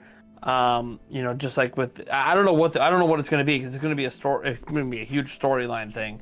But I feel like you're going to be able to do that. I could be wrong. There's obviously been a lot of theories out there that this game's going to be a bit more linear. It'll be open world, but with a set, you have to go through this. Actually, I'm curious about that. The next thing. I want you both to give me your perspective on this, right? Because we talked about how it looks like there's teleportation from the surface to the sky, right? Yeah. That inherently suggests that you can't just get up there through normal means, which kind of creates a bit of like a block. We even talked about how there could be like a cloud barrier, right? Like if any of these things are true, then that sort of takes away from the open air concept a little bit, doesn't it? Like, I feel like one of the cool things about open world games, especially Breath of the Wild, where it's open air, there's a seamless transition. So I'd be kind of disappointed if they did away with that seamless transition. Do you guys think they're going to do away with that? Because one of the reasons why I believe there would be a Sky Realm was because it would be about expanding the open air concept, right? Like, expanding upwards, expanding down below, expanding outwards, and perhaps in other ways, maybe through time, right? Through the fourth dimension. But like, I just feel like if they were to create a barrier, like it's okay if there's like a natural barrier of, say, gravity, and it's like a puzzle you have to figure out, like you build up and it sort of opens up, right? Maybe at first you don't have full access to it, but I would be a little disappointed if it turns out to be the case that the only way to get to the cloud realm is by using like a teleportation power up, and that's it. Like you can't just fly up there or shoot your way up there through normal means. I mean, I think they're gonna try to keep it as close as possible, right? Because I think if you're gonna make a sequel to Breath of the Wild where the whole point of the game was to be able to do whatever you want, whenever you want, I think they're gonna want to keep that, as much as possible, while also like improving on that. So I can see, I mean, it is odd that you don't see the islands in the game, but maybe it's just that particular part of Hyrule where you don't see it. Maybe it's just or it's just so early on they haven't shown up yet. One or the other. Like that too. Yeah. Or maybe they could also have a thing where maybe if you go high enough, it just like almost like transfers you to that second realm, if that makes sense. That's kind of like, maybe that's just how it works. Like, oh, he went up a certain height and now it automatically like transitions into him going onto like the nearest island that's on that area of the map, if that makes sense. But I wouldn't want them to have like a sort of like Skyward Sword situation where you have to go to like a specific area and then transfer up that way. Yeah. I feel like that would be pretty limiting for what Breath of the Wild I feel is. like, especially because like the idea is like Skyward Sword's kind of like building up Breath of the Wild, or vice versa, Breath of the Wild 2. And like when they show that opening shot, it's clearly paying homage to Skyward Sword. Except this time around, Skyward Sword is so linear. Breath of the Wild 2 is gonna be able to do everything we wanted with Skyward Sword, where there would be that seamless transition between sky and surface, right? So if we didn't get that, that would just be kind of like, why even tease us with it, So I feel like it does make sense to expect that it would be seamless, but. And maybe really all it is that they're just doing strange trailer stuff because, well, it's strange trailer stuff, right? I mean, also, like, let's consider, like, the Great Plateau, right? The Great Plateau blocked you off at first, too. Like, technically, the Great Plateau at first isn't fully open because you're stuck within it's more like a sandbox, right? Because you're within a certain boundary, and then afterwards, you're given full access to the world. Maybe it's something like that, where certain things are being blocked off or not shown because it's the beginning of the game, or it's because of the trailer, it's because it's just, trailer magic, just playing with our brains. But yeah, yeah. Also, have to always mention, unfinished game. It's not out. Could be a year and a half from now. It could not be. It could in even the come out rendering 2023.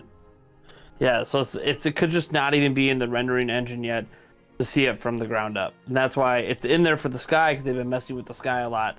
So you can jump from the sky, go to the ground. They just haven't got it all done yet. So that's always like, have to consider everything we see today could just not even be there in the final game. Like we have to, we have to wait and see what progresses as the development continues to progress. Yeah, now I'm like thinking to look at, there's other shots from the surface that I never really bothered to consider. What if, I'm wondering if there's like a small, like subtle hint of something in the sky. Nope, nothing. I'm going frame. I also don't have a ground shot. So like, think about the area we see looking down, right? We see like that mushroom cap area that we know is in the game. We don't have a ground shot from that area up to the sky either to see if we can see that specific sky formation. Because the sky formations might not be all over Hyrule. It might just be in certain zones. So could be. Yeah, little pockets, yeah. Even in that general Hyrule shot, well, we don't see West Hyrule there. So. Or to your point, Link does come from a higher place. Maybe these places are even higher up, and as we progress through the game, more parts come lower to the ground. You know? Yeah, that's true too, yeah. Maybe there's something to that, and they reveal themselves as you progress. Maybe. You should definitely be able to see Vamiro from either side too. Like if you're above the Rito village, you should be able to see the divine beast like flying around. Yeah, I haven't seen any sign of any divine beasts. Yeah, I don't think the divine beasts are even around anymore. Why would they just disappear? And what happened to them? Like with the shrines of Sheikah Towers, like they came out of the ground at the beginning of Breath of the Wild, so the premise of them just going back underground, not really that crazy. The Sheikah did their job, Calamity Ganon was defeated, they recede. That's not crazy, right? But the divine beast disappearing, though, is a little stranger because they were always kind of around. Yeah. Well, where do they go? They don't go underground. They don't just like imagine the elephant just like, all right, well, I'm gonna drill a hole and just live underground now. Like, I don't think they just disappear. Like, there's got to be some sort of explanation. Sheikah Towers. Like you mentioned, it makes sense that they go away because the Sheikah Towers had nothing to do with Ganondorf. That's not why they were created. So, like, they were just a quick travel system for the ancient Sheikah to get around. Okay. They just used them as a quick travel. So it had nothing to do with Calamity Ganon. Just the Sheikah site has nothing to do with Calamity Ganon. All that Sheikah technology really had nothing to do with it. Outside of the creation of the Divine Beasts and the Guardians in particular were originally created to fight back but those weren't created by the Sheikah, those were created by the Hyruleans actually made that, not the Sheikah.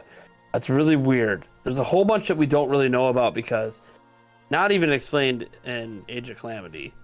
So it's all weird because this is all stuff that happened before all these events, and we don't have a very deep history of it because this happens 10,000 years ahead of any other Zelda game, and we don't know what happened in those 10,000 years.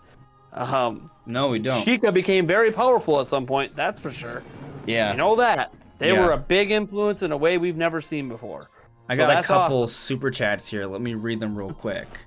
Sure. Thank you very much, Taker, for another super chat here. Gan's favorite Mario Kart track is Rainbow Road. It checks out. It checks out. Another super chat here from Nishant Kelkar. Thank you very much. I think Ganondorf will grow in power as the game continues, so you can only fight him at the end. I do like the idea of him slowly kind of like continually resurrecting, although the opening cutscene in the trailer, he's actually like moving around with a little bit more liveliness than the initial trailer. So he might just get a full-on resurrection from the beginning. But it also could maybe be a story of the mummy where the mummy throughout the movie just recovers his powers. Like, it could be something like that too, in theory. Could be. I would like to see.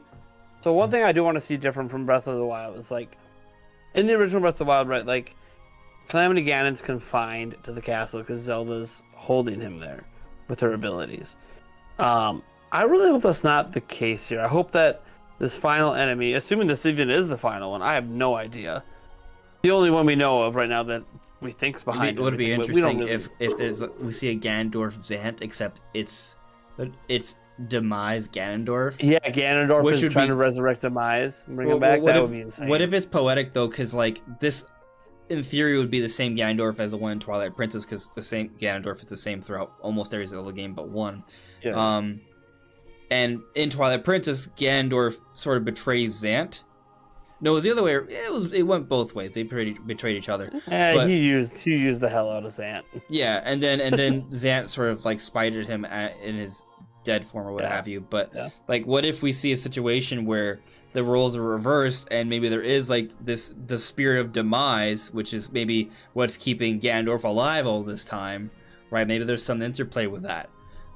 So Yeah, maybe there's something. I just there. want to see, like in Skyward Sword, a little bit of spoiler, like Girahim that like just appears throughout the game, and we don't really see Demise till the end.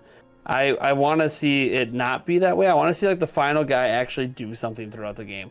I'm kind of tired of like the big baddie at the end of Zelda just doesn't exist until you get to the end. It's like, at the very beginning you get like a story thing, and then they're not even around until the end of the game. And I'm supposed to be scared of this thing that I don't even see till the end of the game. Well, at least one thing that bodes well for Breath of the Wild 2 is that clearly Ganondorf does a lot in the beginning, right? It's not like you just open up and, he's kind of like a backstory element. No, Ganondorf is the inciting incident for everything here, right? Like, he presumably gets Zelda to fall down a hole, so he makes you lose your girl, right?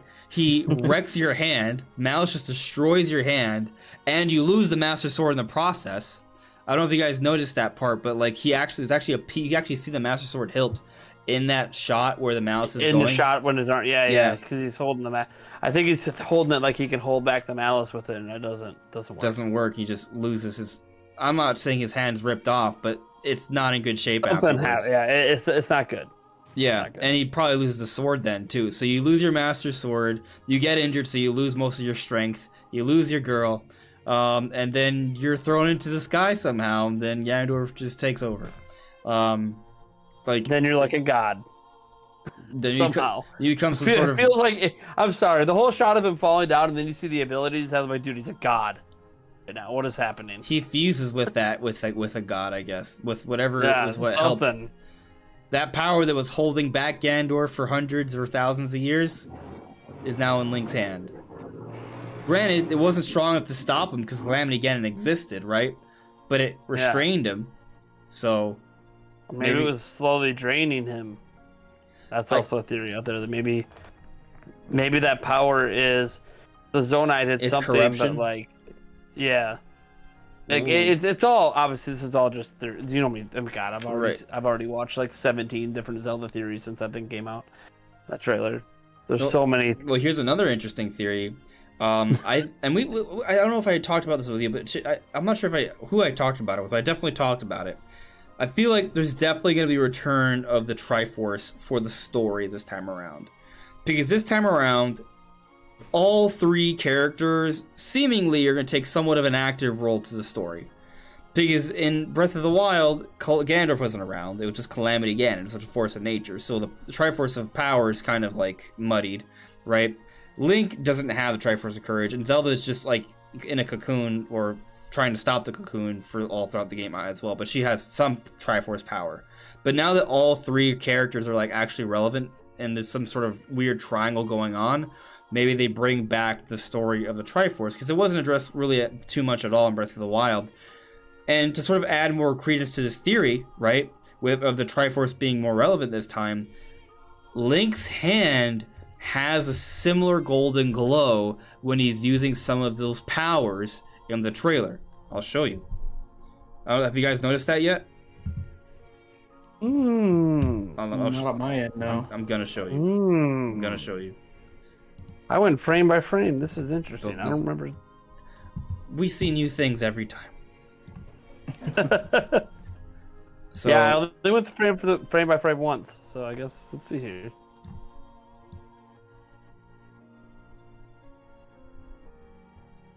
There he is.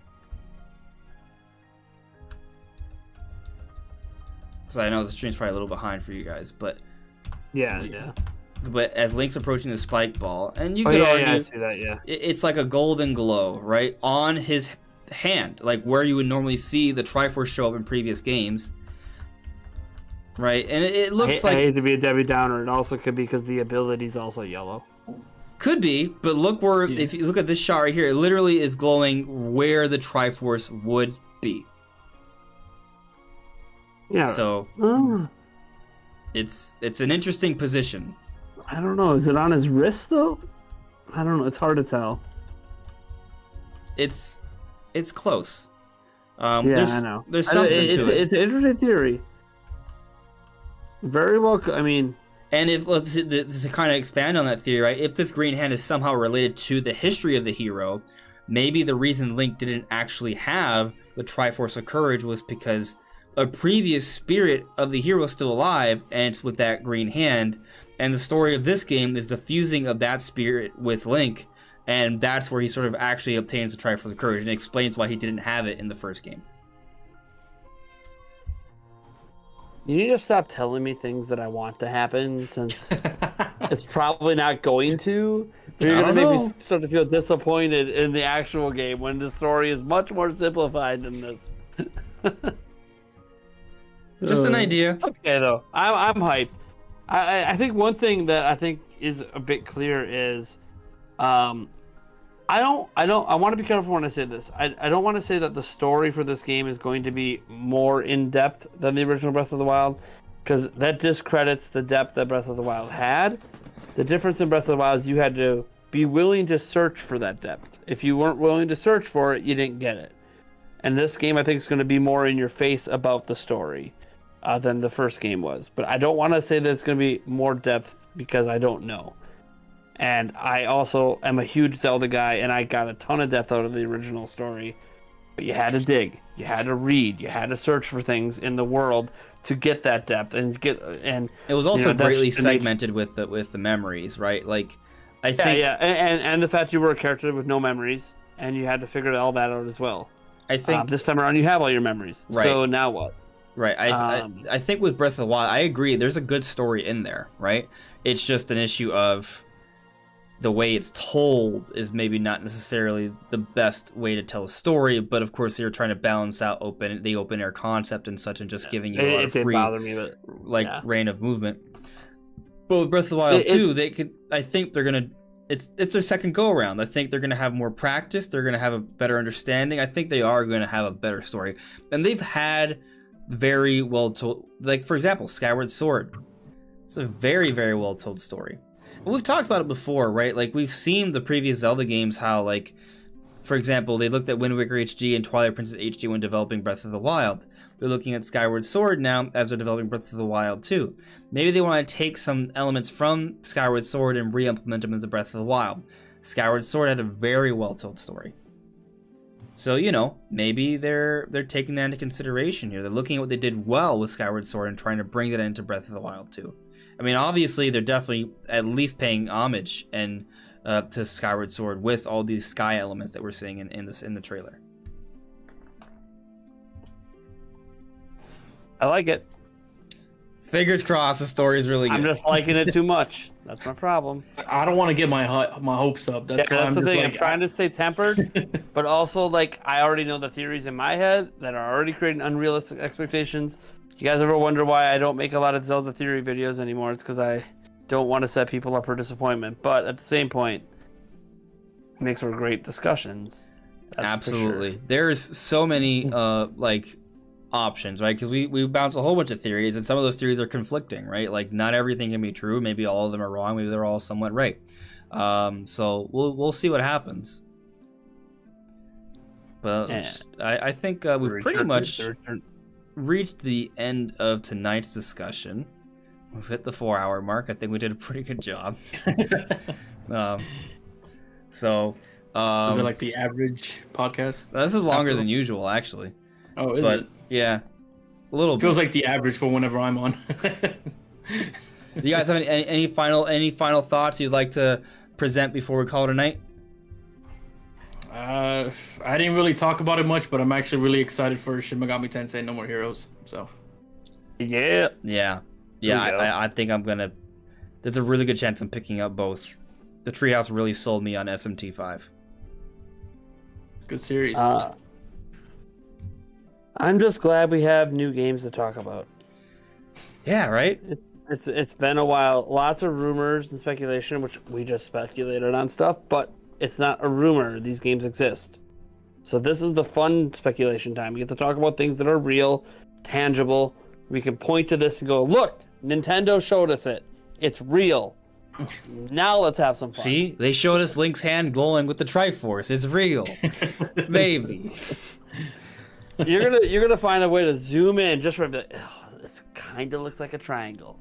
It might be a triangle. It could be a square. Hard to say. Could Maybe be it's a square force. But if you squint just right, that's a triangle. Yeah. Yeah, you just gotta close the part of your lid that cuts off one of the corners. Yeah. Yeah. But yeah. All right, guys. Thanks so much for watching, everyone. Nate, I know this is a little late for you, so thanks for sticking on. I hope this wasn't too late. You know, if at any point you're on another future show and you feel like you need to step out, that's totally okay. You can let me know. Got one final super chat here from Taker. You, I'm like, is this wrapping soon? As it like 15 minutes ago, is this wrapping soon? Because I'm like, I gotta be up in like 5 hours with my kids. No. Yeah, we're calling it a night now. Taker the reason said, I don't do this on Sundays. Yeah, I gotcha. When this become a 4-hour podcast, it just happened. But we're now done. Now we sure. have so much good conversations. Yeah, I think we covered a lot of good stuff. But what's crazy is that we're really only scratching the surface. That's the crazy part, I know. right? There's so much to talk about. Yeah, but please make sure to check out both of these lovely fellows. Their channels are linked in the description below. Please do that. Thanks for watching, everyone, and we'll see you soon. Take care.